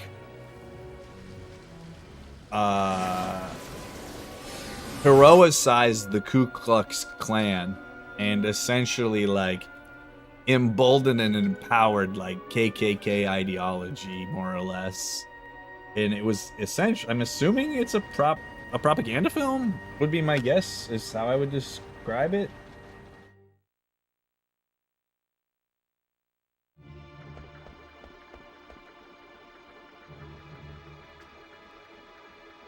Yeah, I mean, I don't know how else to describe it. Like, it's obviously, like, being informed by heavy bias in a way that is, again, heroicizing a terroristic group. Like,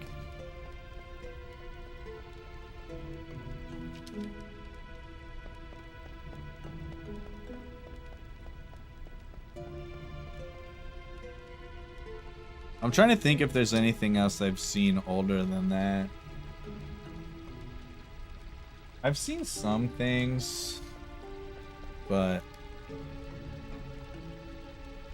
I can't remember every silent film I've watched, you know? Like I said, The General stuck out. That was 1926.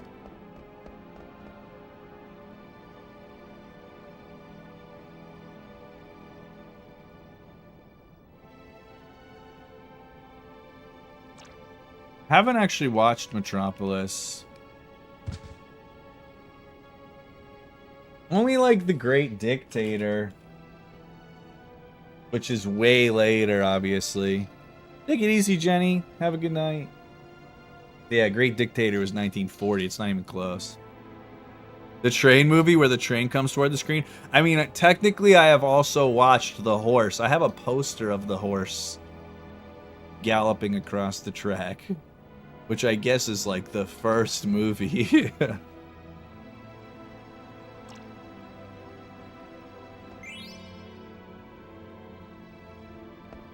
No, Birth of a Nation is the Klan movie. Nosferatu is definitely not that.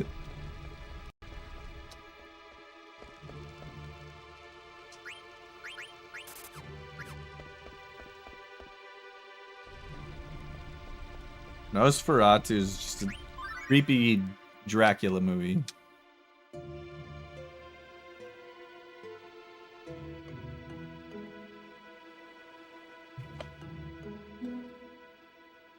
Legally distinct from Dracula.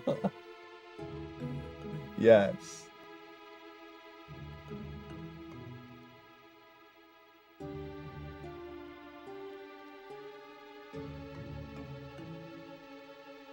Have I watched this? City Lights is 1931. I can't remember if I've seen Intolerance or not. I feel like it's probably...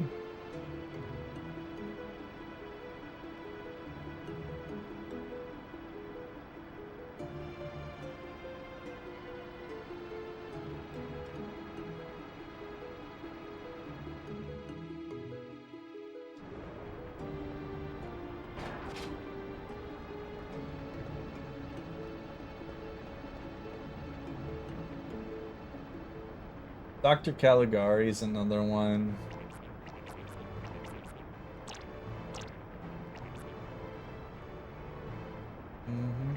Interestingly, I've actually never watched The Jazz Singer. That's like a really important film that I've not seen.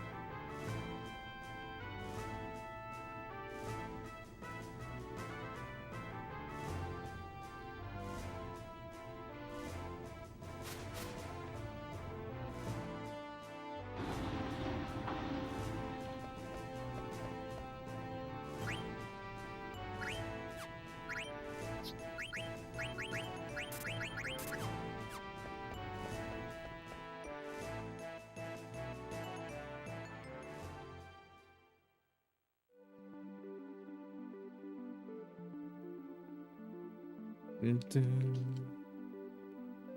Emma's just fucking Batmaning it up right now.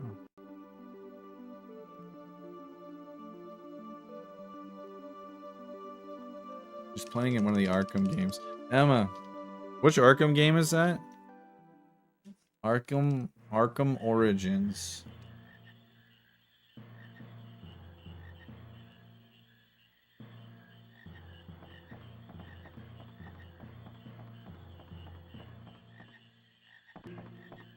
Did you just break his spine? You see that? Arkham Origins.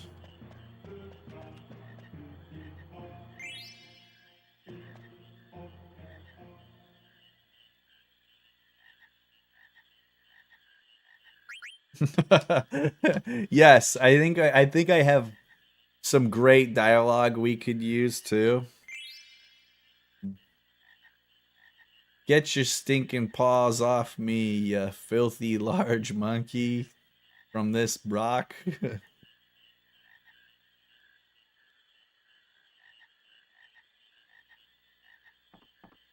We'll just use basically all of the same dialogue from Planet of the Apes, just change the word ape to gorilla or something. Thank you, thank you.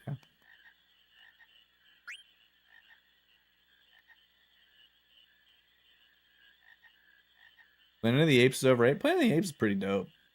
The original one.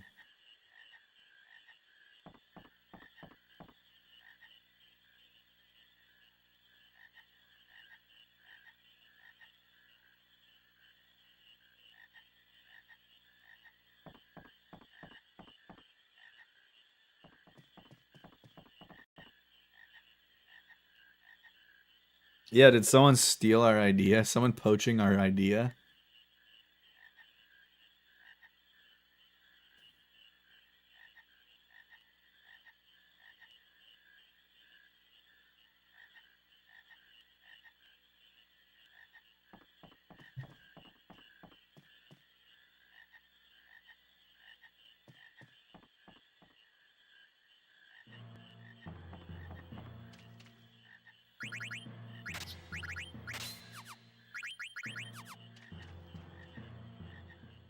Bum, bum, bum, bum, bum. Ow. Okay.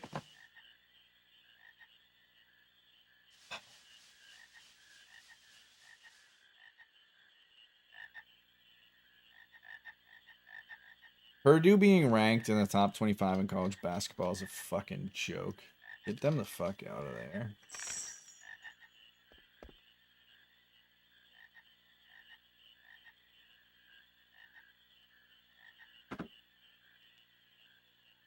Emma, our courier's about to arrive. Osama's showing up with our tacos. Yeah. He coming. Oh, Lord, he coming. This is not a great time for me. This is not a good taco break right now. I'm gonna have to wait a little bit to eat my tacos, but I will.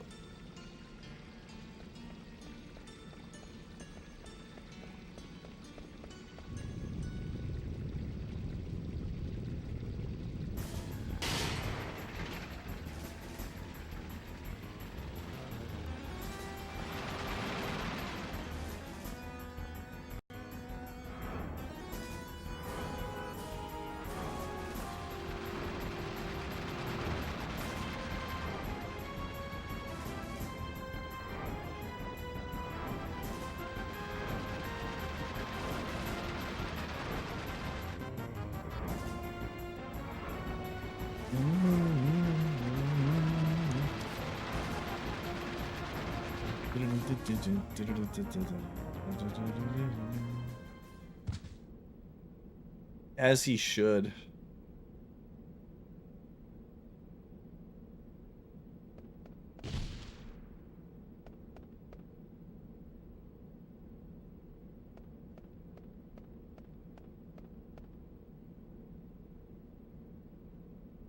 I'm just glad. The best part about Armageddon and Deep Impact is that one of them stars Frodo Baggins and the other one co-stars Arwen.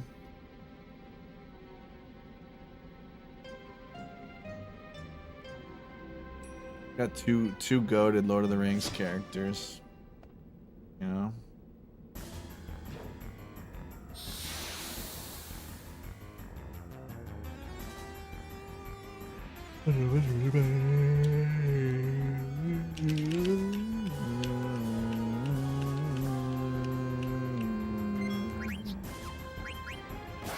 Alright, fine. Just one. Just one.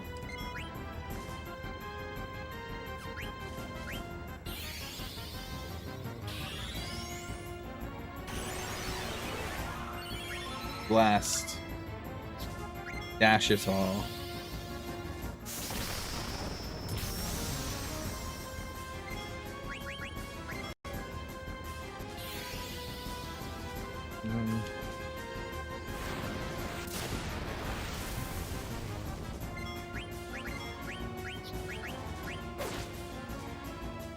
Yeah, I would say that's a mildly hot take.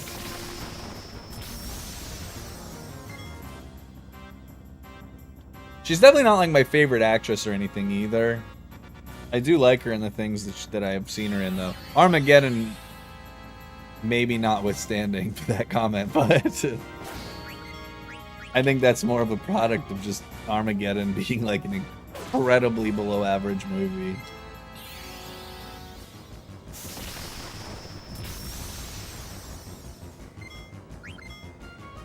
I'm sure there are people that prefer Armageddon to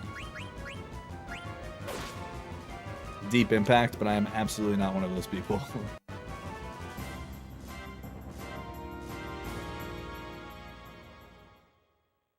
Fortuitous Septus. Oh my god, dude. Glücklich Siebens.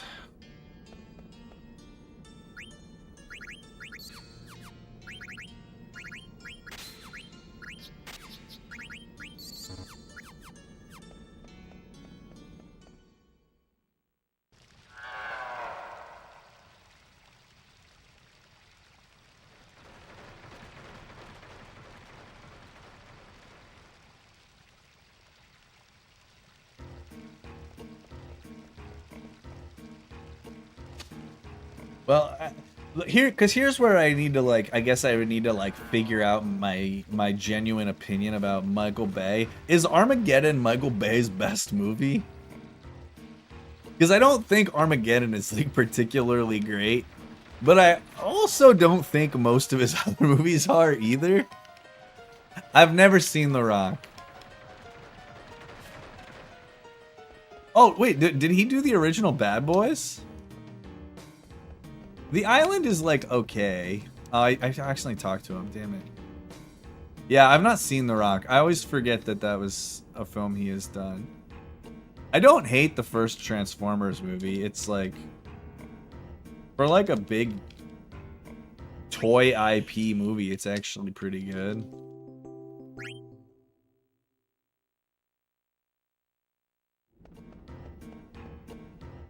I would much rather watch Transformers than Armageddon right now. So I guess there's that.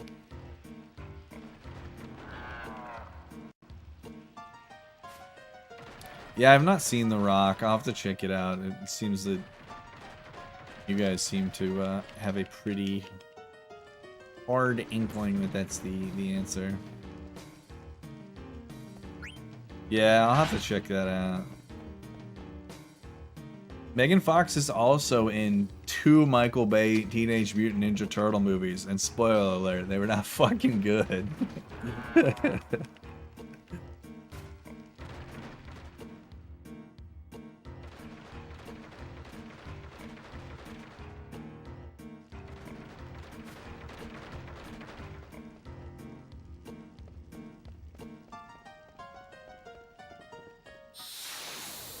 That makes sense.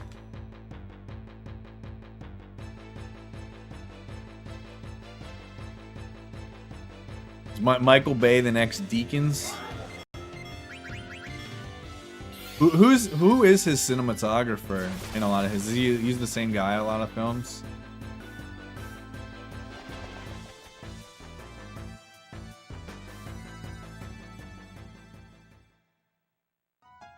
Oh, okay. He does his own cinematography. Okay.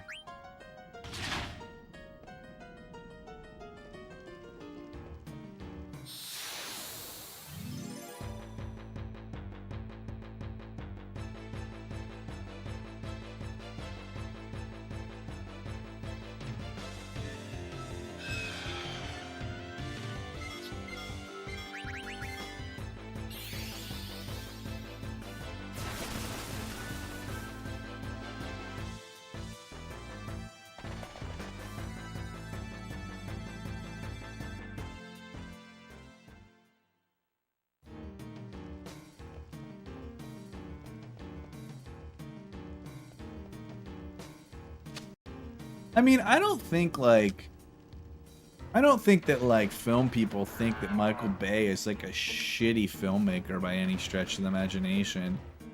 I just think he's just like made several dud films that are like not particularly great. But he also has like made some pretty high quality stuff for a genre that is hard to make high quality stuff for.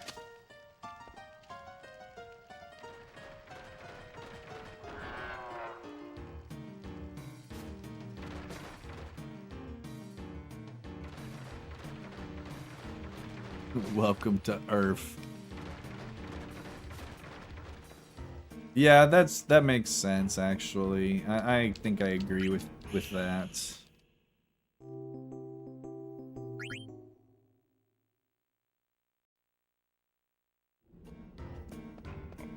Yeah, but I almost think it kind of sucks that like that's like his reputation, where like I feel like he does quite a few things that are actually pretty solid outside of those. But he also does those things.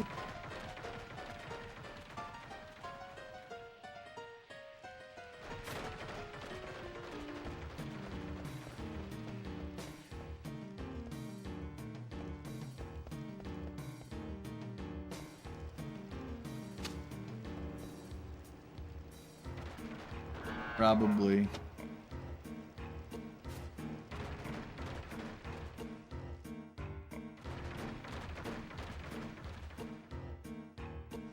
They should have just pressured him.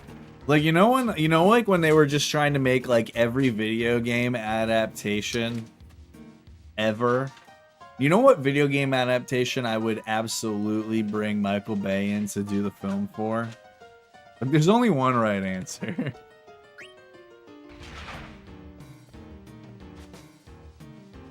Hear me out.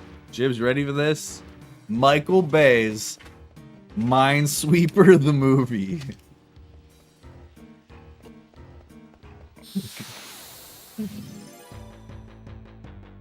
That looks really good. Bomberman's actually, I'm kind of with you on that. I think Bomberman could be a captivating Michael Bay movie.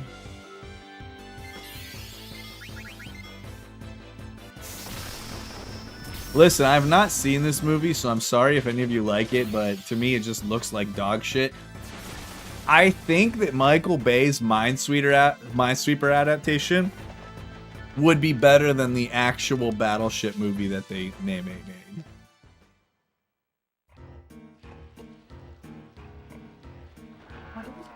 I'm gonna wait a little bit. Yeah, I don't have a good eating time right now. I know it's a bummer. Bummer, man. I definitely did not watch Battleship, but holy shit, did it not look good. I definitely try to reserve criticisms for films that I've not actually watched any of. But there was nothing about that looked like I needed to see it.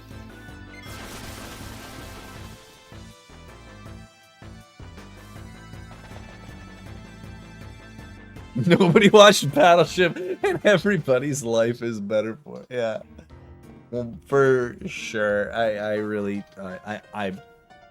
again, I don't want to assume that I didn't miss out on anything, but got a pretty good feeling.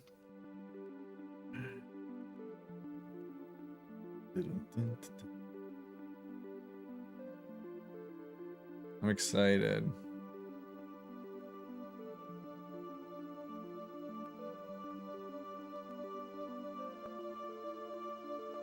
Is it green? Yeah, that's salsa verde. It depends. Sometimes it's not too spicy.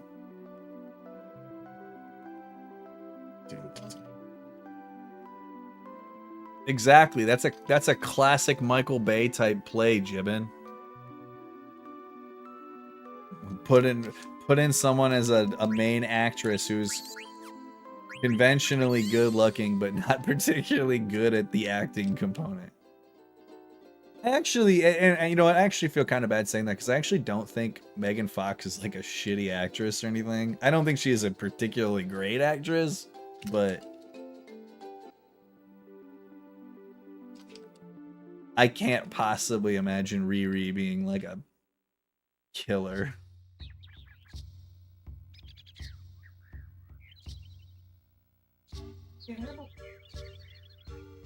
Megan Fox? Mm-hmm. I don't think so. I doubt it.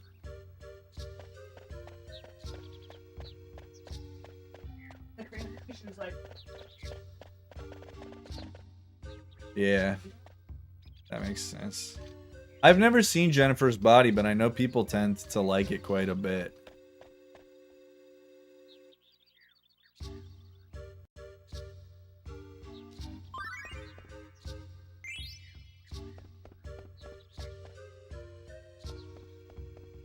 Shut up, Jibbin.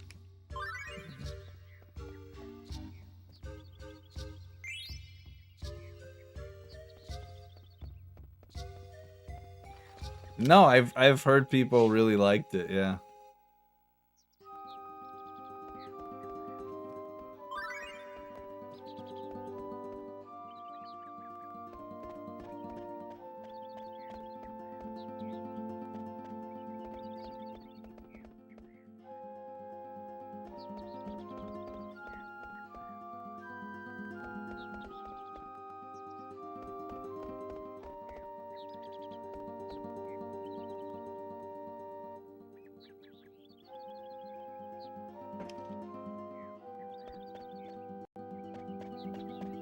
God.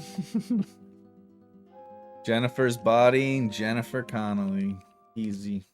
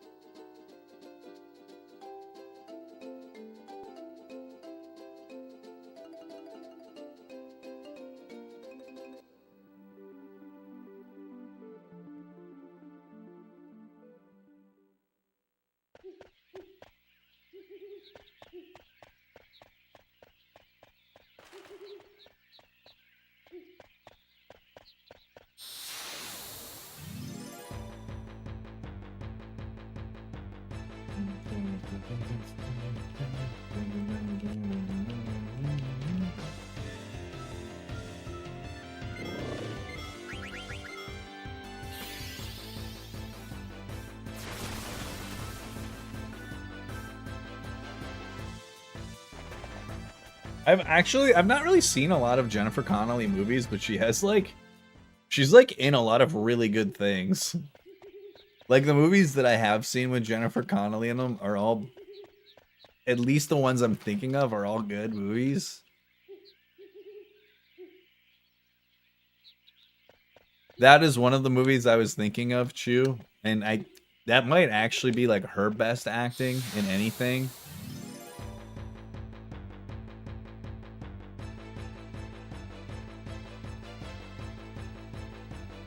Like, I think Top Gun Maverick is really good. I don't think that Jennifer Connelly is at all even part of the reason why that movie is really good, but...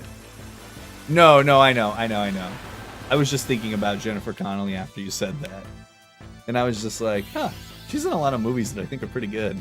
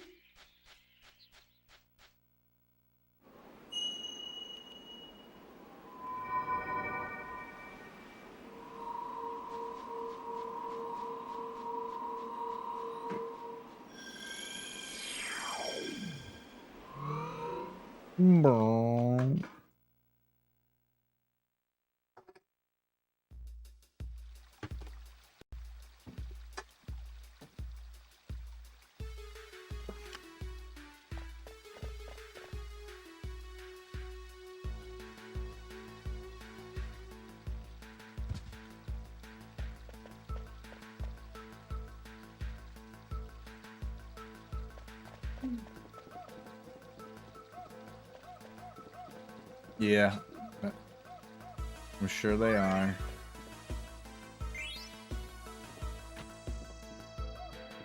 It's good.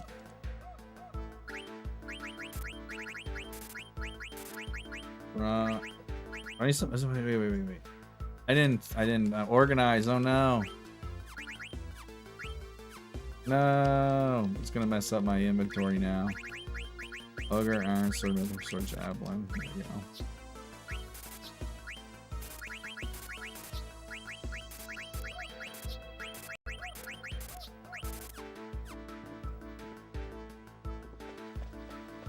Listen, I'm sorry I didn't know the director of every movie ever. Give me a break.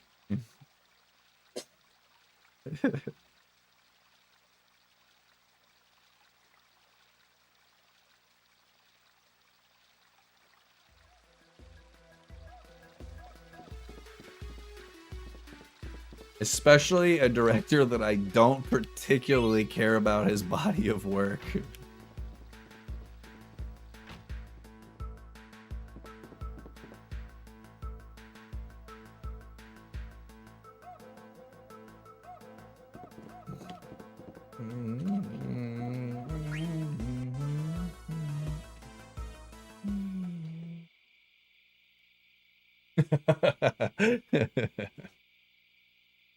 I know, I fucked up. There's like a lot of directors that do a lot of music, make music videos and that sort of thing. I was talking about this the other day. We were talking about the Alien movies, and I was talking about how like Alien 3 is like not a particularly great Alien movie, but it was David Fincher's first feature film. But before that, he just did like a ton of music videos and commercials. And so then Alien 3 was kind of like a pretty shitty Alien sequel that he did. But then he immediately went on to do The Game, which I really like and some people don't like. But then he cranked out like 7 Fight Club back to back, which is just like insane trio of movies for me.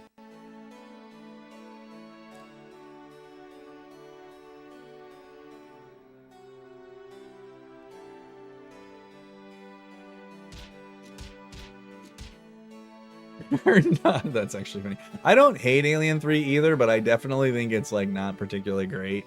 It's definitely my least favorite David Fincher movie too.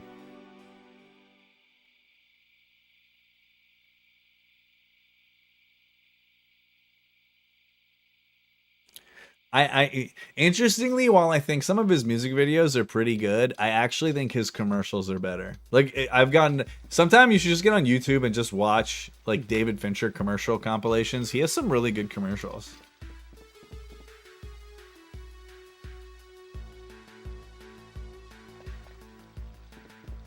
Fincher movies are not overrated. Shut your mouth, Chew.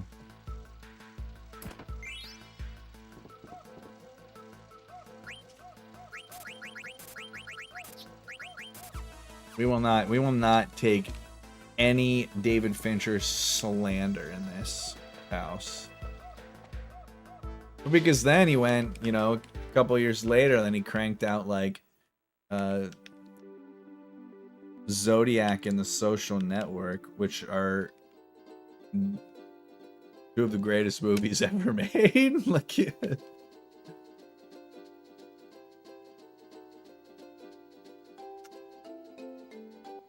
it definitely is, Seraph, like without a doubt. I think I have like a special place for it because it was like one of the films, not the film, but one of the films that like got me interested in filmmaking.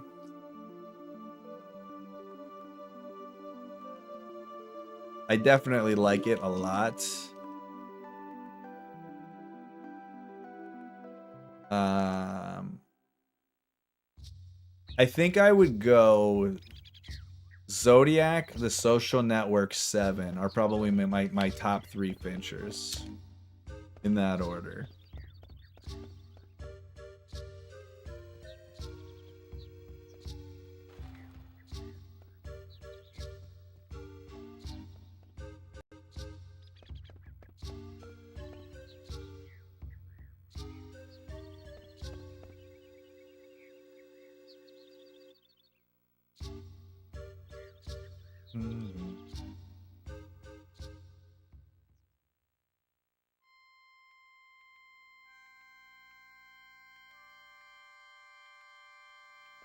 I think one of the most interesting things about the screenplay for The Social Network, Chew, is that when The Social Network came out, people were all like, man, were Sorkin and Fincher, like, were they a little bit rough and hard on Mark Zuckerberg?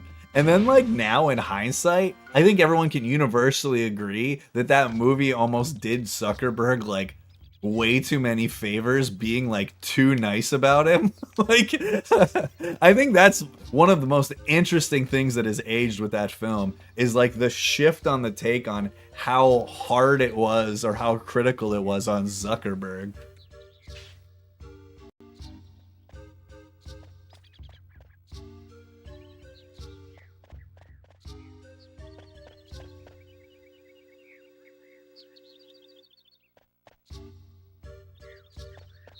The only thing that really sucks about The Social Network is that it made a bunch of other filmmakers be like, oh, we need to make a shit ton of biopics about companies that nobody fucking wants. Like, I'm sorry, I don't need the Flamin' Hot Cheetos story, the biopic in my life. I do want to watch BlackBerry though. That I'm actually fascinated in. But the difference with BlackBerry is that like it's a brand that has like come and gone basically. Like BlackBerry's basically aged out of existence more or less. So I'm actually kind of interested in it. I don't need a fucking Tetris movie. I don't need the, as much as I like Michael Jordan, I don't really need Air. I liked Air, but I don't it is not something that I needed in my life. Yeah, I liked Air quite a bit, but I like, if it was never made, I would not feel like I was missing out on a brand name biopic. I really want to see BlackBerry though. I'm glad to hear that you liked it. That makes me feel like I'll like it.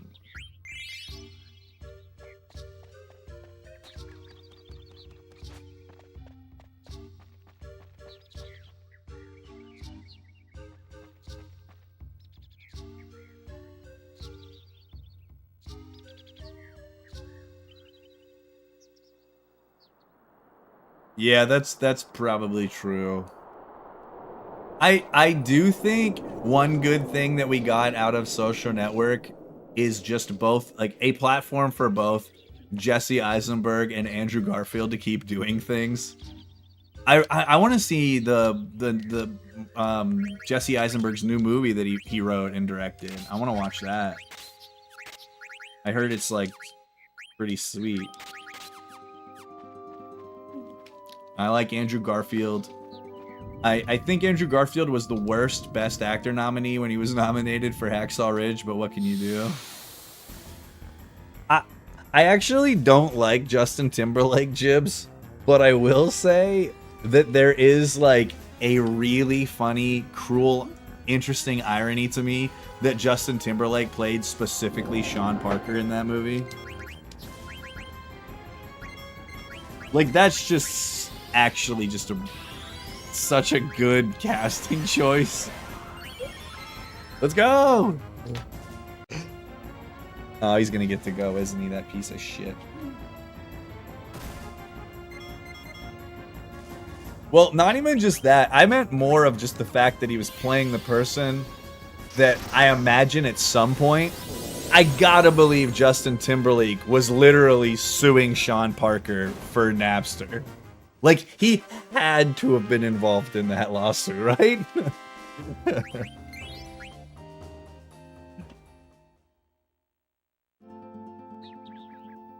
Like, there's no way. And I don't know, I always just think that is just funny to me.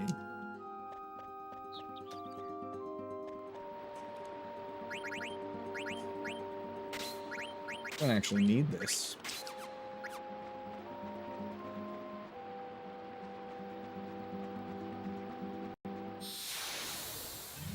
No, maybe that's why he went so hard and he's like, I'm just gonna be the biggest douchebag portrayal of Sean Parker. Yeah, it was way earlier, so I am assuming that had already been settled by the time they did the film. I bet you like the whole thing was over. What's up, Craig?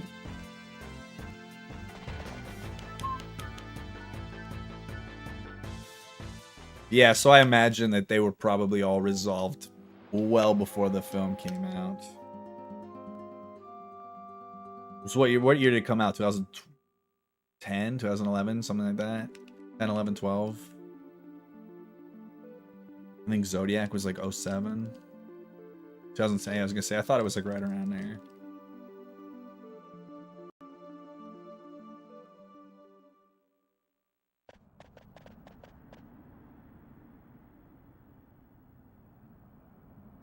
But yeah, I definitely did not know Andrew Garfield before that film, and I thought he was particularly good.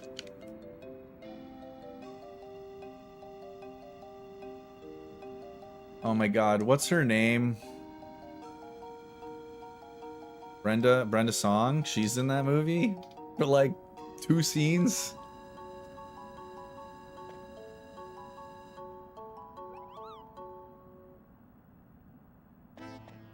I actually forgot Cillian Murphy was in Time. What, is that not her name? What's her name?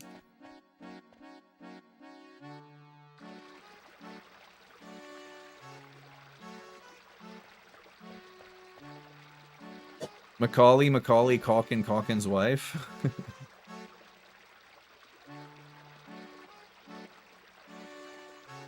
I wanted to get a Santa hat. I actually said that. Yeah, Zodiac, I said it. I don't know if you're here yet, Craig. Zodiac is my favorite Fincher movie. I go Zodiac, Social Network, and Seven are my 3 big ones. That is her name. Yeah, I was gonna say I thought so. She was crushing it for 2 scenes or whatever.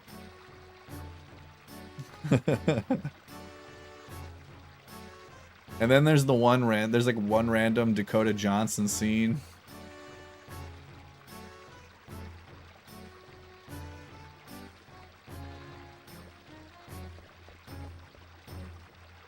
Oh, and fucking the opening bar scene with oh my god, what's her name? Rooney Mara. She's in it for, you know, 7 minutes. There's like so many people that went on to be like pretty big actors in that film. Like I said, some of whom are in it for literally like one scene.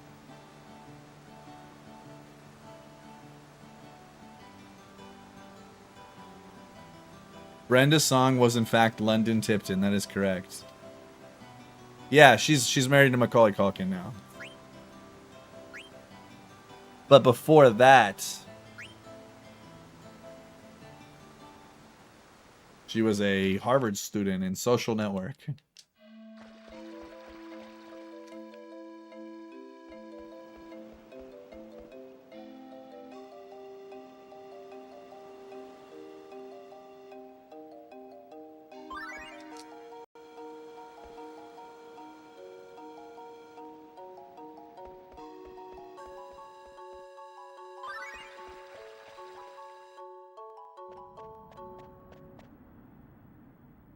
A lot of people didn't like The Killer. I'm a The Killer defender. But I like it. I think it's AY. Jibs, but I don't remember. I thought it was AY.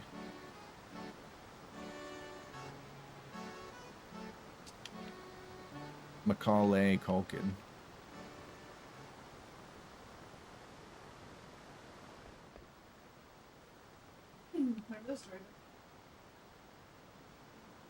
Which one? Macaulay Culkin?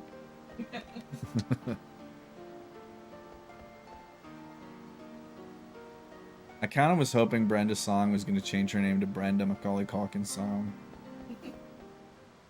That is a steaming hot take.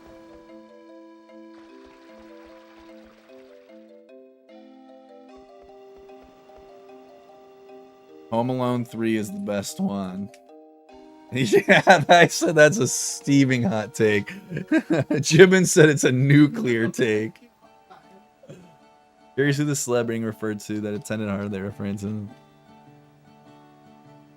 Yeah, I mean, it's possible. I mean, the thing is that there's probably quite a few celebrities that have gone there at this point, so.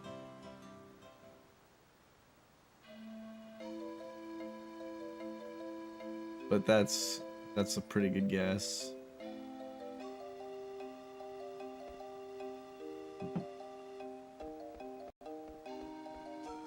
Yeah, Home Alone 3 is pretty fucking bad. Scarlett Johansson being in it doesn't necessarily make it good. I do love Scarlett Johansson, but I don't think her appearance in Home Alone 3 makes me want to fucking watch it.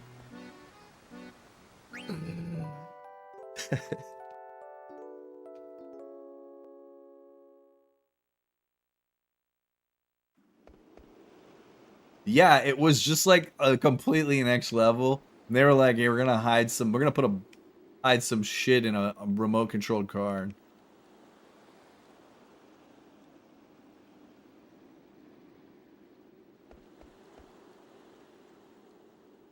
I almost bought the Social Network vinyl like 2 weeks ago. It was too expensive though. I did really want it.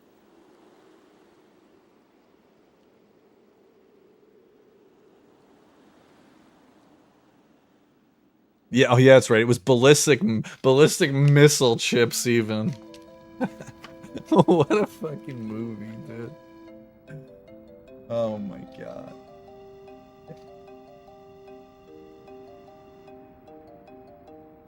Oh.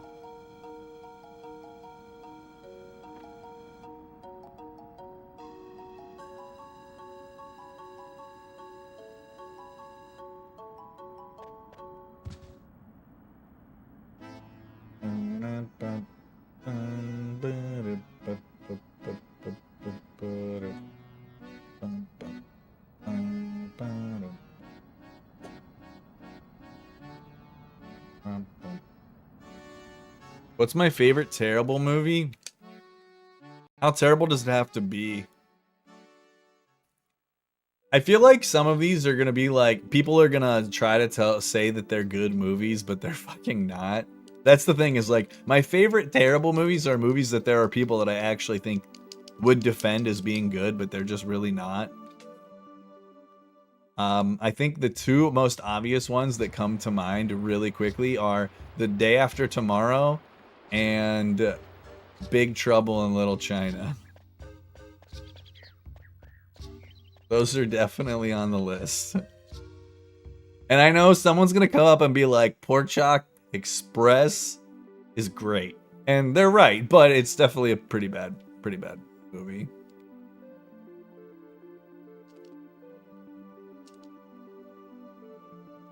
But I love it, yeah.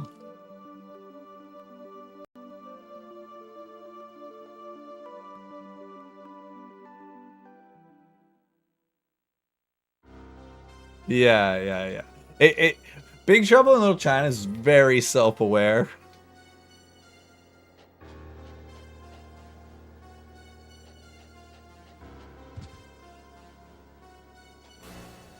I'm trying to think if there's anything else that I think is like genuinely pretty bad, but like I just like fucking don't care and I like it.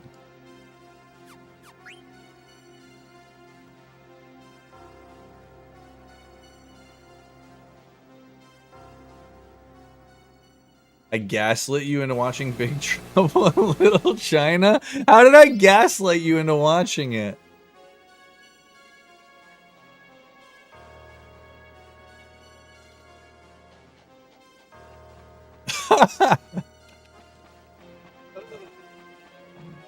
Oh my god, dude.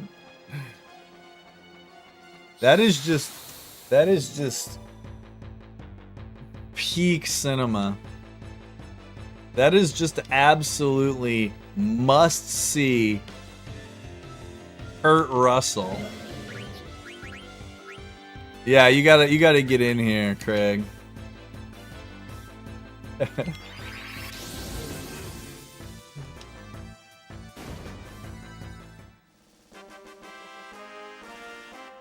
I mean, I have a semi-regular chatter in chat whose username is literally the Pork Chop Express. Like, I'm telling you, there are people, that is their favorite movie.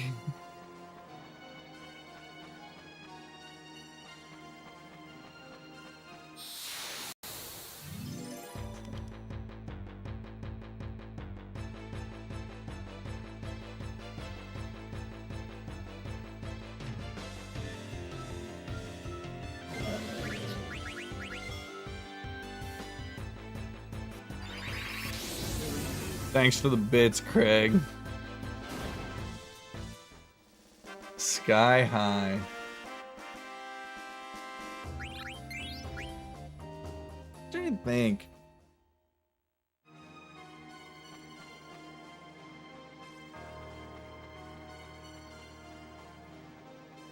Alright, Sarah. You have to watch one of these movies twice in a weekend. You either have to watch Big Trouble in Little China twice, or you have to watch Porco Rosso twice. Which one would you pick?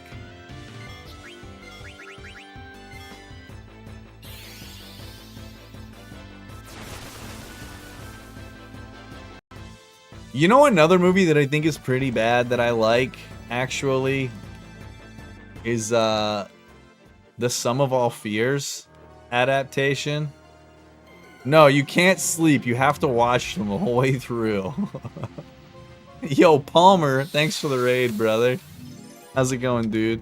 Palmer, what's a shitty movie that you really like?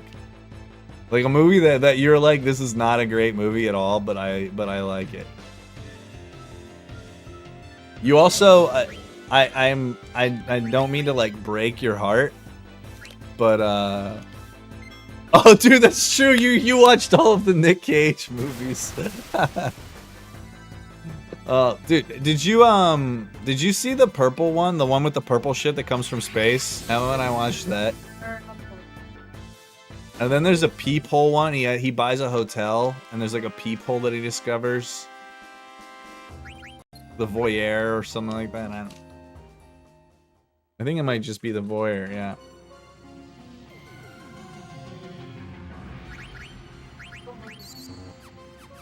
Looking Glass. He's seen both of those. The Voyager was weird. I thought it was gonna take different turns than it took, honestly. It didn't really go at all how I was thinking it was going to be going. Looking Glass. What's the purple one called? Color Out of Space. That movie was fucking wild. I actually quite liked it relative to some of the ones we watched, but man. Shit was fucking crazy. I think. Oh, yeah. I was gonna say there was a reason I couldn't remember. I was like, you were just a little bit too late. We were. Zodiac film was mentioned. All right, not as a bad movie, but just in general, it was in the conversation at one point. I haven't watched the Zodiac since we watched To Your House. Every time I look at my FF9 notes on paper, handwritten, I'm like, dude, this is fucking evidence right here.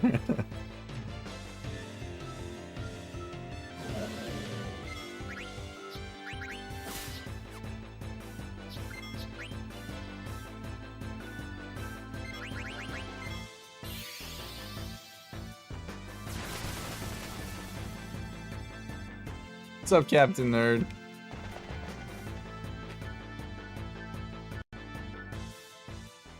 Yeah, I'm trying to think what else is not great that I like.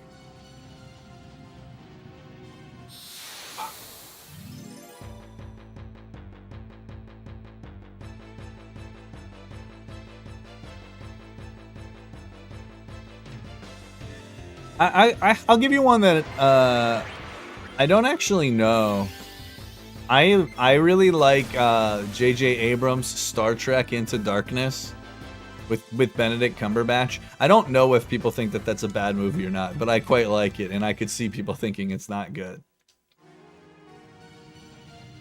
But I don't actually know. I imagine it's probably the most liked of his Star Wars / Star Trek films, but...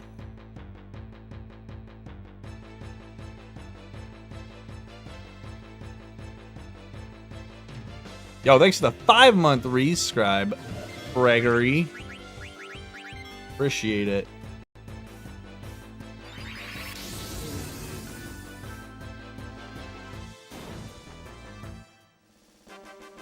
You like the first one? I recently watched the third one that Simon Pegg wrote, and it was pretty fucking terrible. I did not enjoy it. The Abrams ones I liked, but... Bye, Jibs. I will try my best not to skip the menu today.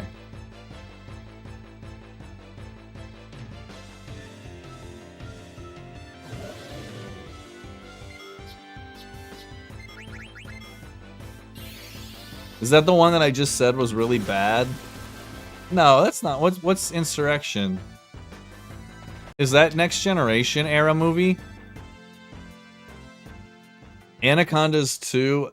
Oh, you just got in. You just opened up a whole new wheelhouse for me. I like every movie with shark attacks in it. They're all fucking bad except Jaws. It's like Jaws is a 10 out of 10, and then every other shark movie is like a 2. But I like them all.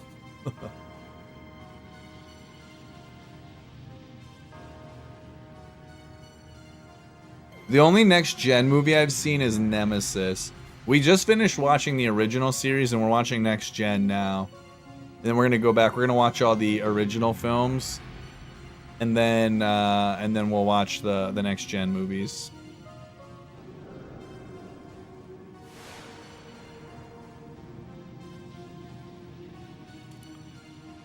I have seen Wrath of Khan, but it was like one time a long time ago, and with absolutely no context of the original Star Trek. So like I didn't like the Wrath of Khan because I watched it when I shouldn't have watched it. We have 5 episodes left in season 1 of Next Gen. So we've watched all 3 seasons of the original Star Trek run, and now we're almost done with the first season of Next Gen. Yeah, I think I rated Wrath of Khan like 2 stars or something on Letterboxd because I just didn't have the context that I think is requisite to watching it.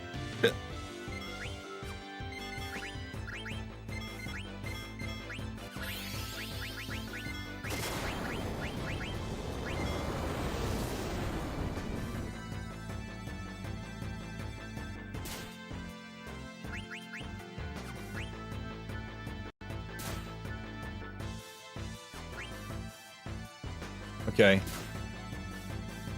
This could be really bad. Actually, I don't think it matters. I think we're okay still. But it might be bad for his level.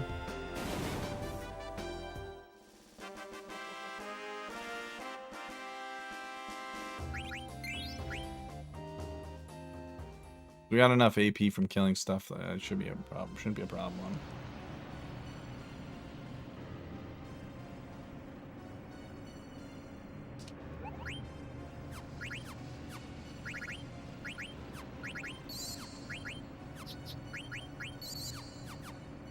He is level 15. Maybe we'll get out of there now, though. I could probably kill somebody off on this fight and siphon the XP to hit 16, but it doesn't matter all that much.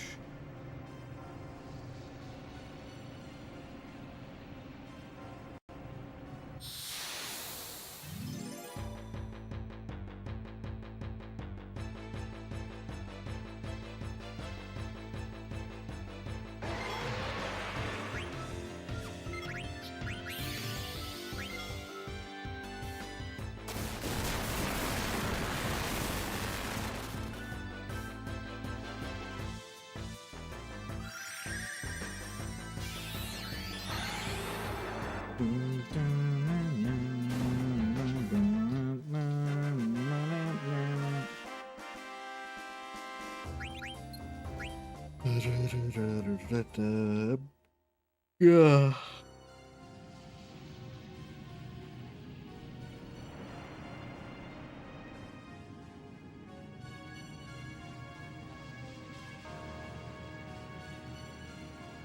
Q is definitely an interesting recurring character already.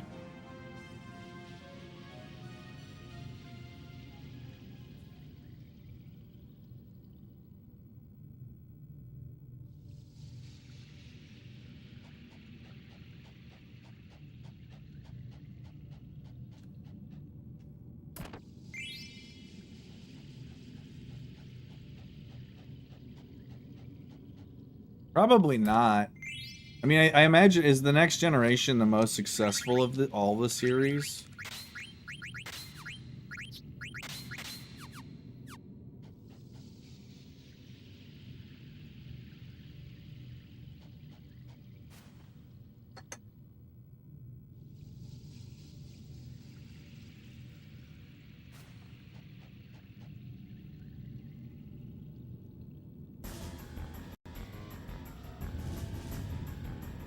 You like that menu? Pretty spicy, huh? I'm gonna make some space over here real quick.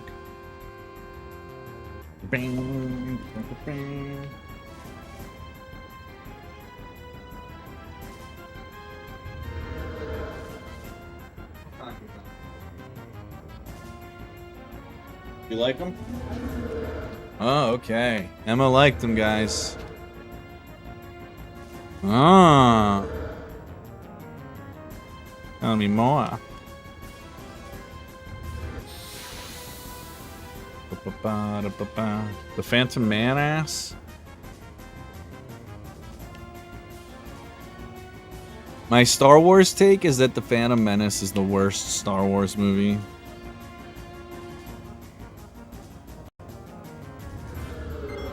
You don't hate that one?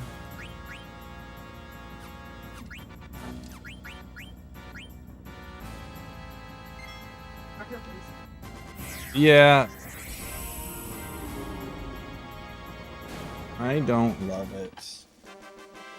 Sarah says it's great. Emma said she liked it when we watched it just recently, Sarah. You guys can watch Phantom Menace together.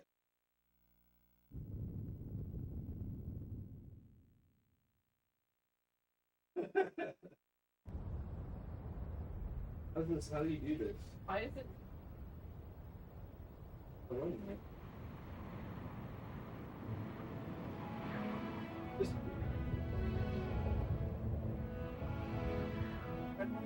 behind?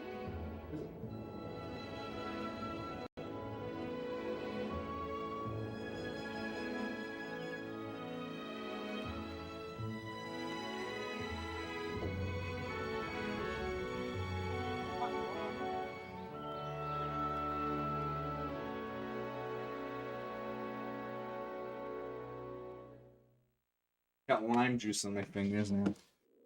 See, I think that episode 2 also sucks, Sarah.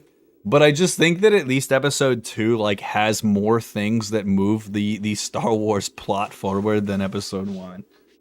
Like aside from introducing Anakin and getting him linked up with Obi-Wan at the end of the film, I feel like episode 1 could be 12 minutes long and nothing else in the movie actually fucking matters. And I think that's why I've decided that it's worse. I used to think episode 2 was the worst one, but then like now I like looking back, I'm like, I think episode 2 has more things that are important for like the transition into Darth Vader, and episode 1 just doesn't really have a lot of things that I think really matter in the grand scheme of Star Wars. So I've kind of abandoned it for that reason.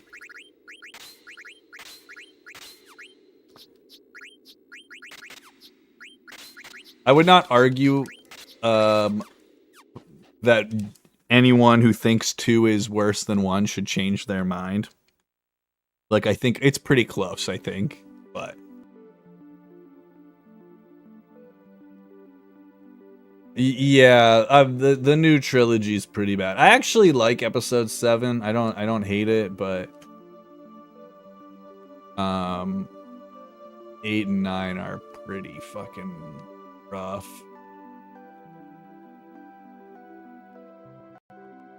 Solo is also pretty fucking rough.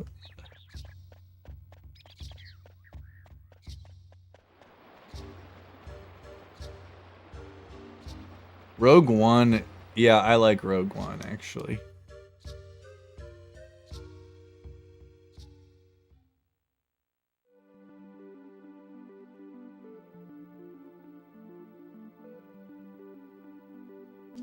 I liked 7 and I liked Rogue One. I don't really care for the other two.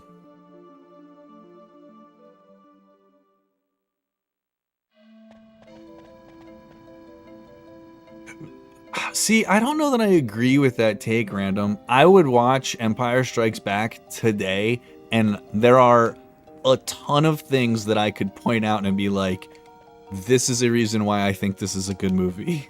And I think I could do that with like 15 or more scenes. I think Empire Strikes Back is like an objectively great film. I also, and I'm not like just like a Star Wars original trilogy head. I actually think Return of the Jedi is pretty fucking bad. I am not a Return of the Jedi fan.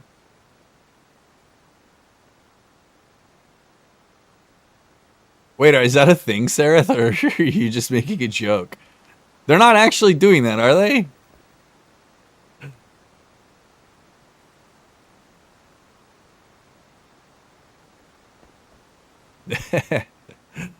Oh, dude. At least Gambino got to play Lando, right?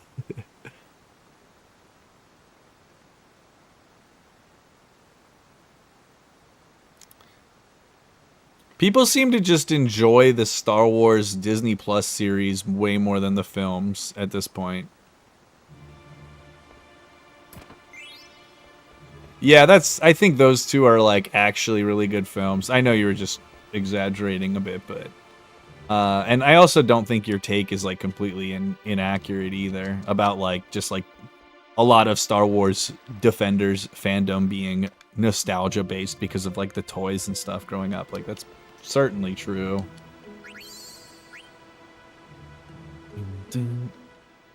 People love Clone Wars. I've never watched much of it, but I have seen some of it. But people do really like the Clone Wars series. And then, like I said, like I think people really like The Mandalorian. I only watched like 2 episodes of it. I don't know if The Bad Batch was any good. But the Ewoks movie is also goated if you like fucking bad movies. Yeah, of course.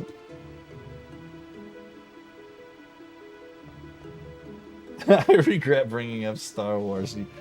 Listen, you've made your bed.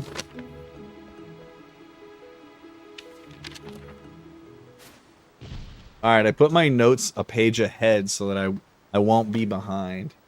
How far into the holiday special have you made it? I listened to a 2-hour fucking podcast about that shit a couple of years ago. I've spent way more time with the Star Wars holiday special than I really should have ever even considered donating of my life.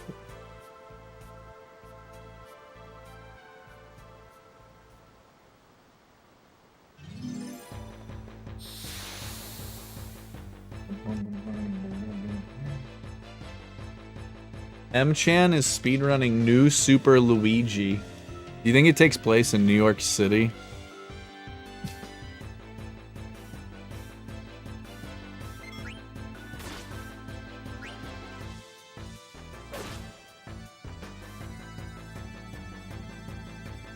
We almost got that trance.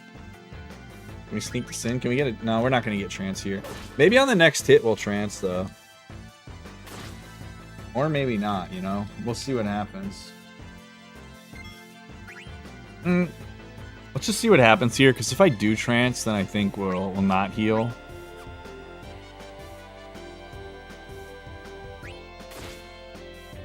Or we countered. Oh my god, Z. He fucking hits guys.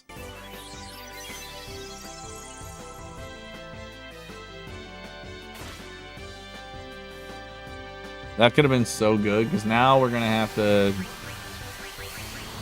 My goodness gracious. I hope this kills. Counter. Thank God. Okay, now we don't need to worry about it. We'll kill for sure. Oh my god, no, I didn't. The counter made me run out of MP. We need 48.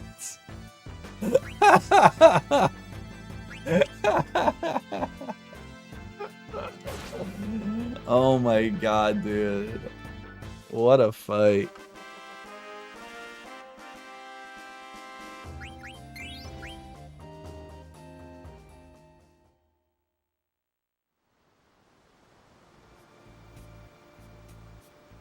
That's super funny that the counter put us below the MP threshold.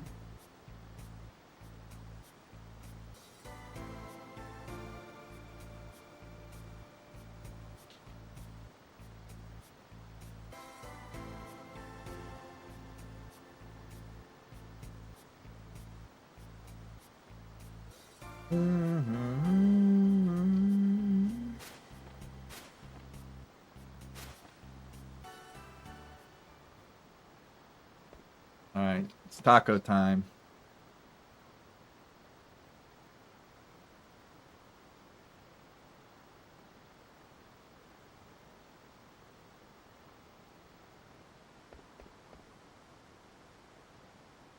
I'm glad it was. Did you have any of it yet? You waiting? I might have strawberry. Sometimes they do strawberry. Sometimes they put it on there. No, I didn't fart. I ripped ass.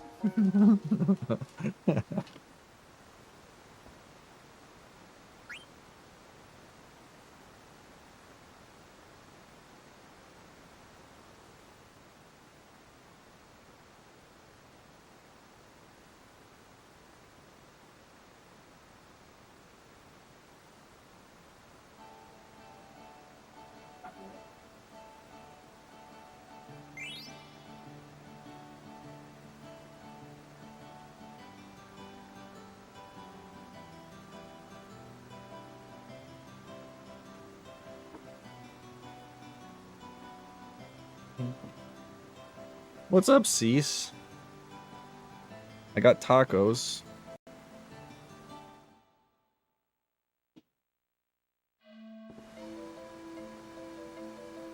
Gonna have to find Garnet here so I can try to eat a taco. And we got our end of disc 2 break after, so we can finish the tacos. The tacos look pretty good. I love that they double wrapped the tortilla, the tacos and these corn tortillas like they should. When we use one, it just falls apart and it's fucking massive.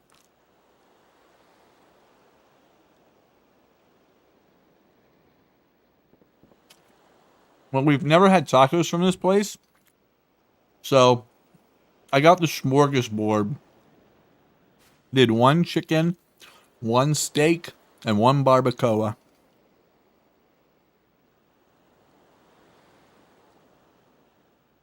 Pretty good. I don't think so. I don't know. I've only had it once, so it's hard to say. This is pretty good.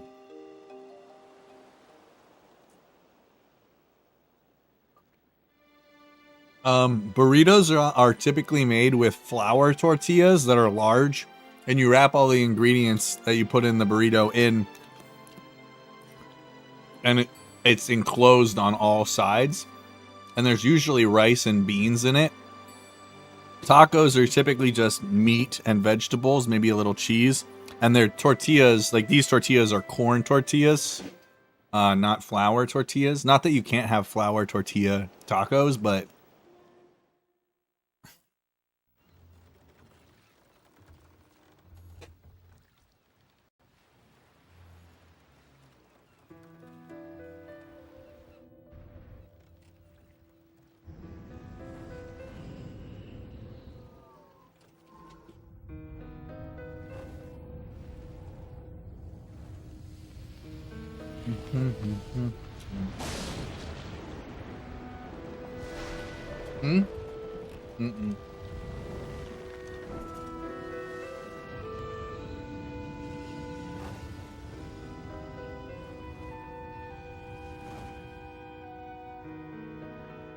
I actually had really good tacos in London one time. Not this London. London, England. Okay, there's like a Mexican place in-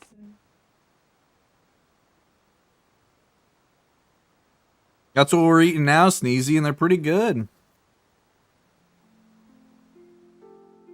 No, he just said, what about London, Ontario?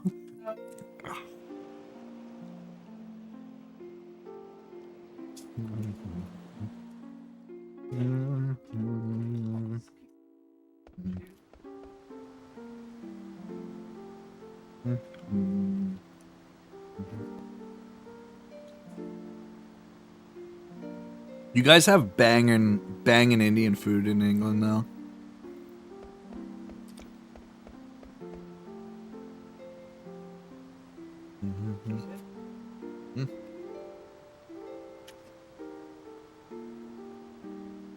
I definitely just have like a fond memory walking home from a bar with my sister back to her flat in London. And it was like 1:30 in the morning. And there was just like a bunch of Indian restaurants just still open that you could just walk up, grab a curry and some naan to take on the road.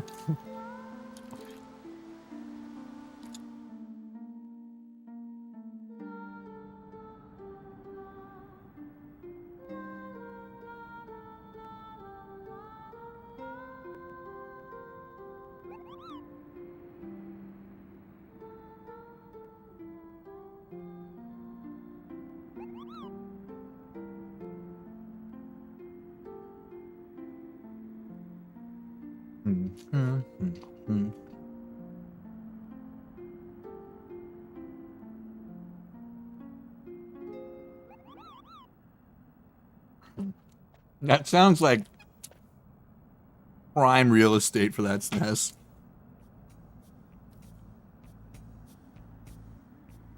Thank you.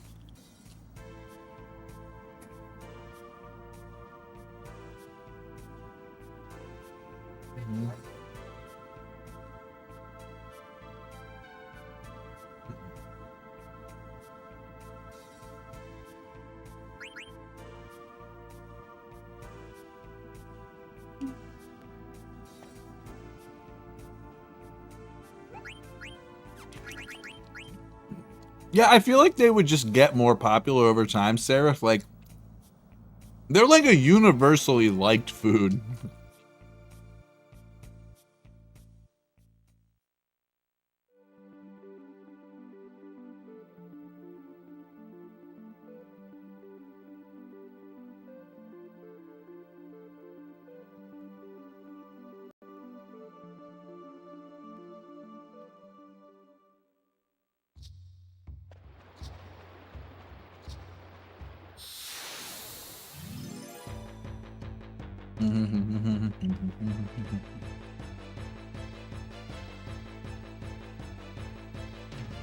I know you think you want this movement, but you cannot have my taco.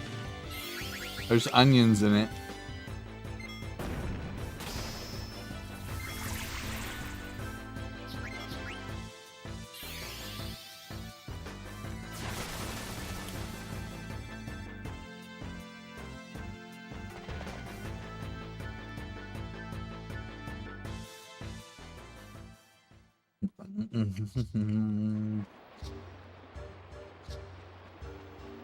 I like the 5-layer burrito from Taco Bell.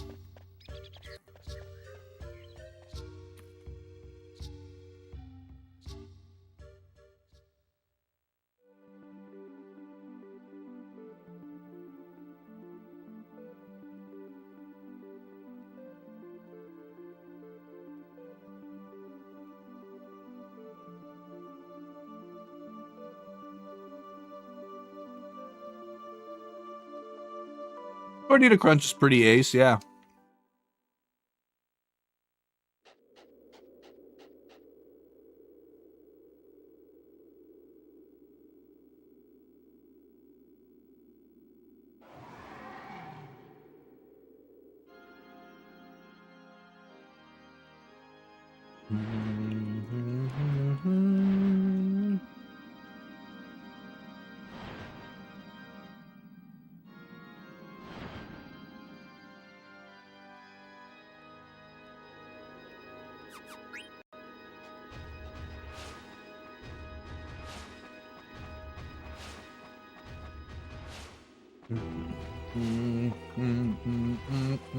What kind of food do you get?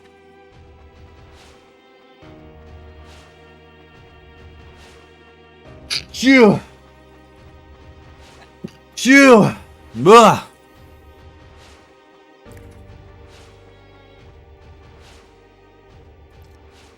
I get like one Baja Blast like every 5 years.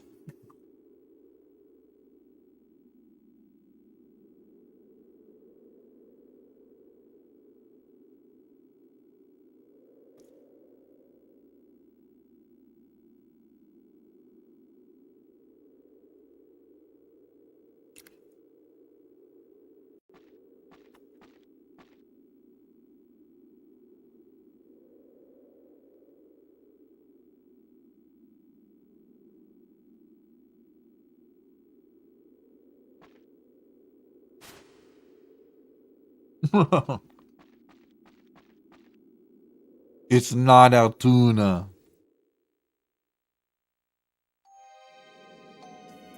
I know exactly where you're going with that, Sarah.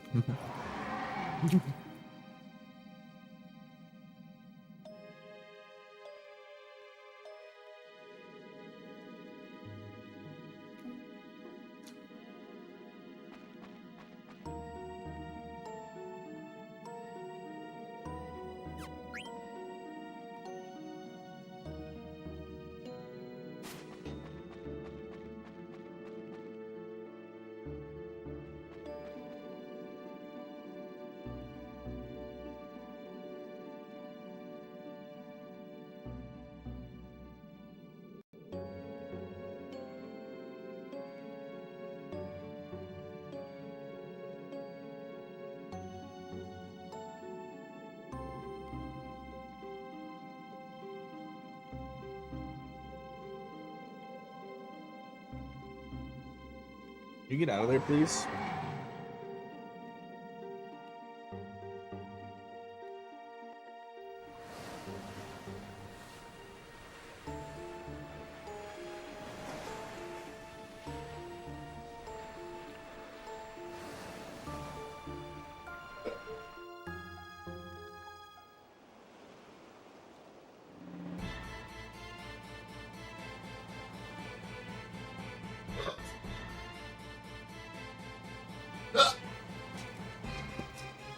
I ate my tacos too fast and now I have fucking hiccups. Anything happening? I also got a piece of Trace Leche's cake. Then Emma and I were splitting. Ugh. God, dude. Trace Leche's is so good.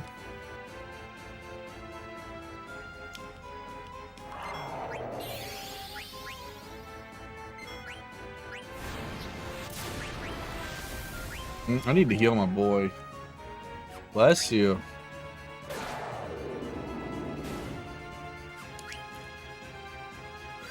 Hi, Mooms. Mooms, you can't have this.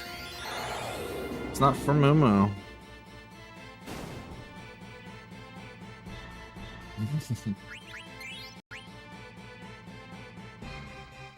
That's true.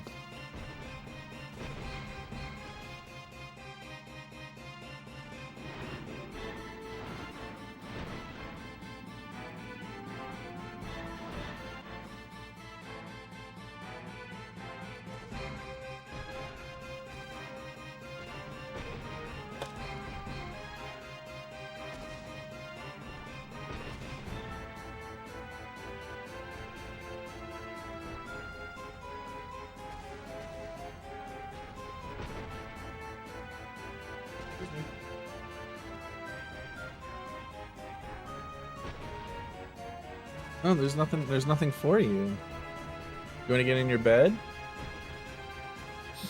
You want to come get in your bed?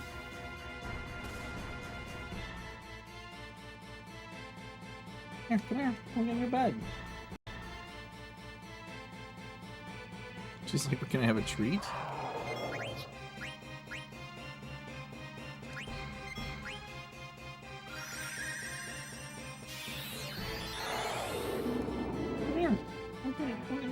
It's okay. It's okay. If you don't want to, you don't have to. You can just stare at me, sad.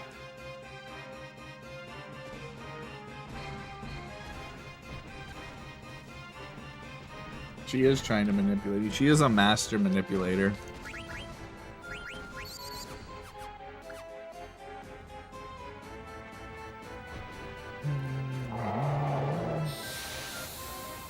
Oh, you think so? Is that his vibe?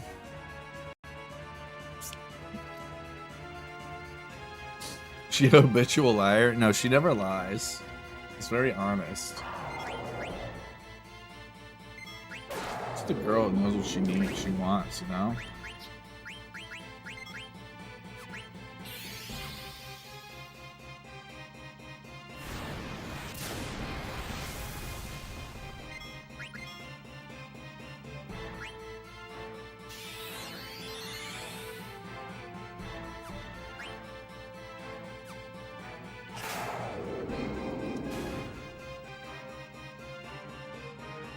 This might be a Ralphie.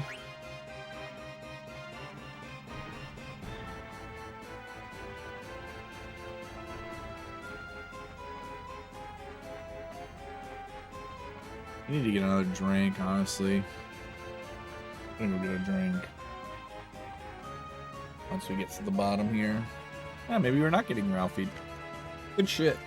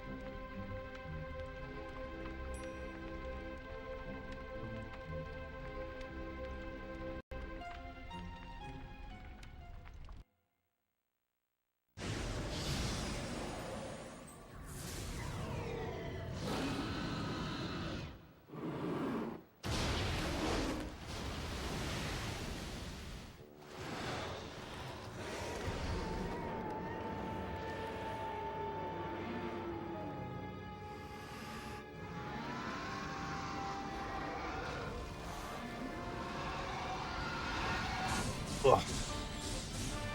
Dun, dun.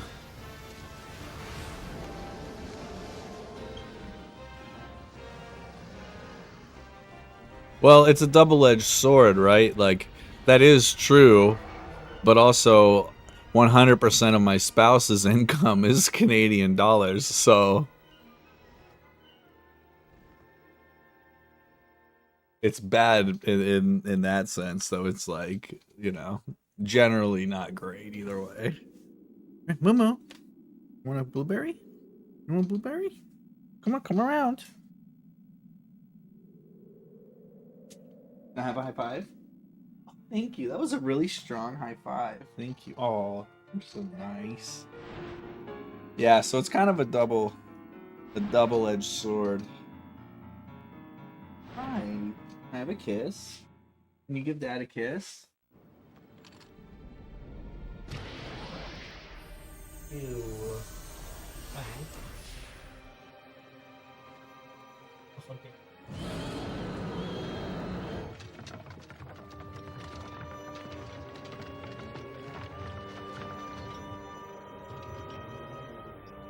My nose is all wet. Yeah, I'm gonna change it in January though.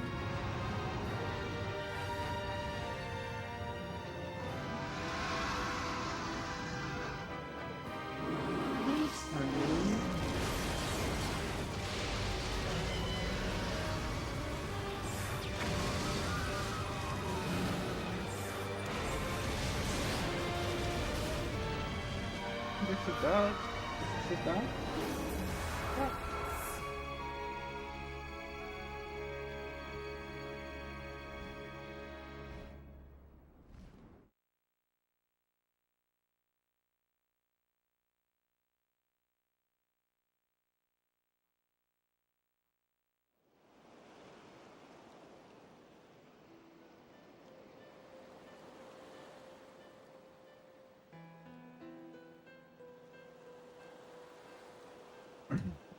You just chilling, bud? Ooh. I'm very full after those tacos now. I need a drink. And I need to stay awake.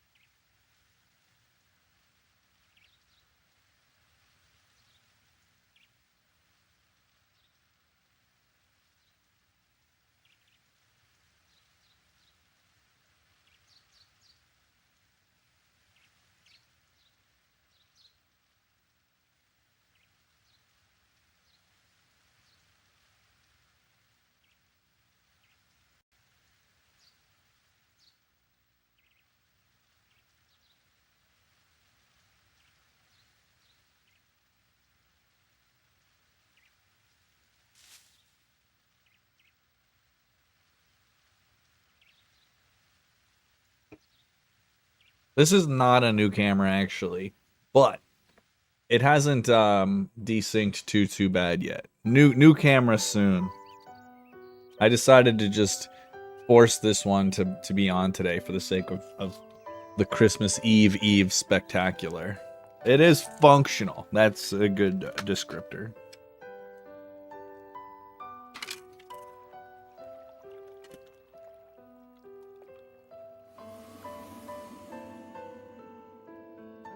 Yeah, you can tell it's not a new one because of the desync. Yeah, there you go. I got it. My mom gave me a gift card to Amazon for Christmas, so I'm just gonna use that to get a oops, wrong thing. I don't know why I forgot that you have to do this first for some reason. But yeah, she gave me an Amazon gift card, so put that towards the new camera. Yeah, I've mostly just not been using one. Just kind of nice because then I can just like not have to like even try to look nice. Like I could just get out of bed and come chill, and you guys don't know if I look like shit or not.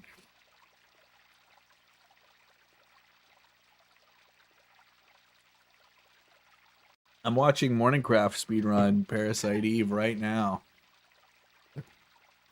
They absolutely do not miss the opportunity.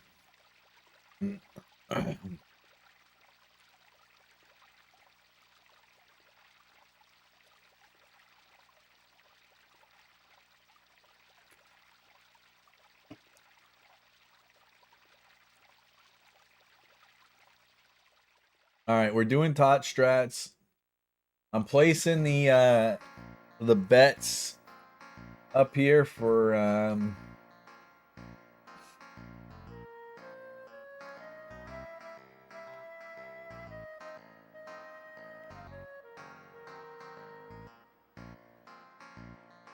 card tournament. You got 10 minutes to place your bet.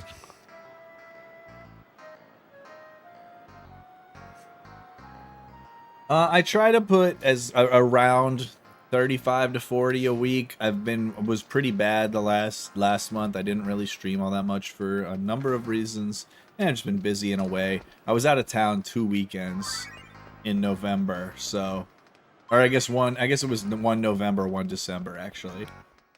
It just felt like the same month, even though it wasn't. It was like 5 weeks apart.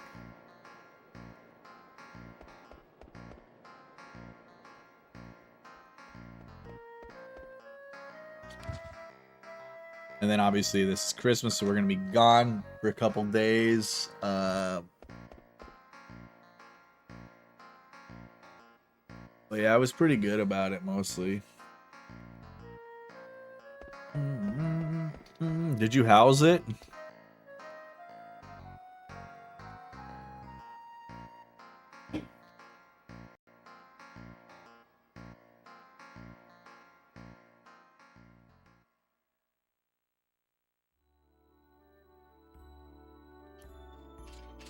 Good shit.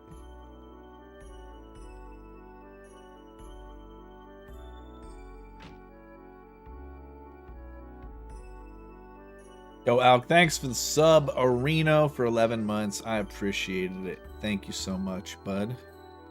Welcome back, welcome back. Betting lucky 777 on a dub. On a dub? Not even on the L?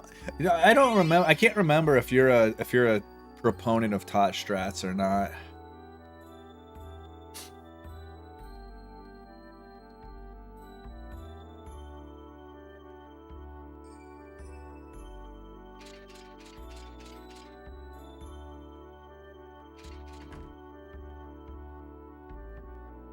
Flat Moon Monday, you fucking losers. It's Flat Moon Monday. Sliding into good vibes over here. Flat Moon Monday. I like your old Navy sweats. Those comfy.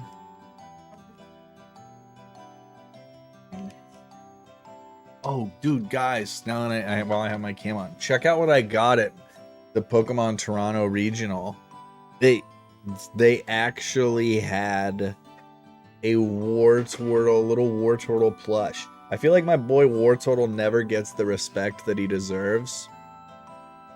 I've never seen a little Wartortle plush before. I was so excited. He's my favorite Pokemon.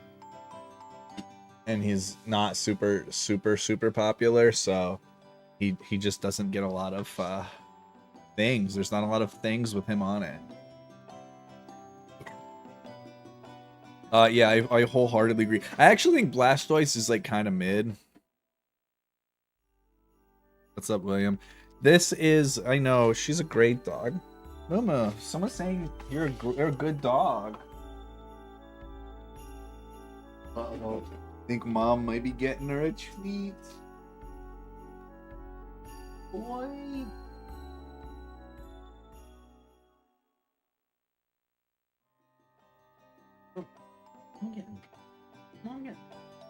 She's like she's getting something.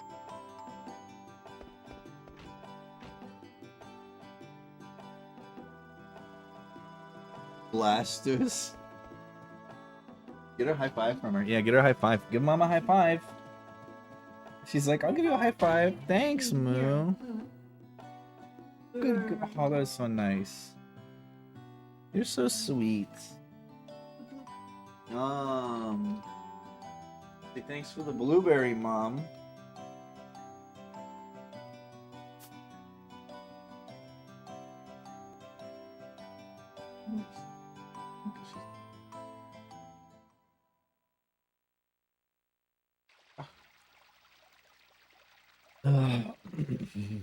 Don't worry, Mims. I'll take you after Melty Gemini has that.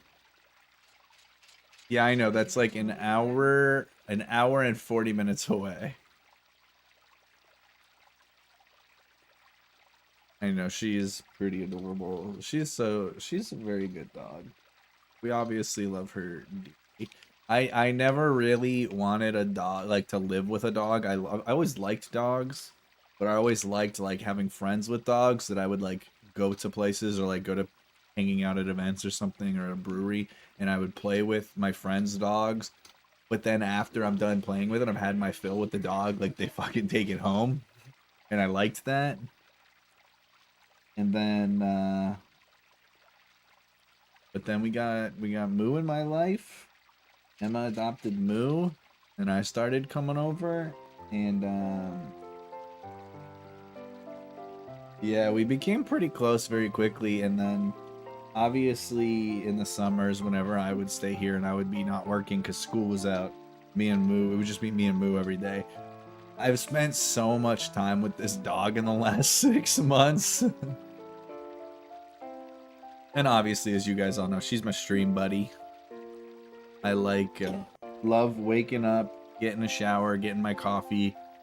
She will like lay in bed with me until I get up. She'll lay in bed while I go shower, and then whenever I come out and I get dressed, I'll come out here, and she will immediately come and just get in her basket and just come hang out with me for the next, several hours until we go outside. So we're super tight, and we just get each other, and she's the best. You're the best. Thank you for being in my life. Do you have a kiss? Oh, thank you.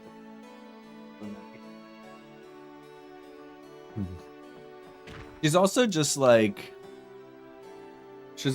very, very sweet with new people. Like when Hollow and Prime Loot came and hung out and stayed with us for a couple of days.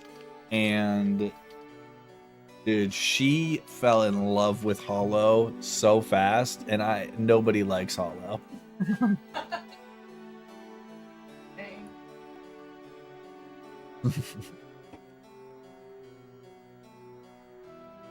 What's Moo's favorite Final Fantasy? FF7. She likes Kate Sith because she really likes cats, but she also likes Red 13 because he's a tough guy doggo, and so is Moo. And she's like, I could be the protector of Cosmo Canyon, so. Although she did almost convert to a FF16 main because she had the biggest celebrity crush on Torgal.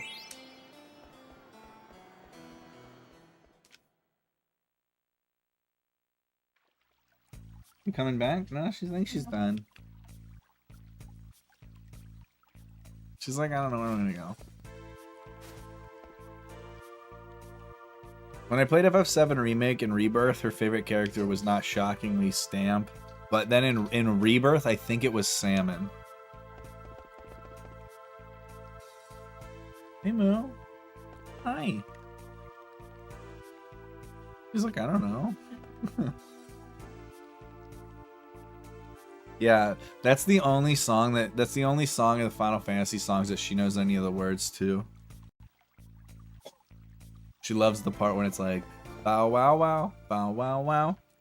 She tries to sing along, but her like tune carrying ability is not particularly great. She tries.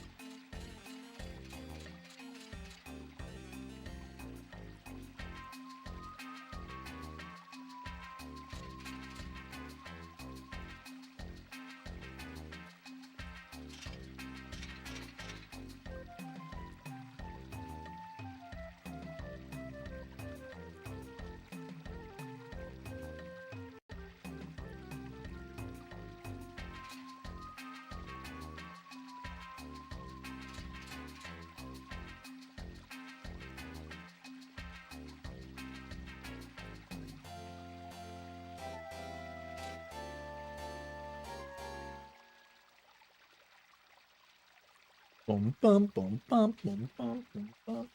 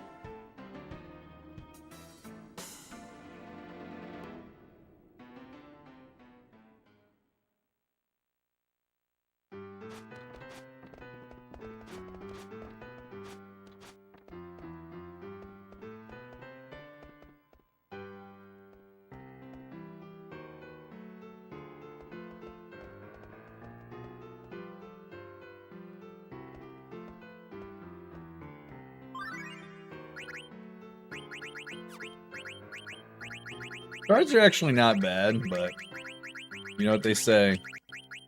Fuck them all. And fuck it, we ball.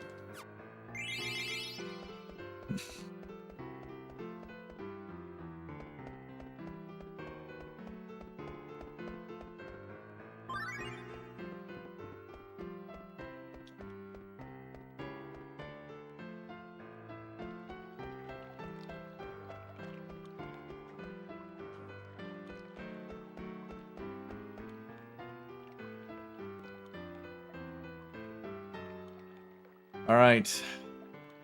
85% believers today. It's a bold stance, but maybe we're going to have a Christmas miracle, you know? Okay, Cerberus is good. Cactar is pretty good. Dragonfly is pretty good. Oh, baby. Oh my god. How easy did they want to make this? Jesus Christ. What do we, which one? Which one do I even want? Do I want this one, I guess? I guess.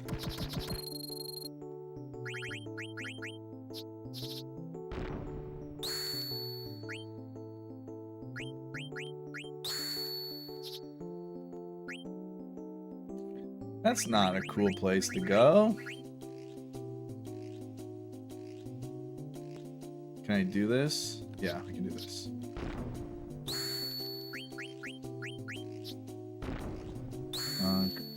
And then we can take that back if we lose. Or we just won't.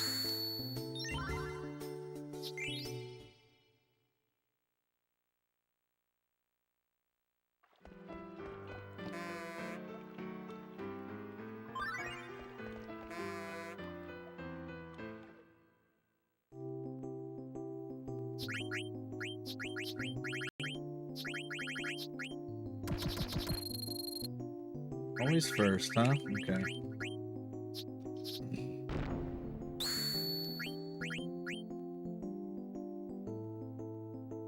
Yep, this is good.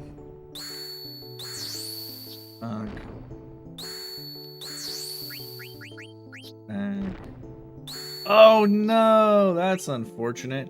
Can we win something else here? Can we go here? Should I go here? Huh. That was not great. Oh my god. What in tarnation? I don't think I can win. I'm assuming I just lose, right? Oh, holy shit. How did I lose both of those duels? That was definitely not. That was suboptimal, we'll say. Don't worry, we got the Ochu we can just plug and play with. That Cerberus was so nice though. But honestly, fuck you. There you go. What do you think about that? Bitch. Bonk. Ooh, I don't want to duel that. Ooh, this is rough. He's got all arrows. Do I duel it? Do we just duel it and pray? Oh, you know what we can do? We can do this. That's what we do. Oh, God, no. Oh, no. Oh, no.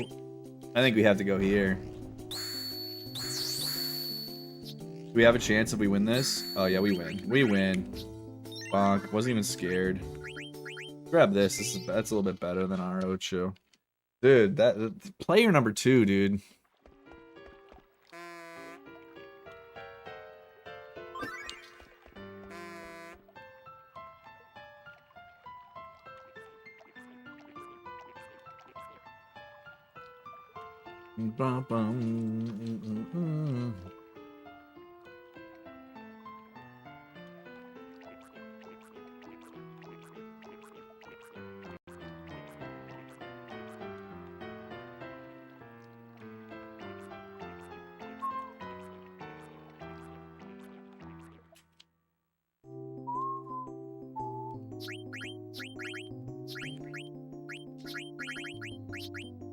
Can I go last this time? Yay. Huh. I don't actually know where I should go here. That's only 2. This just gives me 3, I guess. We can go there. Fuck it, we ball.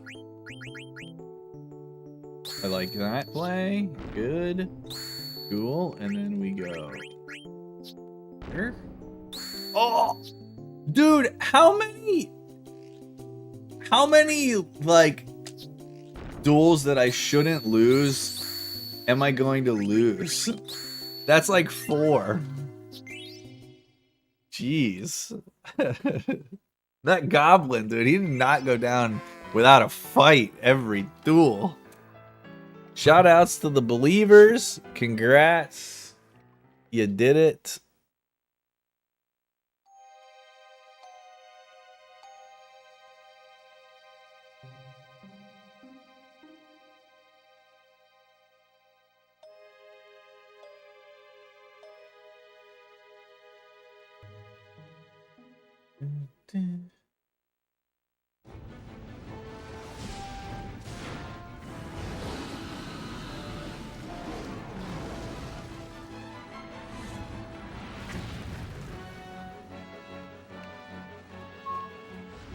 Enjoy your channel points for the believers. You guys make the world go round.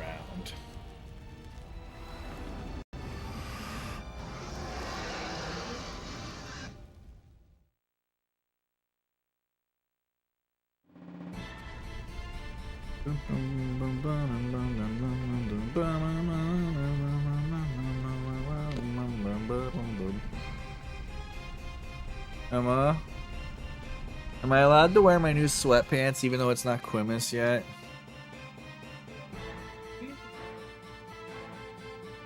It's different. Just making sure.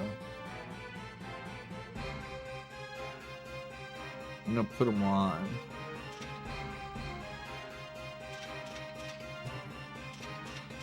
I like a good pair of sweats.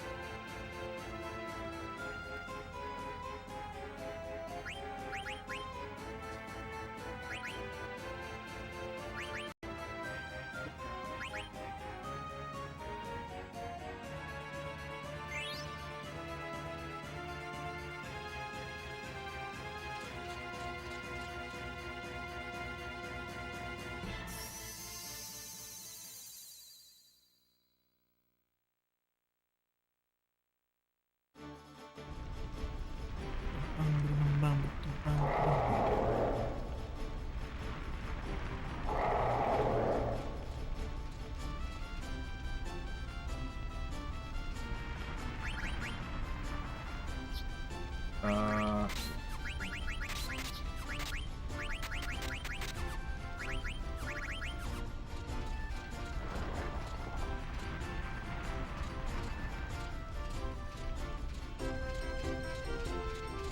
Out of my way, Wendy.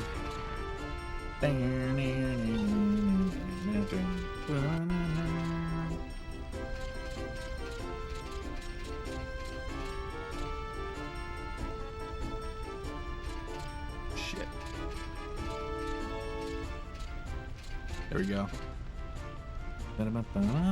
Who's Wendy? Wendy is the daughter of Dave, founder of Wendy's. Duh. Yeah. I kind of like Wendy's, actually. No problem, Scott. I would literally never leave you hanging.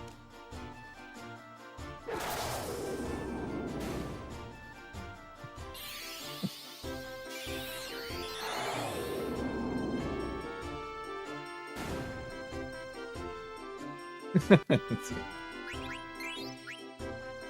man, dude. Baconator? I hardly know her.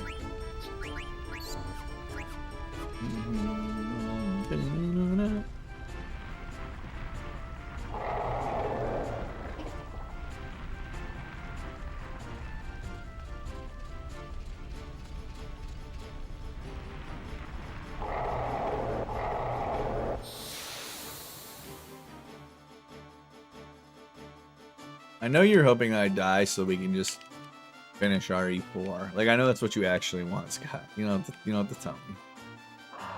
It's fine. Leon!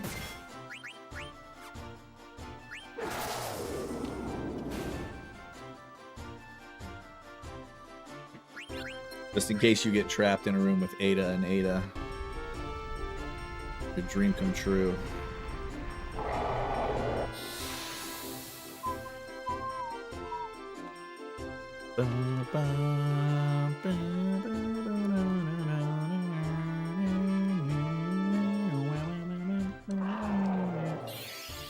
If this hits Steiner, I'm actually gonna heal. Maybe I should just heal regardless. Yeah, let's just do it. Like, it's not like we're gonna PB this run, so let's just play it safe.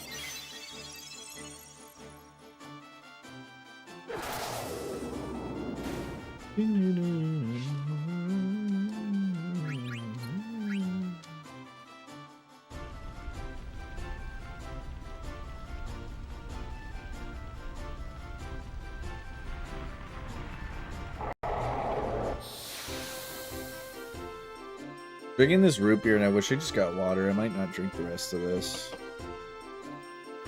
Just don't want any. I don't really want a sugary drink right now. The power of Festivus, yes. We're gonna have our airing of grievances soon. Don't worry.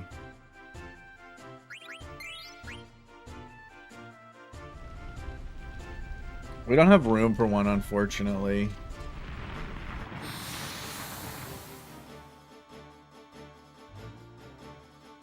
I've got a lot of grievances.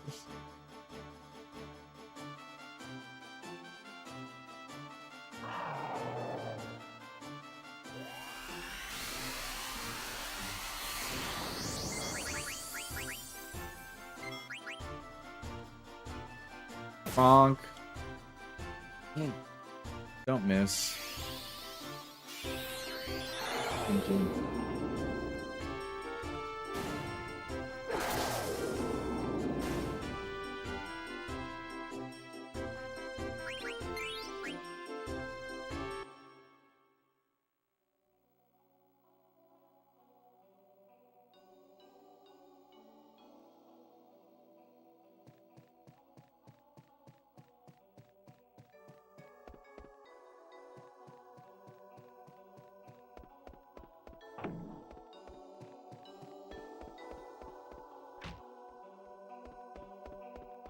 That's a bit aggressive.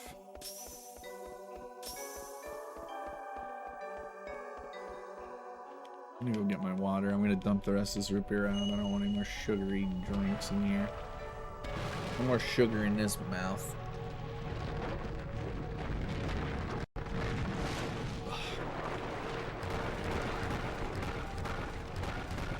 No sleepy butt.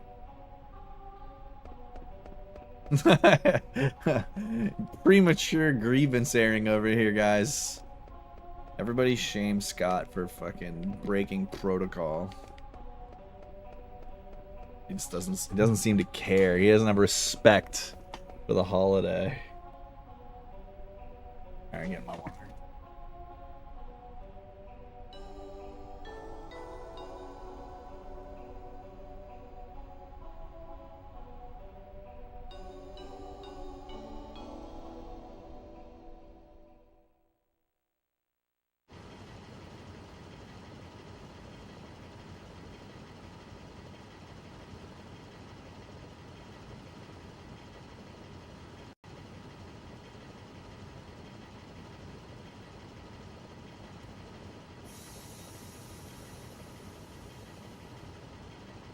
Got my sweatpants too. What's up, CG?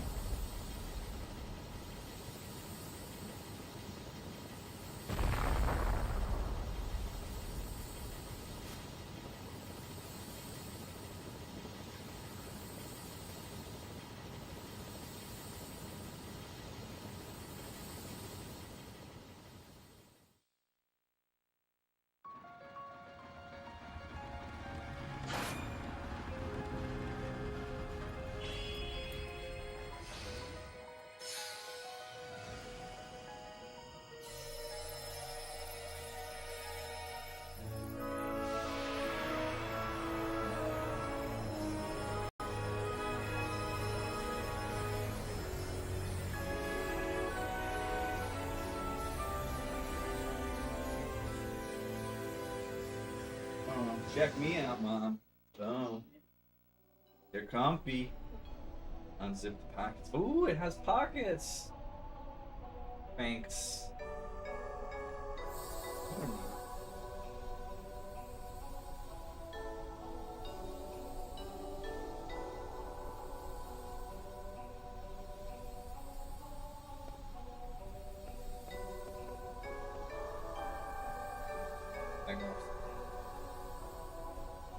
They're good. Yeah, I know. Emma got me sweats for Christmas. From Roots. Make my favorite sweats.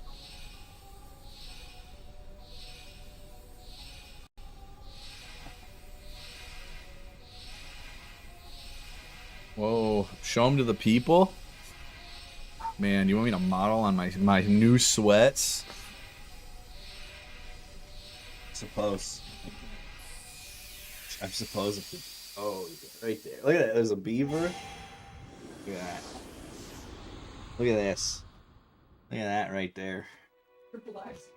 Yeah, they're like black, and I'm also on black.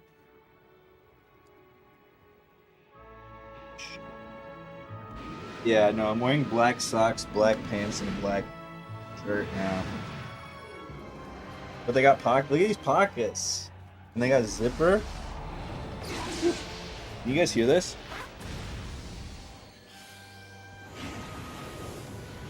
I hope you can hear that zipper action. Pretty sick, huh?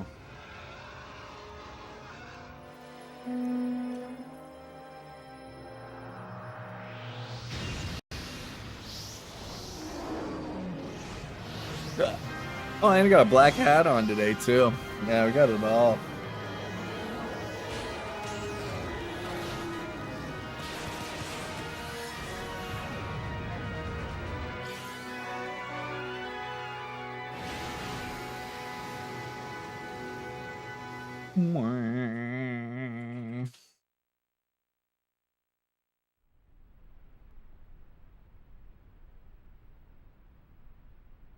Goth mutt, yeah. Me. When I was a young mutt, my Webster took me into the Twitch chat.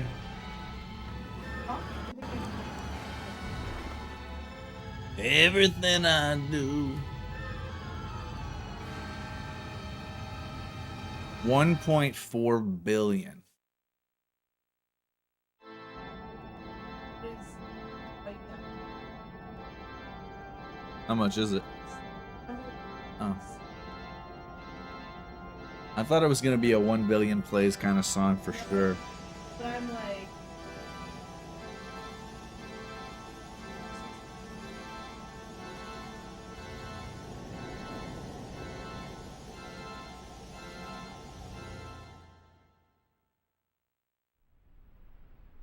More than that. That's a billion plays. Yeah. Okay, so what I thought for that was actually that one. Okay, okay.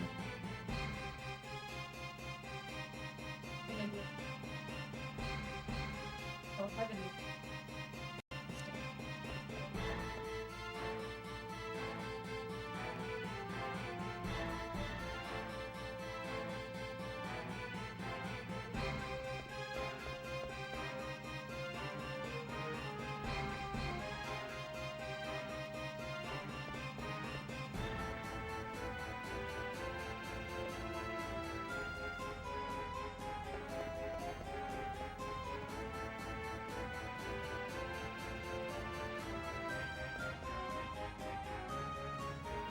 Probably.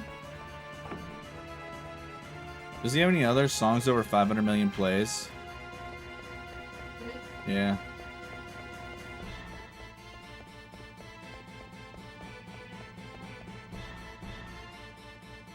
I have no idea what it would be.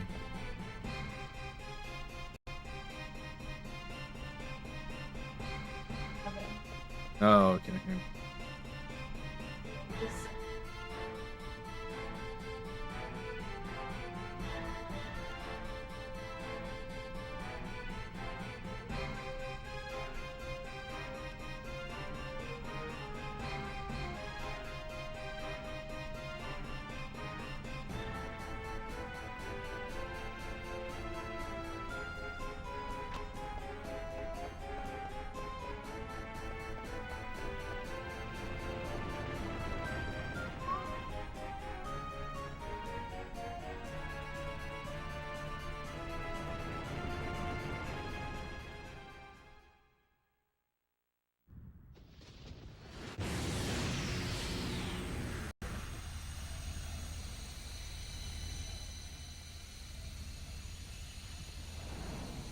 One shining moment.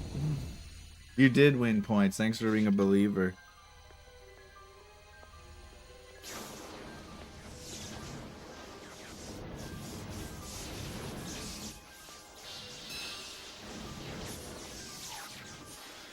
Hey, Em, can you come here for a sec?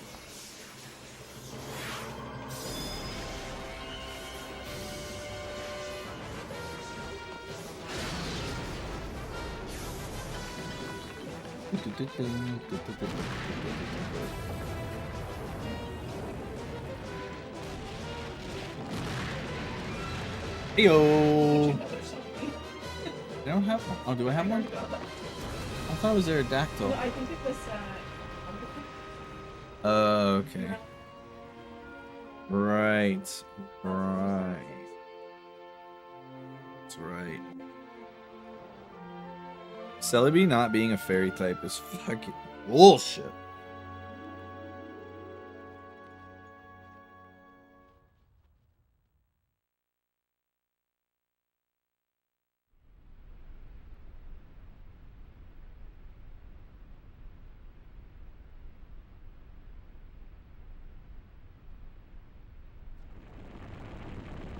Alright, hey, I need you again. Yeah, no, I know. That's why, Scott. I understand why. I'm just saying. Celebi's a fucking fairy. What'd you give me?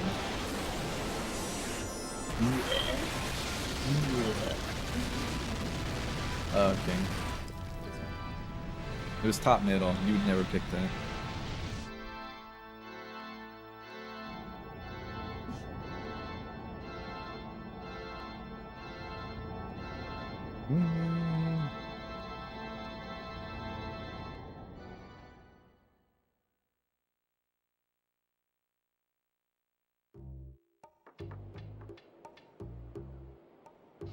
Boom, boom, boom, boom. Yeah, that's what we were talking about, actually. She just opened a pack for me. And I got a Celebi EX, which is that card.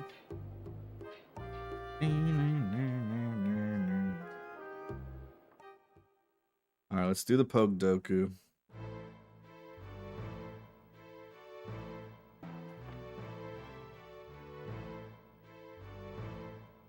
I don't play the game at all. I don't really like the game all that much. I just open my 2 packs a day, I do my wonder pick and collect the cards. That's it. I play the real TCG, right? So I don't need both in my life. One is enough. All right, Emma. Steel flying. You got this. No. He's Dargan. Oh, what's that one like? Yeah! Alright. Here you go. I'm putting it in.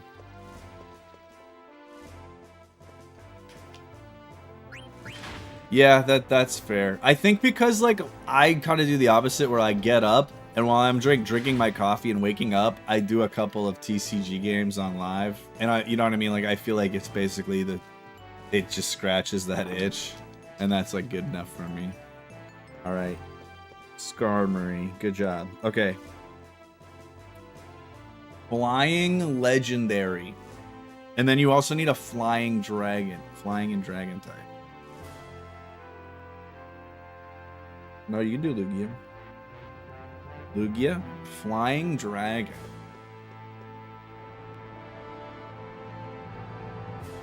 I can only think of one. It is a dragon. I don't think Dargonite's flying type. The only one I can think of is Rayquaza. Yeah, it's kind of weird. Apparently there's more though. Alright. Scarlet and Violet, Steel type, Legendary, and Dragon. You can get some of these. I don't know about Steel type. I don't know. That's Paldea evolved Pokemons. I know you know at least one Legendary.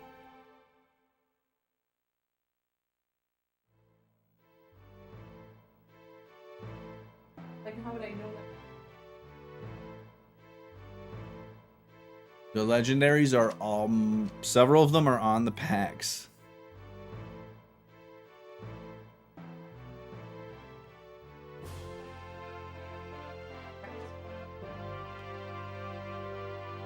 That was one of them. That doesn't count, yeah. No, he's not a legendary, but You're one me.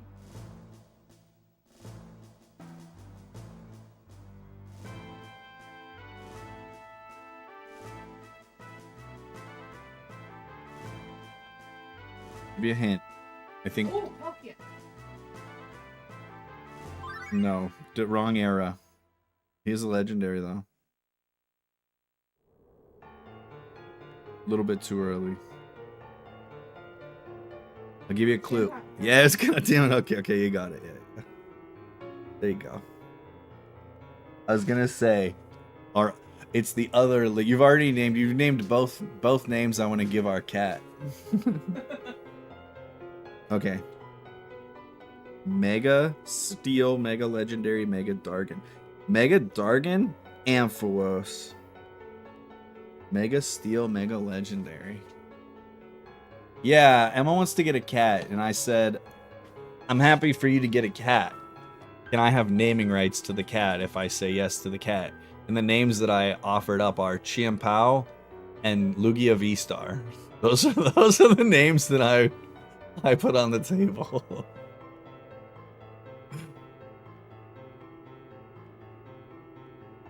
Well, we have Mumu. Mumu thinks she's a cat and she loves cats, so she'll have a friend. You know, they can be buds. A legendary Mega. I guess I could do Rayquaza. I don't really want to do him.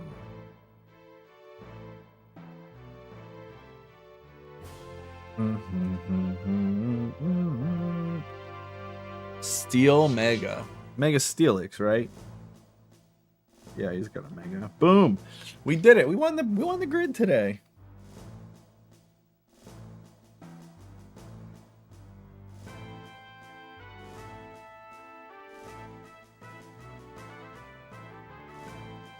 Oh, is Latios and Latios, are they dragon flying? Or are they no, they're dragon psychic? What are the other? What's the other dragon flying one? Is Dragonite actually dragon flying? I wasn't certain about him being flying type. Okay, Salamence, Noivern, those make sense. Oh, Altaria I could have come up with for sure. Wait, which one did you want to put Screamtail in?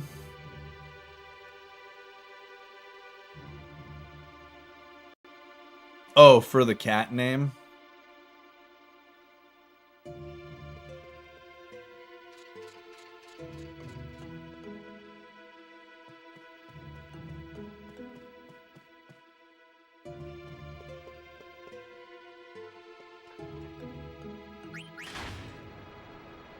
If we get a white cat, I'll probably lean Shen Pao, but...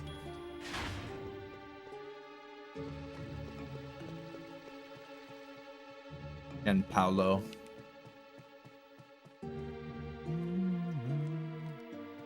Alright, it's movie grid time. Movie grid's been kind of shit for me lately. Like, it just doesn't load well. I guess I could do it on my PC. I need to do it on my phone. You know what? Let's bring it up on my browser here. Movie grid.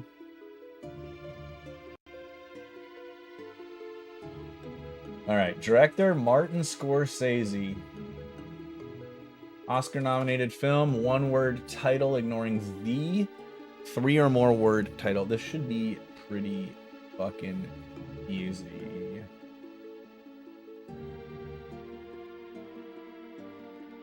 Casino.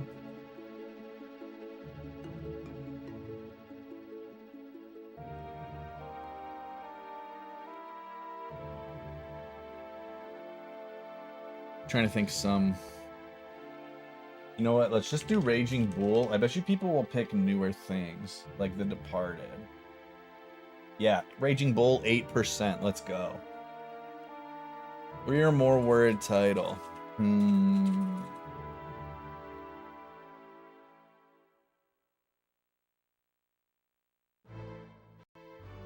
I was trying to avoid that. I was trying to avoid King of Comedy and Killers of the Flower Moon.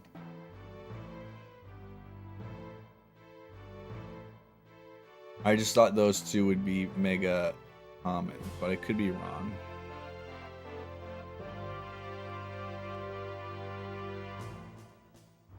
Can I think of another? I mean, there's The Wolf of Wall Street. Fine. I'll do King of Comedy. It's probably the best of those 3.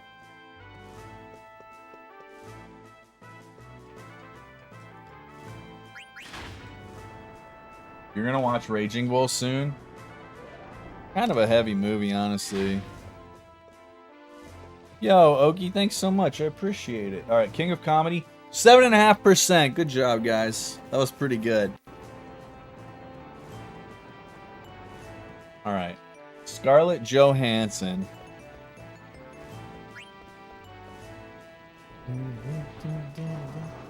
One word title, 3 or more word title. Okay.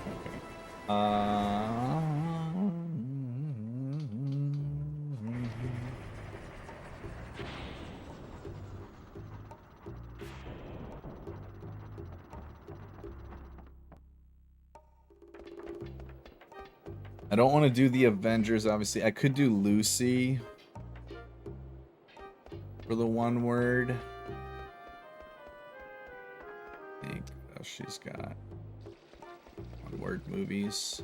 Her's actually a little sneaky because it's just her voice. But I still feel like Lucy is probably a better, a harder to come up with name. I'm going Lucy on one word. Boop. 23%. I feel like I should have gone her now. 23 is not great. All right. Oscar-nominated film and 3-word title. I guess I could do her if I needed to for Oscar-nominated. I'm gonna do, for 3-word title, we're gonna go with Vicky Cristina Barcelona. 2.7%.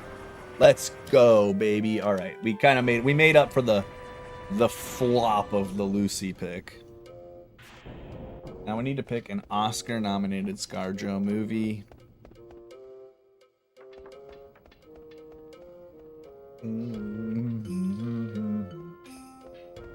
I have like my go-to that I like a lot, but I don't know if it's what I want to go with.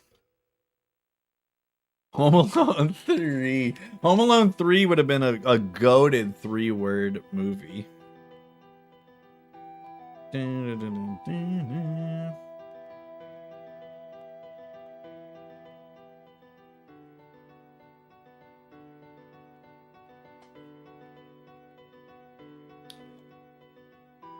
JoJo's a good guess. I still think that would probably come up more than Lost in Translation, which was what I was thinking. But JoJo's are actually a really good one I didn't even think of. All right. Sareth, what do you think? All right. What do you think is the most unique of Jojo Rabbit, Her, or Lost in Translation? Which one do you think will come up the least? I'm going to defer to you on this one.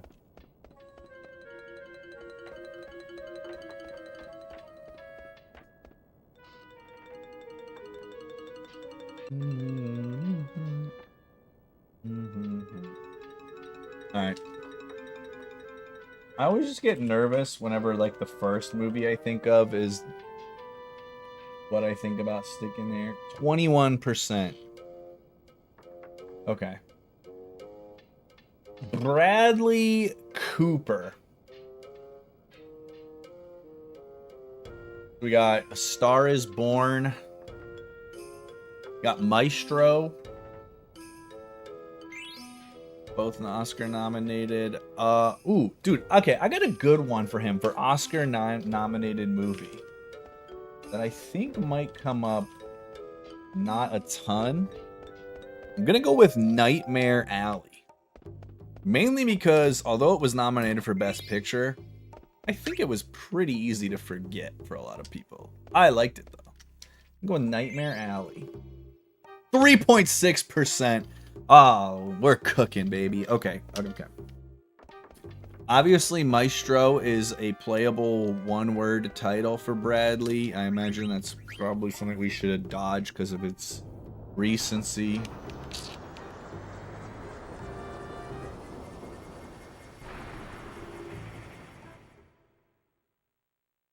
It's got to be a one-word title.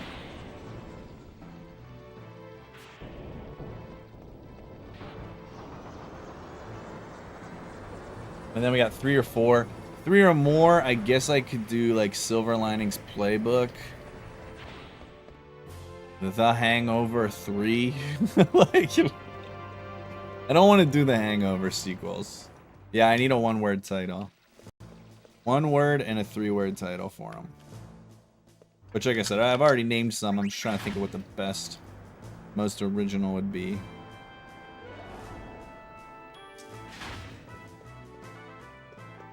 Wedding Crashers is unfortunately not an option.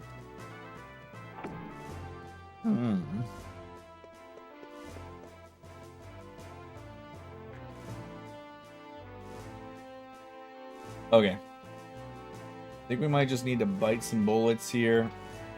Let's see where we get with Silver Linings Playbook. 18%, not terrible. And then... Fuck, dude. Am I really about to do Maestro? This feels like a really bad choice. 25%. That was my worst one, wasn't it?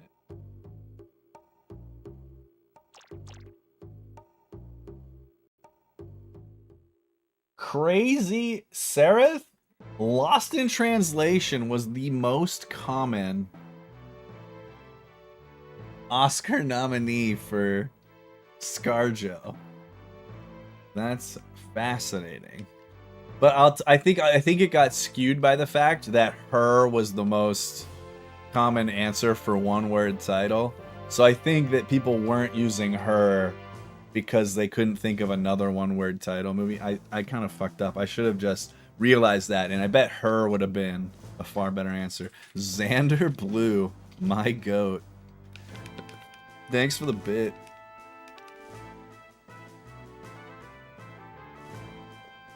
I predicted the most common Scorsese's across the board. It was, in fact, The Departed, Goodfellas, and Killers of the Flower Moon.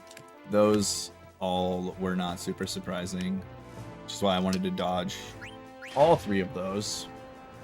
Why we did Raging Bull Casino.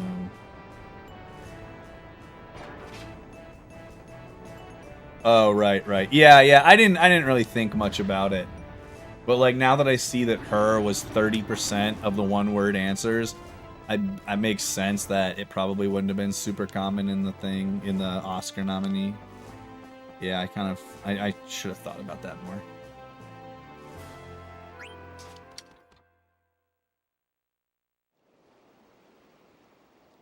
We have yesterday's. All right, yesterday. Oh god, this is gonna be tough. This is a tough one. Glenn Powell, Jennifer Lopez, and Henry Cavill. The problem with Henry Cavill is I don't remember which Mission Impossible movie he was in.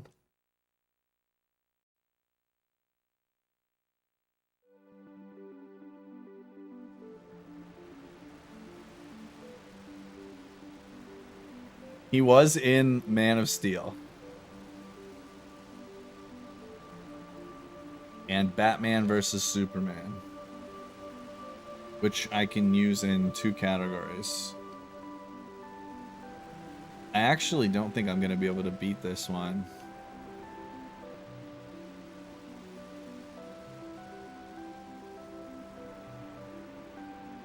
The first category is must start with A through H, and honestly, I don't know if I can think of one.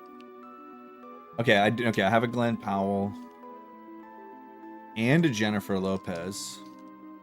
Henry Cavill, A through H. 36 years. It's a grid you have to fill out. So there's 3 categories and there's 3 actors. The actors are Glenn Powell, Jennifer Lopez, and Henry Cavill. The categories are starts with A through H, 3 or more word title, and released from 2010 to 2024. So for Glenn Powell, for A through H, for instance, I can just throw in Anyone But You. And then for 2010 to 2024, I could throw in either Twisters or oh fuck, what was the movie that I just watched him where he like plays that guy that was basically trying to get the Hitman. I could put him for Hitman or something. In fact, maybe I'll put Hitman for A through H and then Anyone But You for the 2024. Change one. Let's do it. Okay. Hitman.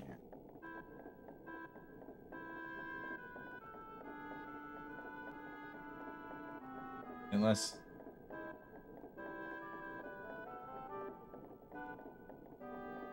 Wait, what? I think I picked the wrong film. Oh. Okay. Can I refresh and start over? That is so fucking stupid. Okay, let me refresh. It's Hitman. 2 words. I was like, wait, why didn't it give me credit? Okay, there we go. Hitman. Alright. Anyone But You was a little bit, was good, but Hitman was a little bit too high. I should put more in that. Alright, 3 or more word title. Spy Kids 3D.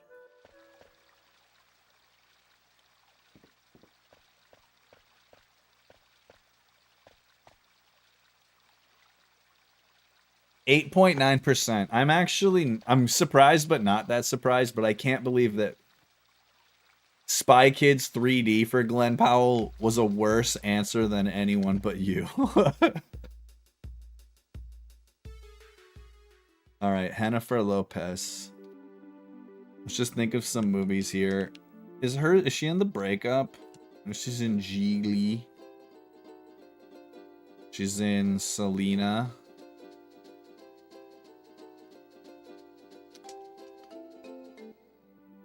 What's 3 words? I'm trying to think of a movie that she's in with 3 words. That I have not come up with. Wait, I'm going the wrong way. I don't need to go there. I just need to get my chocobo back. I'm thinking about movies. You know how it be. Jennifer Lopez. Taco flavored kisses for my Ben. What the fuck else is she in? The Wedding Planner. There we go. Boom. A 3-word movie with Jennifer Lopez. The Wedding Planner. Okay, so we got Wedding Planner.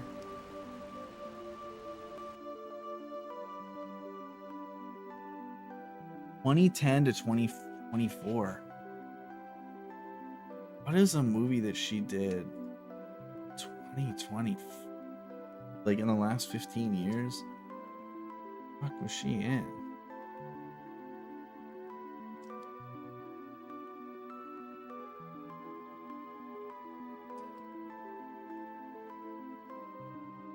I don't know what I'm going to come up with that. All right, let's go.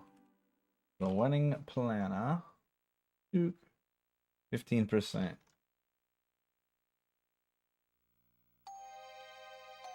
Dude, Jiggly was 22%. That's 2010 to 2024.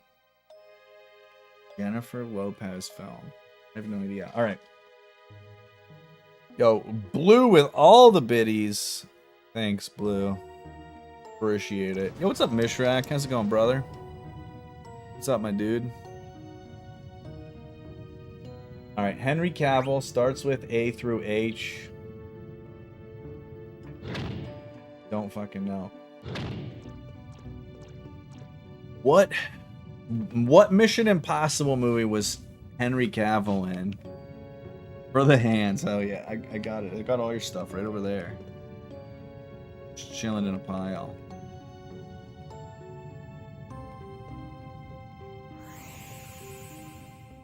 A Man from Uncle? I don't even know what that is. I'll trust your word for it. But do you know what Mission Impossible movie he's in?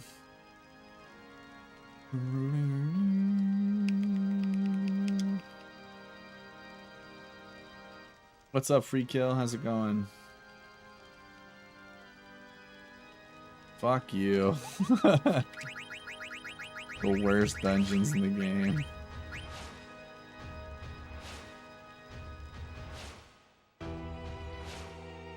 No, I asked what Mission Impossible movie Henry Cavill's in for the 3 or more word title.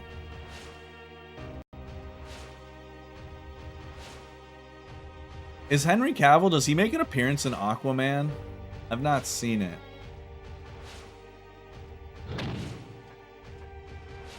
I guess I could do Batman versus Superman, right?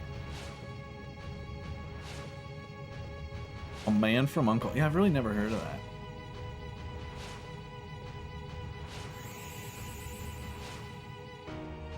I'm trusting you.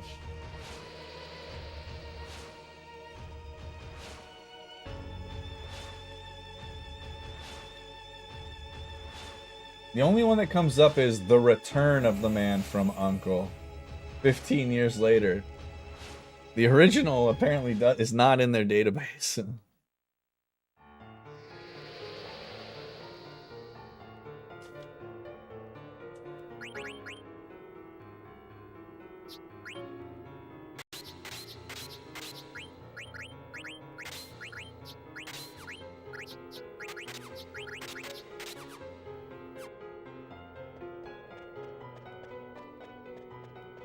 Which one is that, though?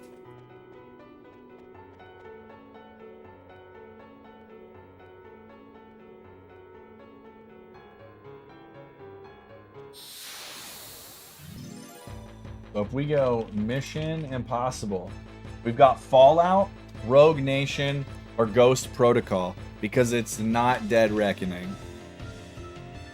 It's got to be one of those.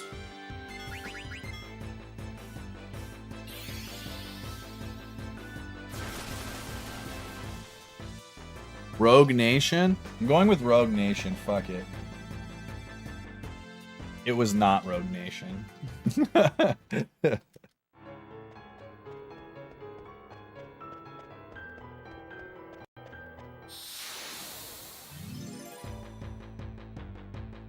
Ghost Protocol is what I meant. Dude, I'm so bad at guessing.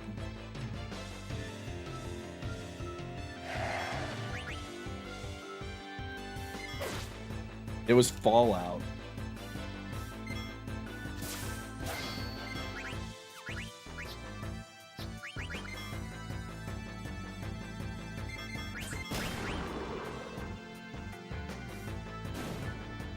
It was pretty good.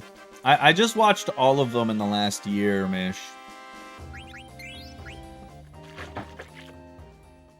The only one I had ever seen was 2, which is definitely the worst one.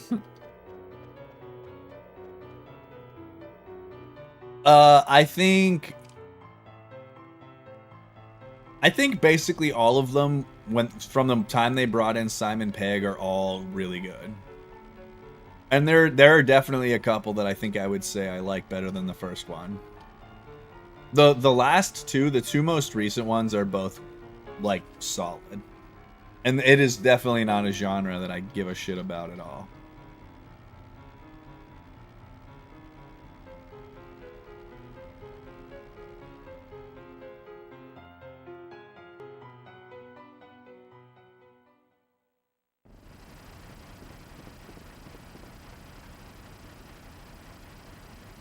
All right. Writer, director, Chris Columbus. 2-word title, 3-word title, 3 or more word title, 1985 to 2015. All right. 1985 to 2015. We're going to do the Goonies. 2.5%. 2-word title. Okay. Here's the question. Did Chris Columbus do Home Alone 2? He definitely did Home Alone, so we can stick Home Alone in there. That was a terrible choice, by the way. I know he does the Harry Potters. Did he do all of them? We can just do the first one. Fine. Fine. Okay. Home Alone, Harry Potter, and the Goonies. Yeah, sure, Cease. I'm trying to do it myself, but you're obviously happy to do it. I don't know who this one director is, by the way. All right, Ron Howard is number 2.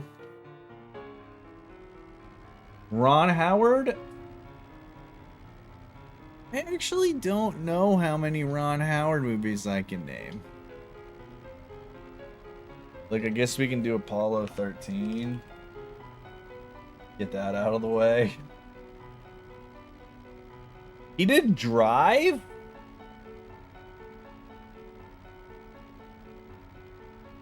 Is that real? Did that come out before 2015 is my next question. I don't actually remember what year Drive came out. I feel like it was out before then. Yeah. Drive's older than that.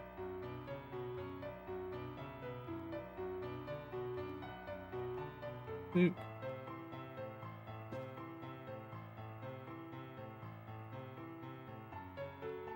Yeah, I was gonna say it did not work. Rush is the movie you're thinking. Okay, that makes way more sense. No, you're good. Drive, Rush, Drive and a movie about driving. It happens.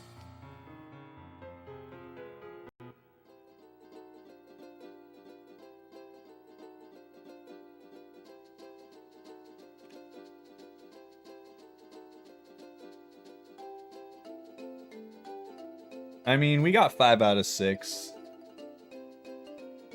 Pretty good. Ron Howard Drive, it's just like tonally completely different. Ryan Gosling, he's just like really, really nice. It's friendly. Man on the Moon, we can try it. Maybe we can fill it out. Maybe we can fill out our thing here. Let's try.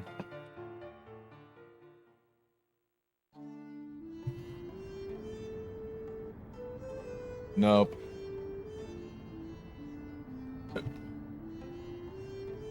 He did do A Beautiful Mind, Chew. Good call. Good thing you just watched it. There we go. We got all of them.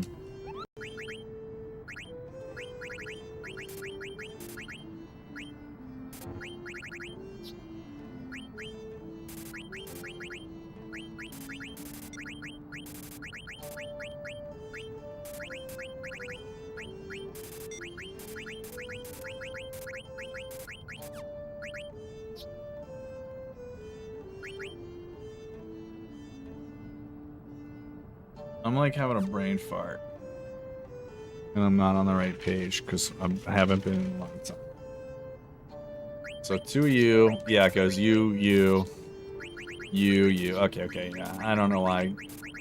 I was like second guessing myself about one thing and shouldn't have. First off, I'm pretty sure it is impossible to use Tom Hanks too much. For the wreck.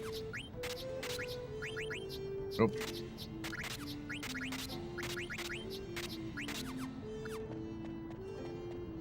It's the Da Vinci Code. I'm assuming it's 4 words.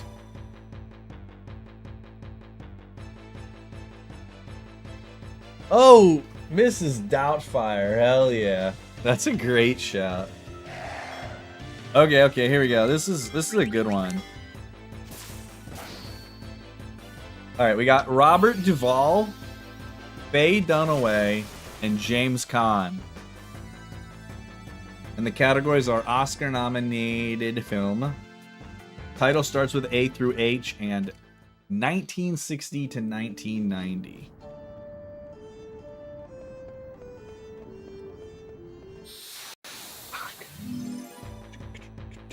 Alright, Robert Duvall. 1960 to 1990, we're gonna go with To Kill a Mockingbird. Shoutouts, Boo Radley, 1962. What was the last good Tom Hanks movie? I'd have to think about it, actually. That's a great question. Alright, we're gonna do The Godfather. Duke, is he in The Godfather Part 2? I feel like the answer should just be yes, but am I like making that up?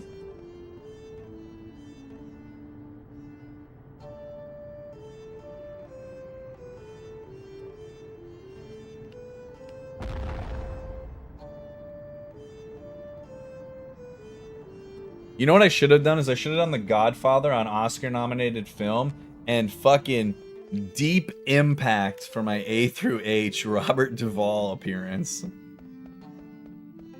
It's kind of a deep cut, if you will. Yeah, dude, he plays like the John Glenn of the movie. All right, let's just pray that he's in Godfather 2 like we assume. Godfather Part 2 was a go. Okay. Faye Dunaway. I'm gonna struggle with one of these for her, but... Okay, we're gonna go Bonnie and Clyde or the A through H film. Good. And then for Oscar nominee, we're obviously gonna go with her best film.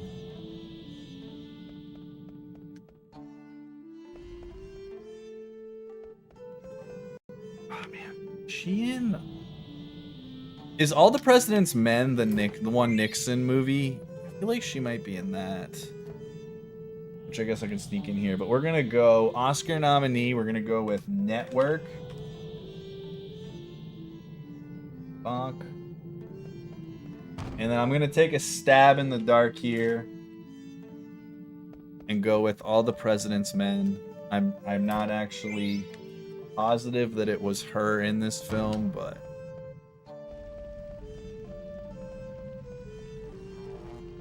Incorrect.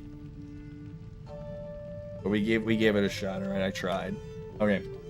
Jimmy Caan. James Caan.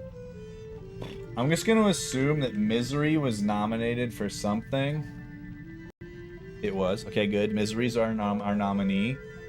Then for A through H, we're gonna go with Elf, because it's topical right now. Shout outs to Buddy the Elf's dad. And then for 1960 to 1990, let's go with Rollerball. Boom. Almost went 9 for 9 on the classic. The only one that I missed was Faye Dunaway on a really, really not hard. Chew, I could have just put that for the last category. Mommy Dearest was the most common answer for her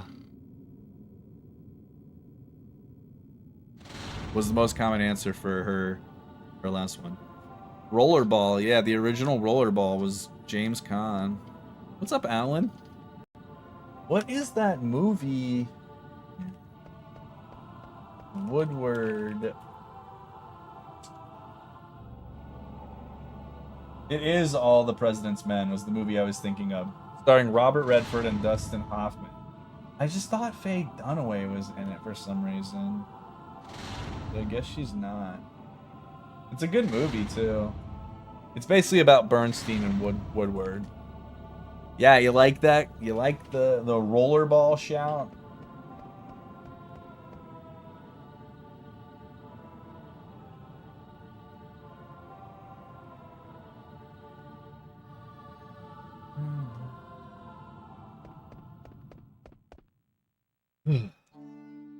That was pretty good. The classic ones can be really tough sometimes because obviously they'll pick some people that are just like in films that I've never seen.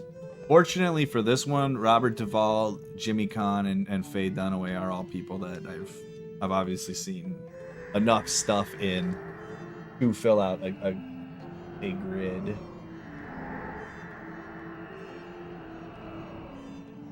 Ooh.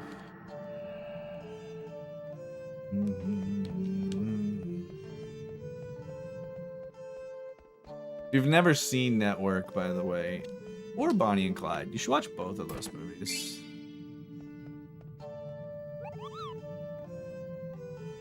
I didn't actually kill something else. I need to fight something before we do this menu. Let's get the AP here before we don't. Oh.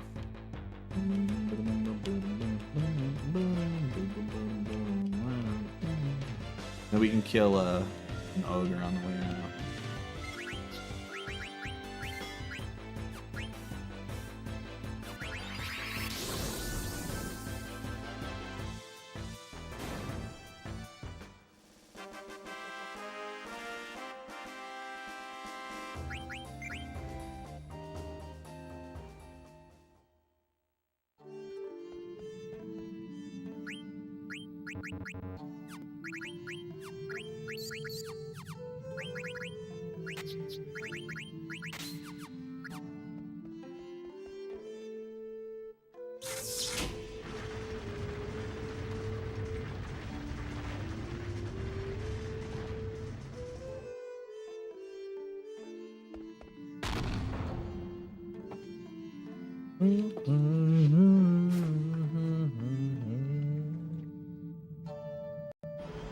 Alright.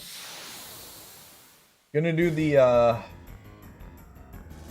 movie pyramid next. These are usually a little bit easier. You need to get like 4 of a category, 3 of the same category, then 2, and then 1. And it usually gets more difficult as you go up. Oh, turn priority. Let's go, baby.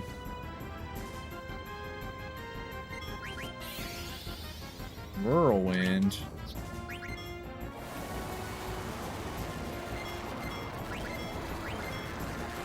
Alright.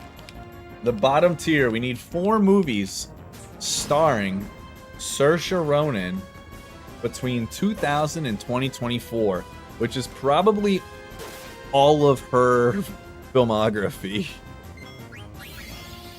This one is pretty, that's a pretty fucking easy category. Let's see what we can come up with.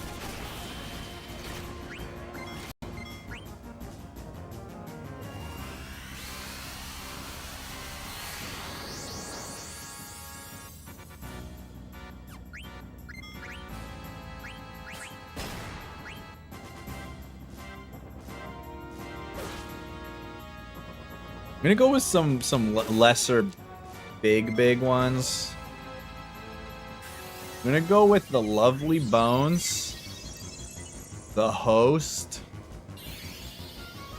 Dude, is he really gonna fucking AoE everybody again? Oh, Freya's alive, that's good. Okay. This is so fucked.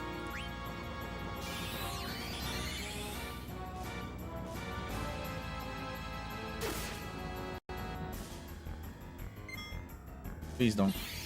Oh my god! Whirlwind Boomerang, Whirlwind Boomerang.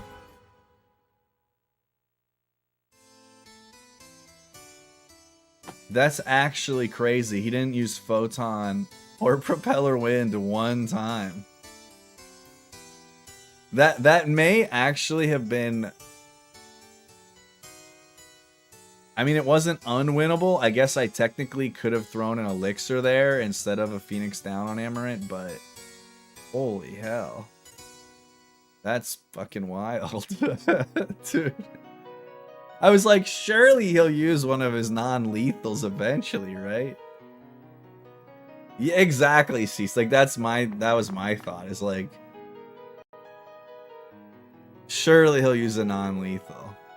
But no, he was like, fuck it, dude. We ball. That's unfortunate. Anyway, all right, Saoirse Ronan movies from 2000 to 2024. Let's see what we got. So, like I said, we're gonna do The Lovely Bones. 7.6%, pretty good. We're gonna do The Host. Gonna do 1.9%. We're gonna do Brooklyn. 10.9%. And we're gonna do... The problem is that she's just like perpetually nominated for Best Actress now.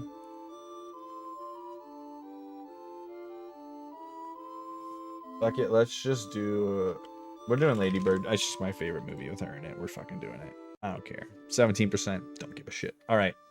2-word titles starring Jamie Foxx. Oh.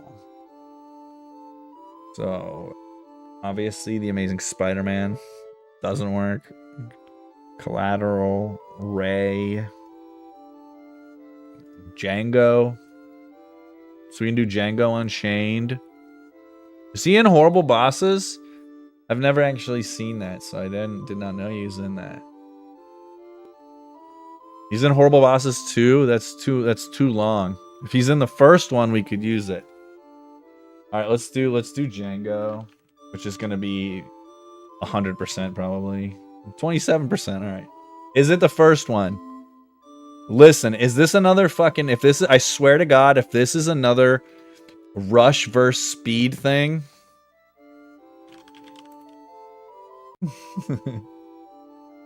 Horrible Bosses. 13%. Good job. Okay, we need one more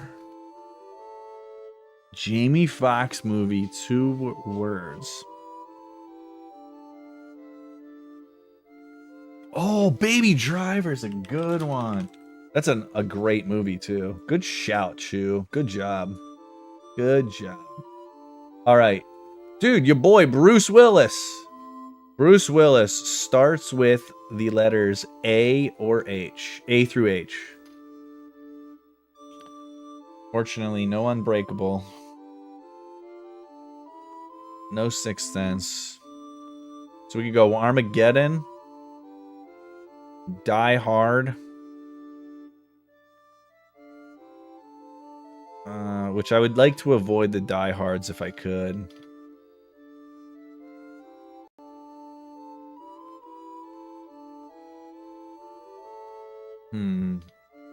Looper? 12 Monkeys, I don't think would count.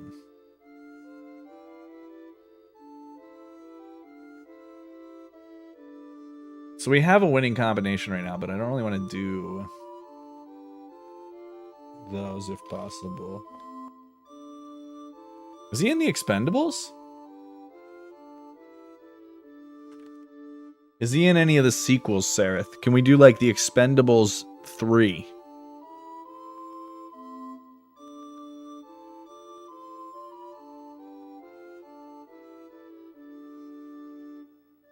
No, it won't. It won't. If it wants a number, it'll say like starts with a number or contains a number. The does not count. So A through H can be a the. So like the Expendables will work. Okay, we're doing the Expendables 3. He is not in the Expendables 3. Fuck. Is he in the Expendables 1? He is in the Expendables 1. Okay, we could do Fifth Element. Yeah, we could do Fifth Element. That's a pretty good one. It's better than Armageddon, probably. Fifth Element was only 5.2%. I fucked up, Sareth. I just figured he would be in all of them, okay? Okay. And then finally, we need a movie that has... It says ignore articles, which makes me think that this movie might start with A or Ann. Pam Grier. Title starts with I through P. So, IJKLMNOP.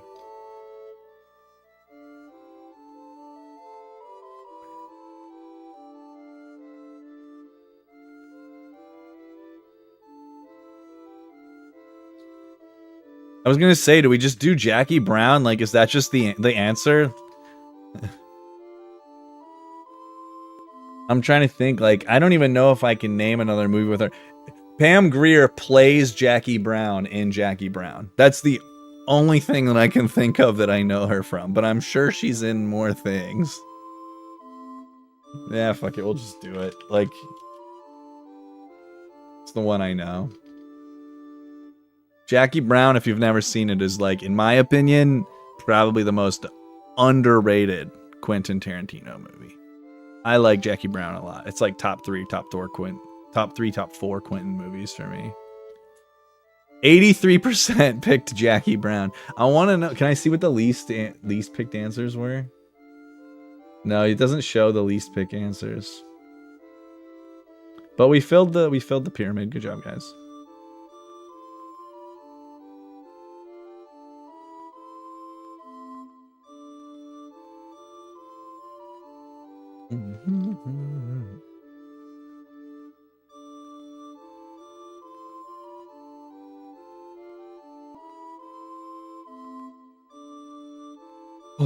All right.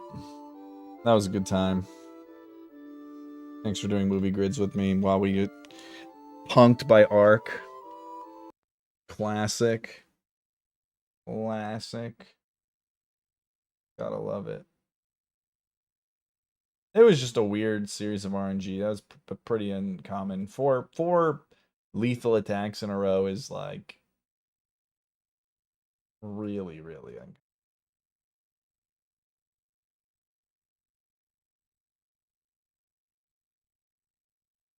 Ugh.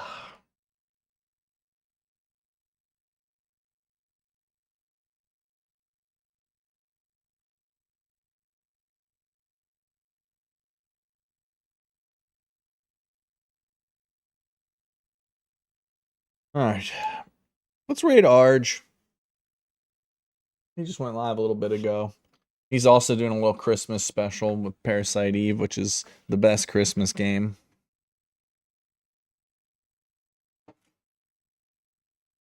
Yeah, it's like 9. I don't need to play it. I'll play it when I come back.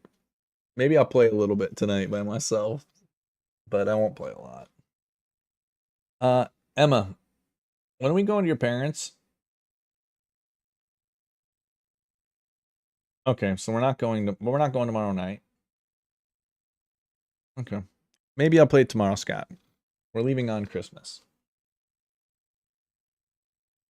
So I'll finish it tomorrow probably. That'll be a good little Christmas gift to myself. All right, guys. Catch you later. Thanks for hanging out. I appreciate it as always. Thanks for watching the ads. Thanks for the subs, the follows. Everybody that tuned in on YouTube, appreciate it. Thank you, thank you, thank you. All right. See you guys. Peace. I'll see you tomorrow. If not, have a good holiday. If you're not going to be here tomorrow.